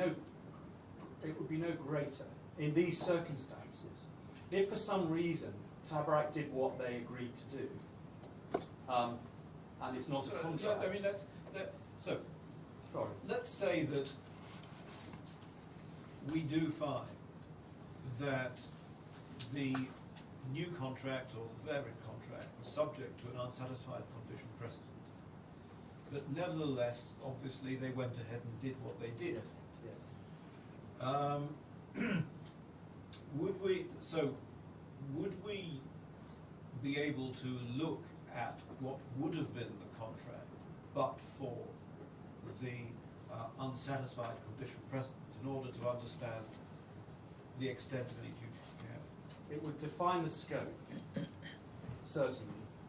I think where there might have to be a departure is that it's a duty of care, and it's a duty to take reasonable care within the scope of what is going on.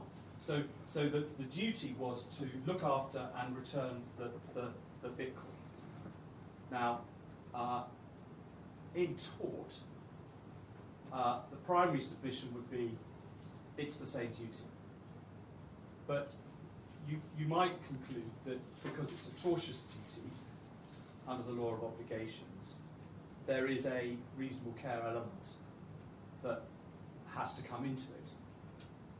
It's difficult to see how that works in this context, and I do say primarily that the scope of the tortious duty is exactly the same, but what you're effectively doing through that mechanism is imposing a contractual term, which does impose some strict liability on the defendant in a context where there isn't a contract. Okay, well let's turn it the other way around. Yeah. So let's assume, well, not turn it the other way around. Let's make some hypothetical findings against you and see where that takes us. Yeah. So if we not only find that there was an unsatisfied condition precedent to any new contract, but also that both the old contract and the new contract were to do no more than execute a modality or scheme that had been agreed between the buyers and your clients. But we find that contract didn't incept. Would you maintain that there was a tortious duty greater than that?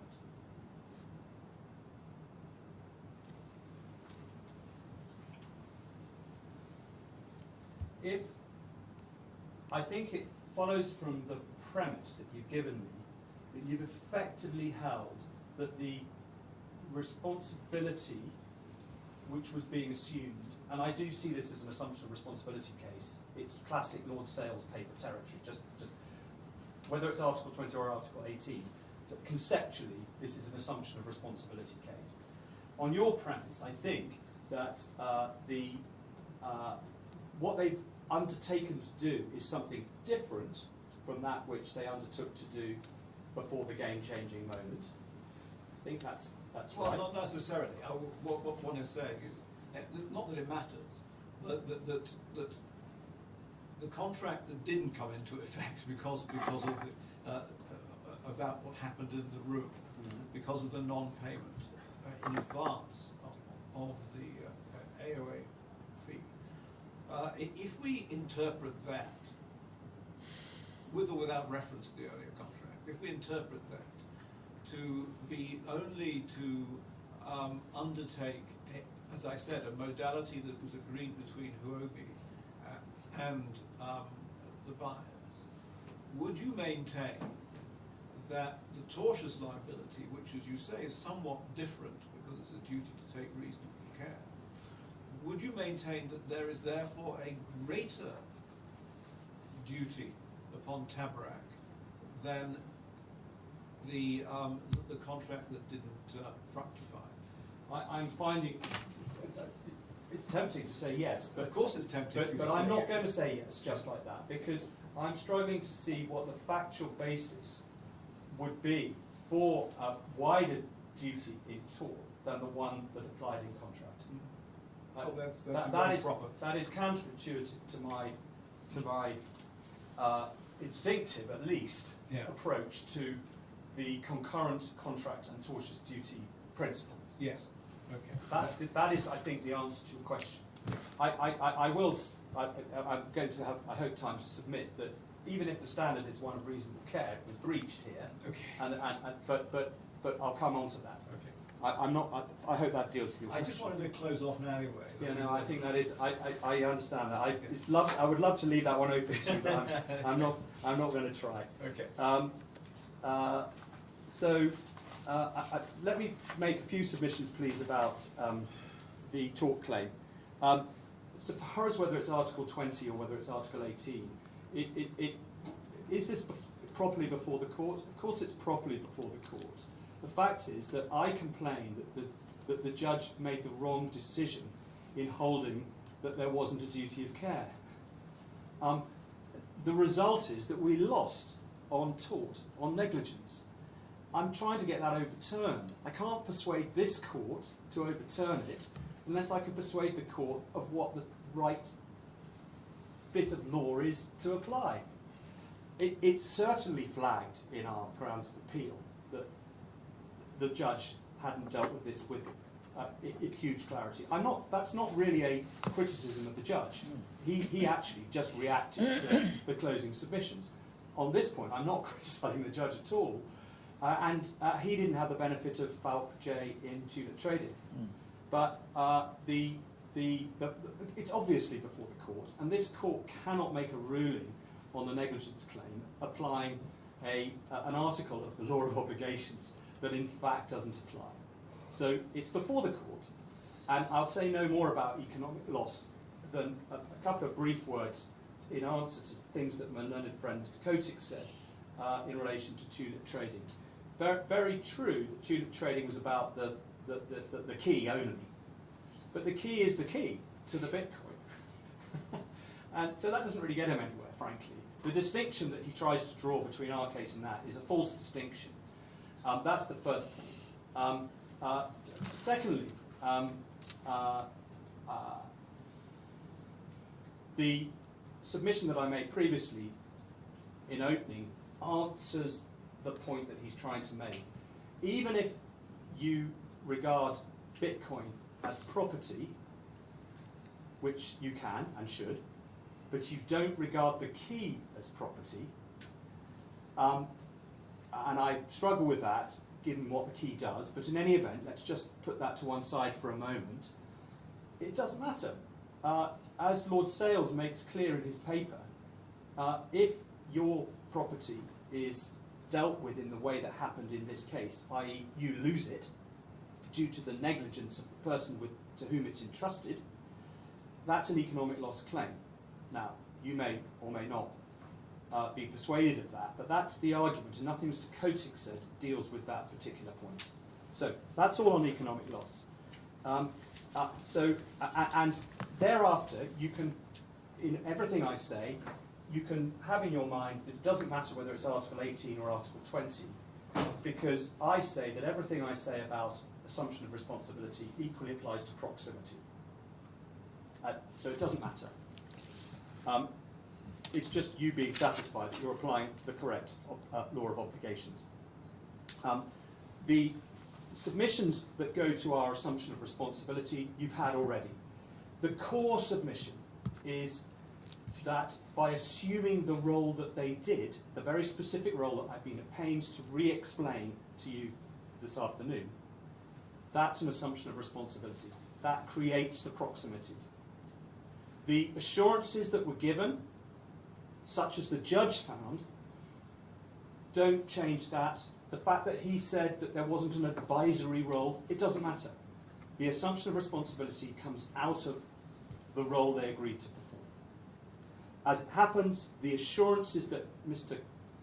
Thurner gave is good evidence that he understood the responsibility that he had, and he was reassuring, in fact, to Huobi. If you read the memory minute and see what happened, you will see how, in effect, Huobi was reassured.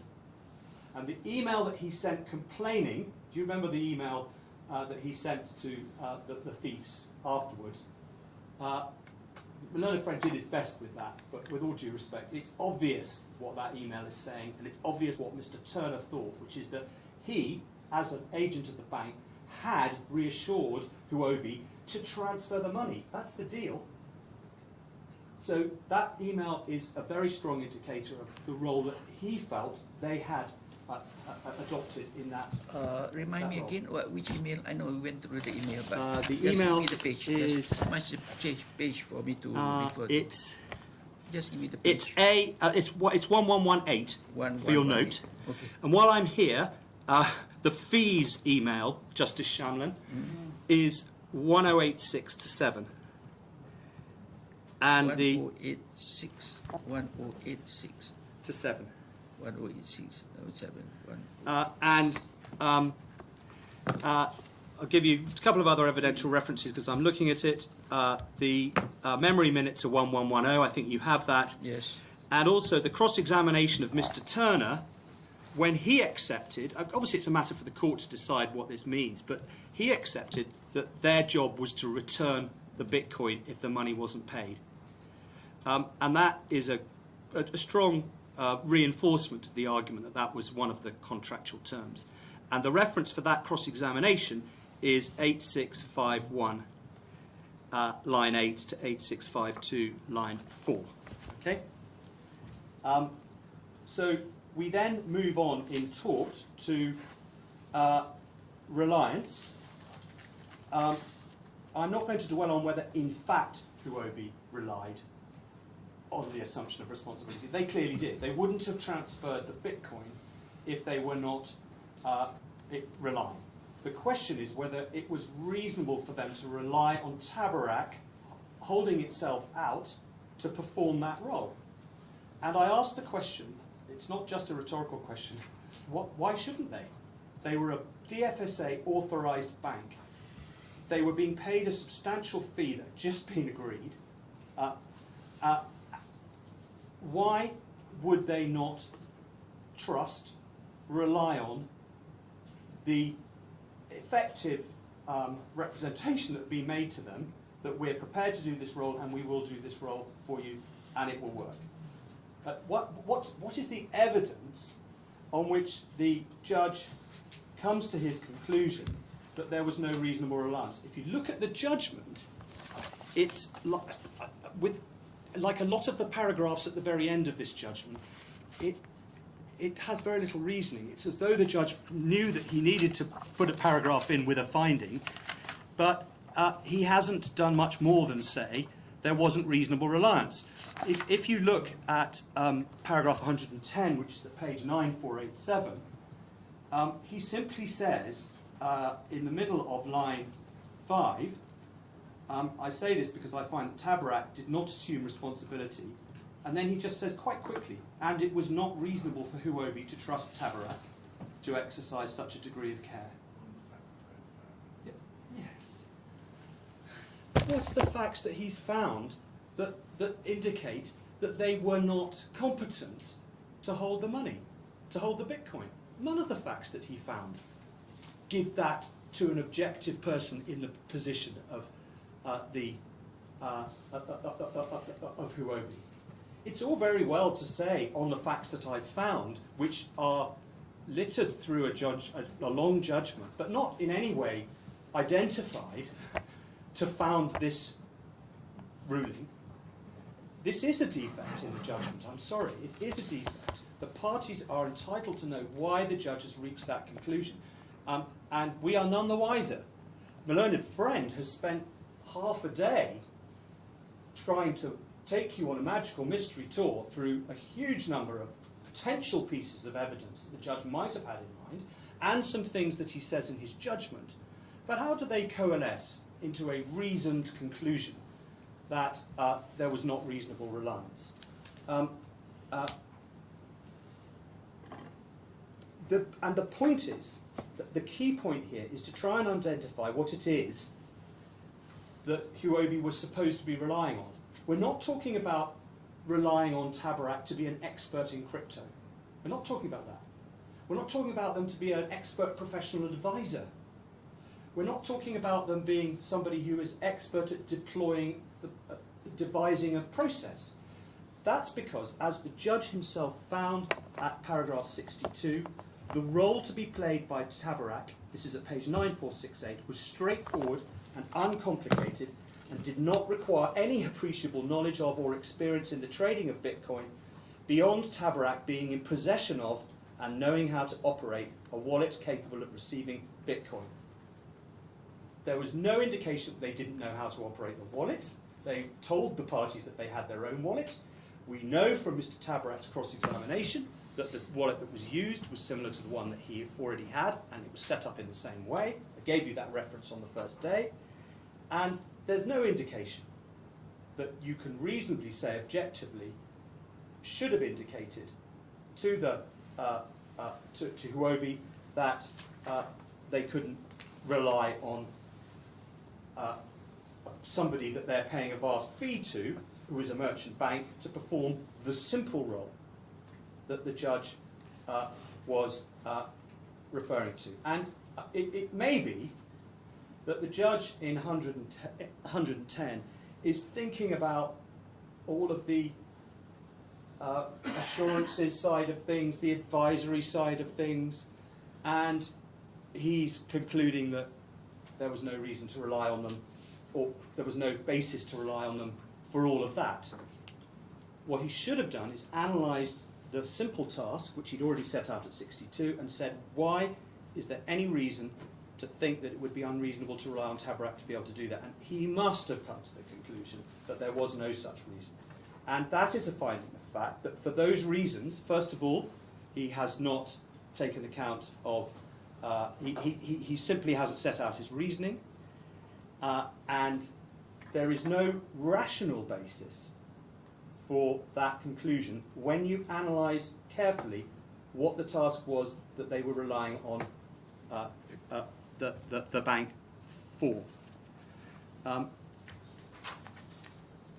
I got?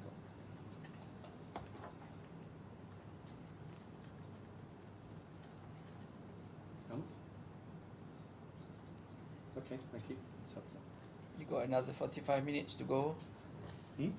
45 Well, no, minutes to 50 Junior minutes is- to go. I have apparently, I'm now being told 3 different things. I'm going to assume it's around about half an hour-ish. Yes, that's a safe. Then And you we'll drag see how on. we go. Then you drag on another 15 minutes, so you get. He's to not 40. being too hard on me.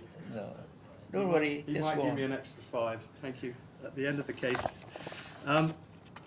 Just allow me to gather my thoughts just for one moment, would you Yes, please? please.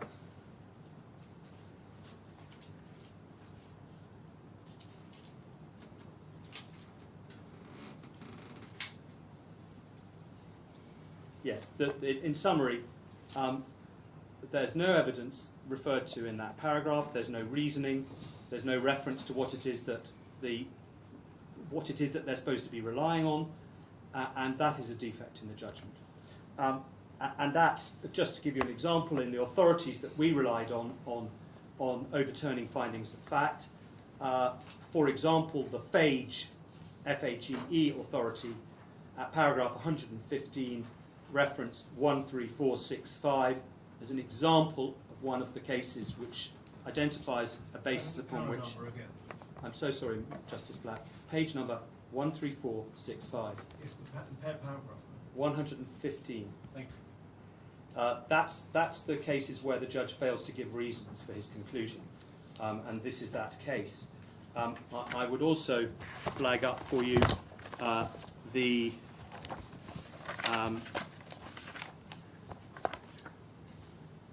other references in those cases are where the judge's conclusion is rationally insupportable.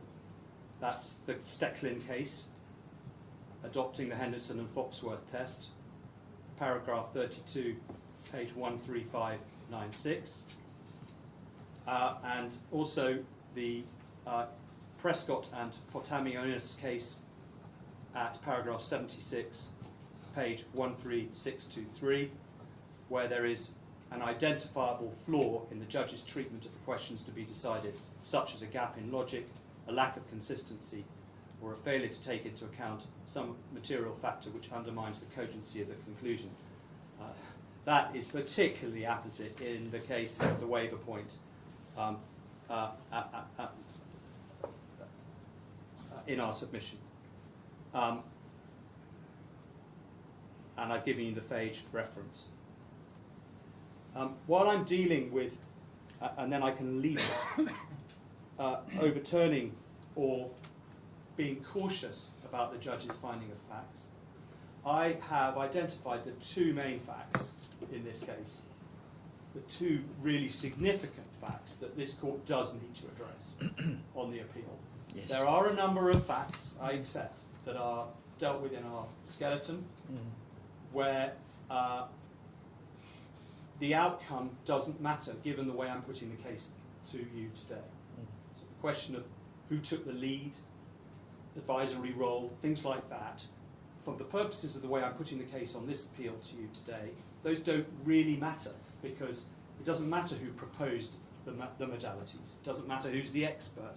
It's just a question of what the parties agreed to do.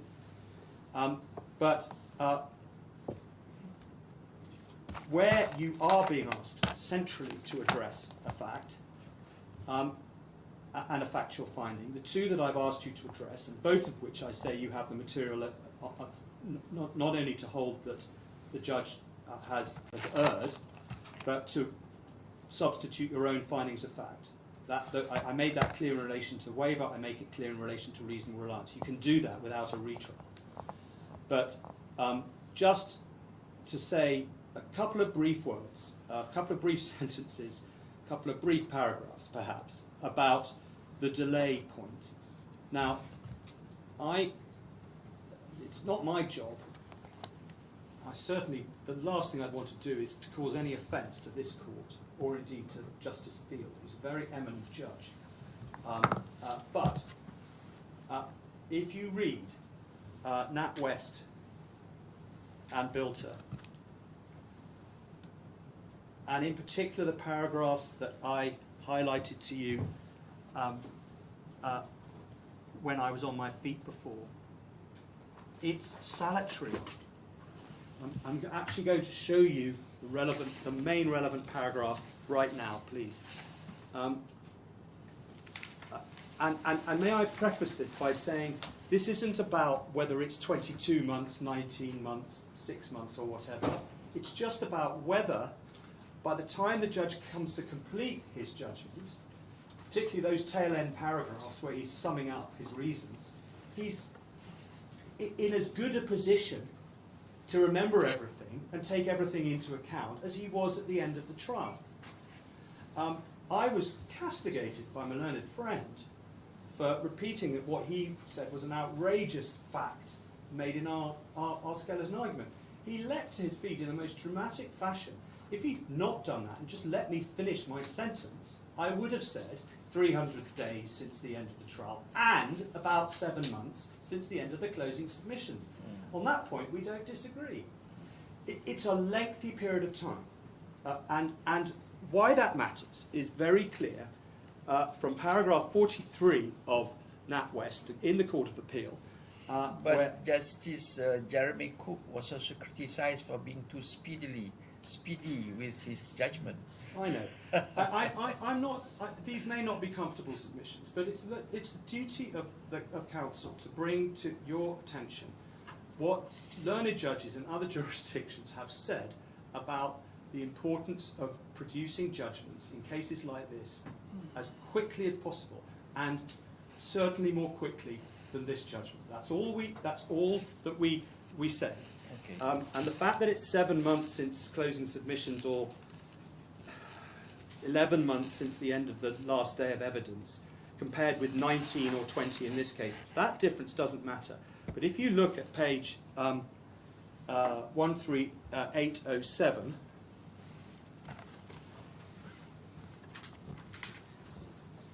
paragraph 43, the danger posed by a seriously delayed judgment in a case which involves assessments of fact and which depends at least in part on the oral evidence of witnesses is that the delay may have so adversely affected the quality of the decision that it cannot be allowed to stand. When was that judgment? The judgment you're reading? The judgment in this was about 19 months after. No. When was it delivered? When was it? This was delivered in 2021. 2021?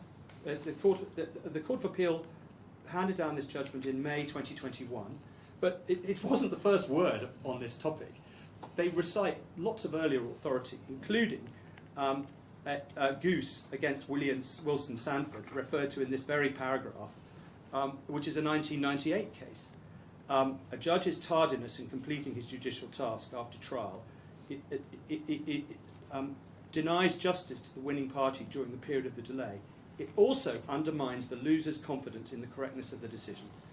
And then in paragraph 44, the Court of Appeal in this case, Lady Justice Asplin and Lady Justice Andrews and Lord Justice Burse, it's a judgment of the entire court, refer to what Sir Geoffrey Boss then the Chancellor of the High Court said in the Bank St Petersburg case, and that's, I gave you that reference, but it's at 13671, but they refer to the fact that Sir Geoffrey Voss referred in that case to the general, albeit unwritten rule, is that a judgment should be delivered within 3 months of the hearing.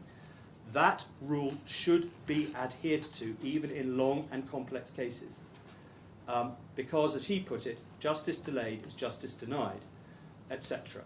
A delay of the magnitude in the present case, the judges went on to say, whatever the explanation may be, is plainly inexcusable. Now, it's a matter for you to judge whether a possible explanation for the format of this judgment and the lack of reasoning in the concluding paragraphs is because the judge spent as long as he did preparing the judgment. But on any basis, we say that if you're not prepared to overturn the two findings of fact and substitute them yourself because they are wrong in the sense that I've identified, you should have sufficient concern not to be satisfied that those findings are right, applying the St Petersburg test.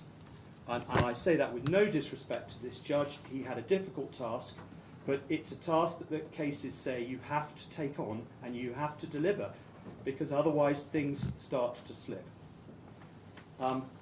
Okay, I've dealt with reasonable reliance. Sorry. Hang on. We're getting there.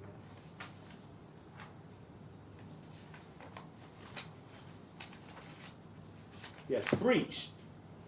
If it's a reasonable care standard, the standard that should have been applied by the judge is whatever that is that's applicable to a DFSA authorised bank which is holding itself out as being able and willing for a suitable reward to take control of the Bitcoin and return it if the purchase price is not paid, or transfer it to the seller if the purchase price is paid.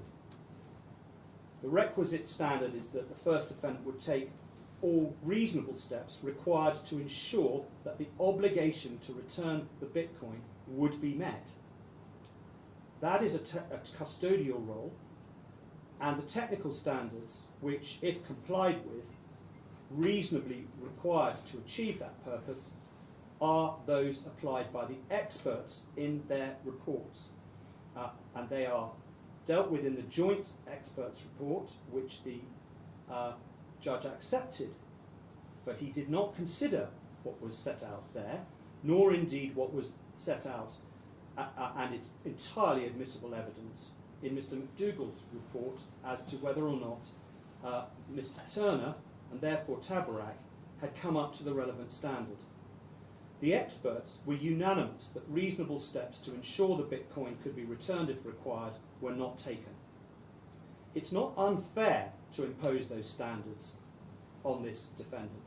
In the case of such a simple task for a bank, setting up a wallet, ensuring that neither the buyer nor seller has physical possession of the wallet, nor does it have its PIN code, nor does anyone else have the whole mnemonic. That ought to be straightforward. That judge felt that this was a simple task, and it is. That's not a high standard. And given that the wallet was going to be used by Tabarak, not by the claimants, by Tabarak as the holding facility for Huobi's Bitcoin, the duty falls on them to apply those standards under the duty of care that they assumed when taking on that role.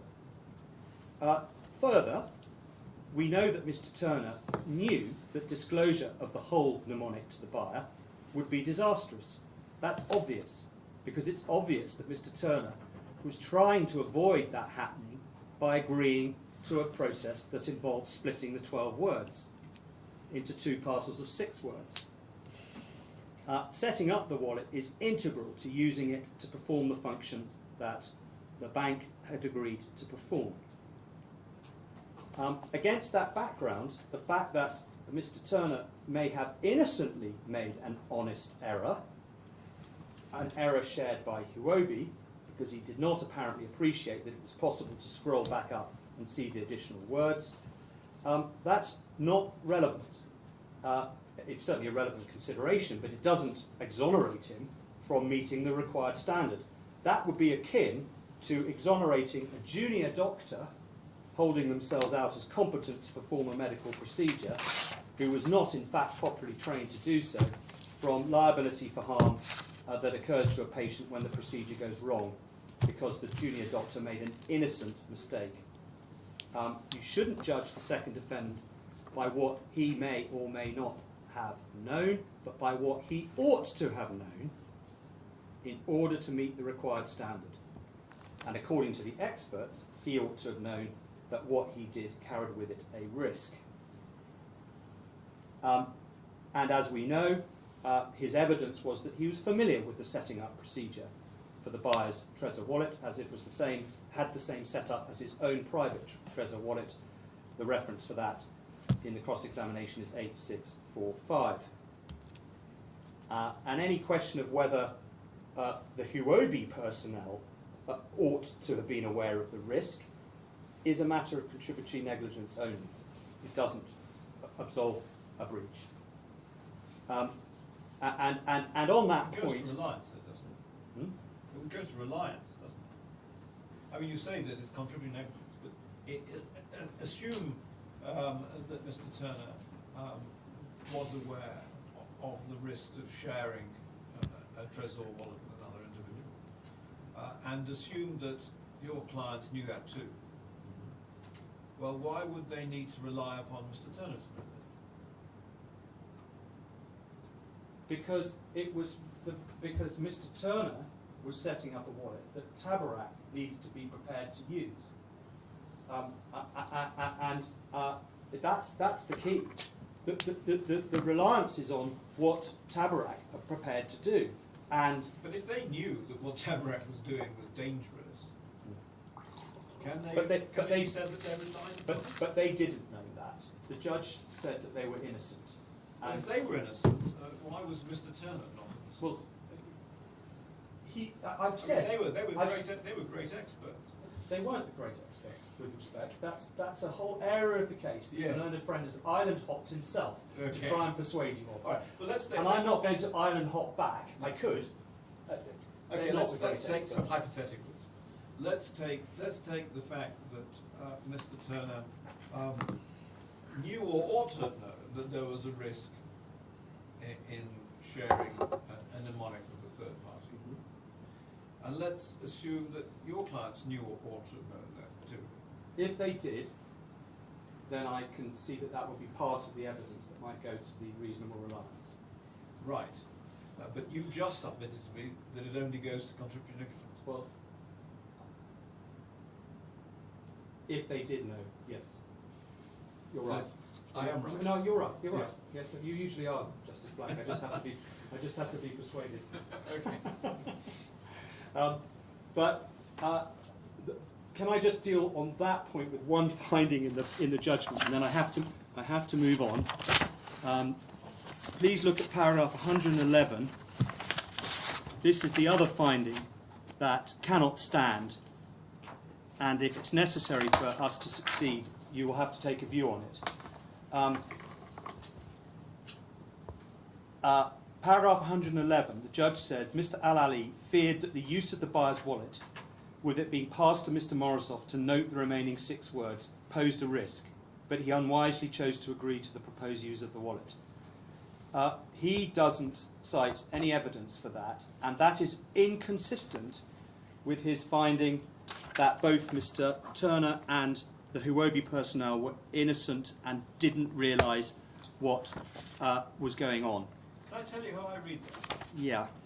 I read that distractedly. So I read it that, yes, he did have that fear, and you can perhaps insert the words in retrospect unwisely, but I don't. Okay. I don't read it Okay. as a criticism of Mr. Al-Ali. Okay. That thank you, because that's one way round not having to overturn it, if I can put it that way. You're right, that is a potential reading of it. May I, and it doesn't, otherwise it wouldn't stand with what he said elsewhere in the judgment about what happened in the room. And where the statements that Mr. Turner made, that the judge found were made, are relevant, is on this question of reasonable reliance. Because although my learned friend said, well, they were made after the wallet had been set up, effectively, when it came to the point to transfer the Bitcoin, which is the key moment, and you'll see this in the memory minutes when you go back to it, at that point, they needed to be reassured. And what Mr. Turner did was to reassure them. And in the context of what had happened in the meeting, and the fact that he was prepared himself to set it up that way and use the wallet for Tabarak's purpose, we say, coupled with those reassurances, the reliance is reasonable. And the judge simply hasn't analysed it in that way. I need to, may I just pause for a moment? I'm sorry. Yeah. My learned junior reminds me that the reference to the assurances that were made by Mr. Turner are not in the memory minutes, they're in the judgment. But how the parties all behaved is very nicely set out in the memory minutes. And we know from the judge's judgment that the assurances were made, or the statements, as he calls them, and one can see how that fits in with the way in which matters proceeded. Okay, I'm going to deal now with, I think, two final points, if I may. I haven't demoted ground one, breach of confidence, to the end of my submissions because I don't think much of it at all. I put it here because I wanted to make sure I had the opportunity to deal with the grounds that I thought you would be most concerned about.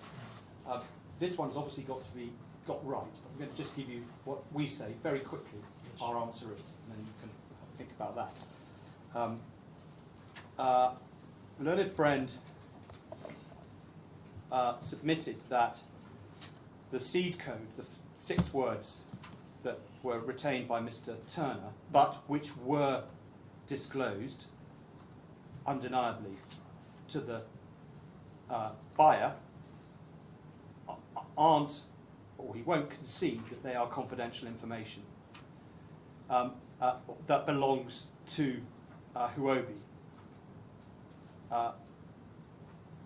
And both, I think he was minded to answer the question that Justice Black posed, which is, are those 6 words actually Tabarak's, with the answer being yes.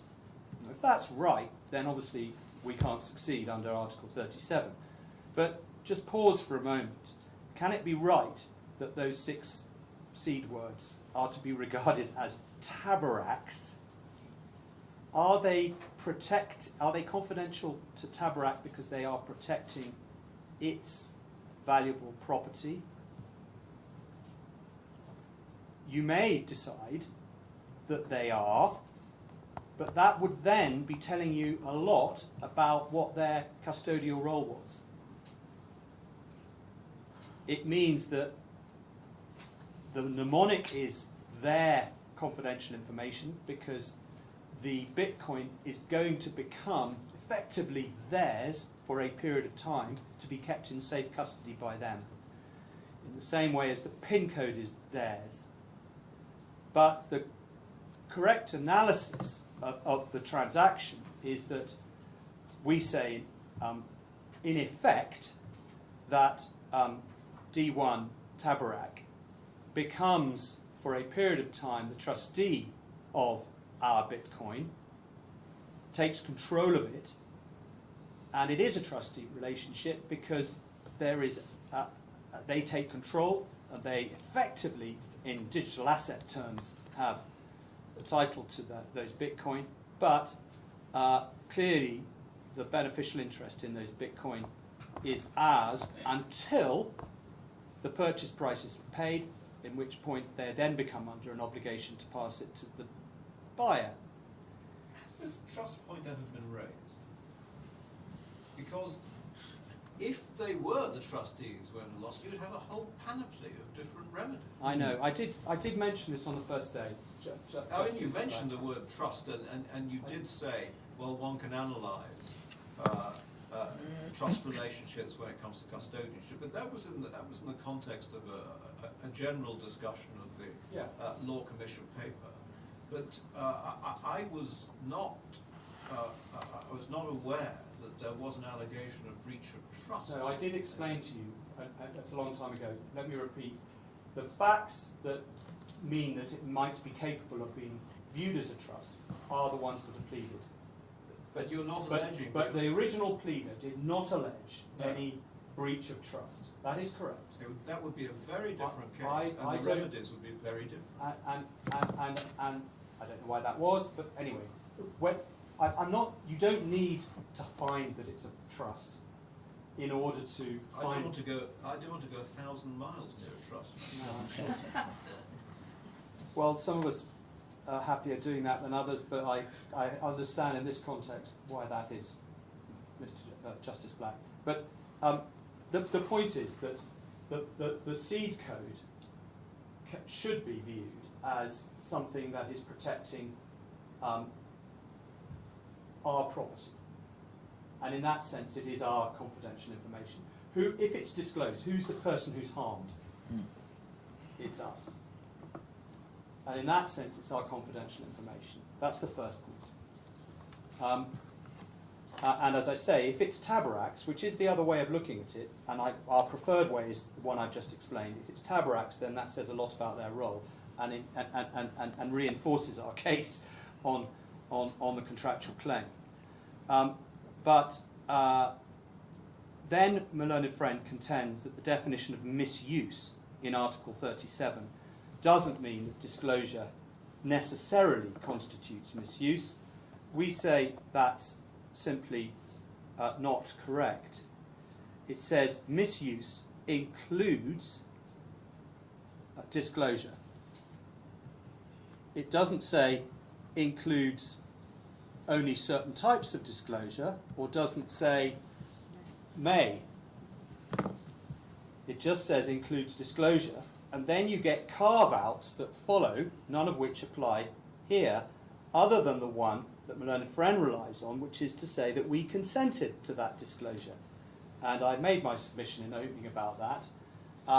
We didn't consent. We were in the room, we agreed to the splitting of the code, we didn't consent to the handing over of our confidential information. Clearly we did not. We expected it not to be handed over, because otherwise we would never have gone through with the transaction. It's just, you've got to know what you're consenting to. It's got to be informed consent. So, Does misuse include unintentional? yes, it does. That's the final point. My learned friend says that it would be absurd, inequitable and contrary to English law foundations if disclosure without knowing that you were disclosing would result in liability. But that is exactly what Article 37(6) says. I didn't put it that way. I All said right. it would be contrary to English law and indeed the AFC law for there to be misuse when you are simply following the instructions of the person whose confidential information it is. Oh, well, we would agree with that. If by that you mean we consented to Yes, it. I mean that's the consent. And I put it both ways. I said one does get there by consent, but you don't need to get to the consent exception because it's not misuse in the first place. I referred you to the passage in Toulson and also the passage saying that the law needs to be construed sensibly. I think it would be absurd if it could be misuse or strict liability misuse in the circumstances where you're simply following the instructions. No. The instructions that you've been given are, if you will agree to take this roll on, is take our Bitcoin and use the wallet and set it up in the way that's been identified. The disclosure is because the way in which that is then implemented by Mr. Turner is undertaken. whether innocently or not. So it's got nothing to do with being on instructions, and that is a disclosure, and it is misuse, unless there is a carve out for innocent disclosure, and the answer to that is that innocent disclosure is still disclosure and still gives rise to a claim for breach of confidence. We say that's the clear construction to be placed on Article 37 and particularly 37.6, but also we rely on Toulson and Phipps, paragraph 5004, the reference for which my learned friend will look up while I move on. The reason for this, under the English law of confidence, is that as soon as a person knows the information is confidential, that's the recipient of the information, knows it's confidential, his conscience is affected in a way which should be recognised in equity. That's the Vestergaard authority at bundle 13402, paragraph 25. It is a strict liability, I'm afraid, and that is the effect of the English law, and we say it's also the effect of the article. Yes, the reference that I wasn't able to give you to Toulson and Phipps 5004 is page 14141 to 14142. Lastly, I propose to say just a very few words, if I may, about the serious procedural irregularity point. Learned friend Ms. Ahmed made some quite detailed submissions about what happened. I do not have the opportunity to respond to those submissions in the time available. And the first thing I want to say is that if this court reaches the conclusion that it's going to give a reasoned judgment on this point and wishes to rely on the submissions that Ms. Ahmed made, we would ask for the opportunity to respond to those properly in a way that is simply not available to me today. Those points were very largely drawn from the same points that were set out in the second defendant's skeleton. So they were already well before the court. All those points were already there. Yeah, I'm merely telling this court that I do not have... I'm so sorry.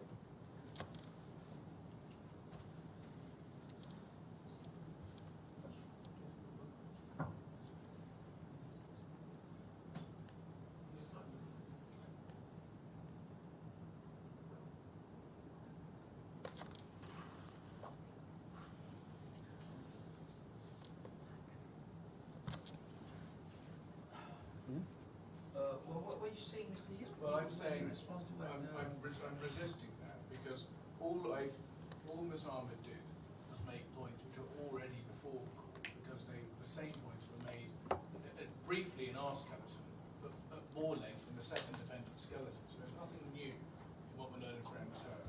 So he does need to deal with it in the normal way in his reply now. I'm no different from any other part. I'm not suggesting it's new. I'm telling this court that I cannot respond because I would need to take you to transcript references in the time that this court has given me to do so. I have to prioritise what I do. If you don't have to allow me this indulgence, of course not. But I'm saying that when you come to consider this point, if you want to make reference to the characterisations of what happened that Ms. Ahmed made, with which we do not agree, you would be doing so on the basis of not hearing back from us. We'll let you know later. I mean, I'd like to go down. I mean, after the court is adjourned, I'd like to discuss with my brother judges, and then we'll let you know whether we need you to, whether we accept what Mr. Hill had just said, or we the headline point is the point that I made at the beginning of the case. It is that at the very beginning of the case, Ms. Ahmed told the judge that she needed 5 hours to cross-examine Mr. Ali. The judge said that was excessive. she should be able to do it in 3 or 3.5 hours, but he wouldn't want her to be limited at that particular time. A little later, he said she could have 3 hours, and that's 7533. Yeah, man. We'll consider that and come back to you Thank if we you. think that we want to hear I you. think one has to be proportionate about how one deals with this particular ground. The headline point is the enormous disparity and the fact that obviously there are matters that cross-examination would have been severely impaired on. That's all we need to satisfy. But that is a retrial point, clearly. If that was the only ground on which we succeeded, it would be a retrial. And I'll say no more about it than that. Okay. Those are my submissions in reply, unless you have any further questions for me. That's all. Any questions from you? So okay. Sorry, one Yeah. quick thing. Yes, Just Mr. Justice Black's question about what the second defendant is doing here with respect. We have one note at the beginning of this skeleton argument of the grounds for appeal saying that there is this alternative case against the second defendant under Articles 13 through 15. We have no pleadings on that or expansion on that point. So we were waiting to hear from whether or from Why is the second defendant here? Because he himself, under the law of obligations, owes the same duty as his employer. The employer is in fact vicariously liable in tort under the law of obligations because of Mr. That's why Turner's that negligence. Justice Black was asking you Yeah. about the personal liability Yeah. of the second defendant. Yeah, so all of the facts and matters that go to the duty of care that I have submitted apply to Mr. Turner. He was the person who was doing it on behalf of the first defendant. An individual under the law of obligations who fulfills the criteria for the duty of care and breach is liable. Vicarious liability. An employee who is negligent to a third party is liable.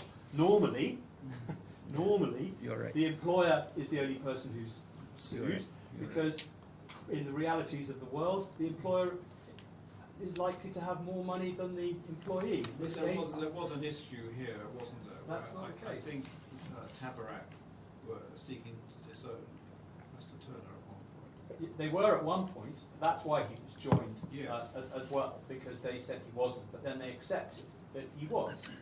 Now, you could at that point drop him back out again. But by that point, he was in the case as a defendant, and there may be perfectly proper reasons why a judgment against Mr. Turner would be a judgment that this claimant would wish to have, compared with a judgment against his former employer.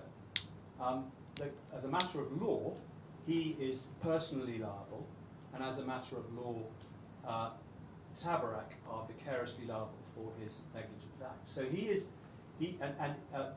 anything under the law of obligations, so the negligence claim, the duty of confidence claim, and the fiduciary duty claim apply to Mr. Turner as much as they do to his employer. The only claim that doesn't apply is the breach of contract claim. But if we succeed with our breach of contract claim, the facts may well be sufficient to establish the tortious claim against Mr. Turner. So that wouldn't absolve him.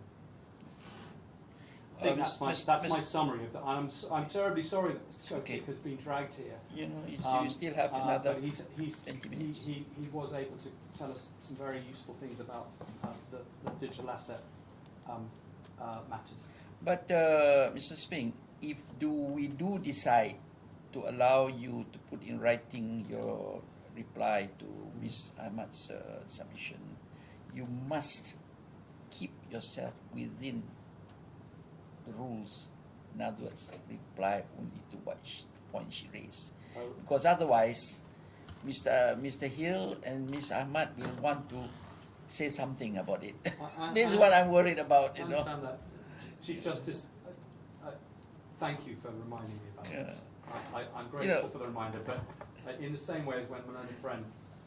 You know, when you are given opportunity to write, you tend to, you know, I was a counsel for so many years, so I know you tend to go beyond bringing new issues. My role in this appeal has been to try and focus it. Mm.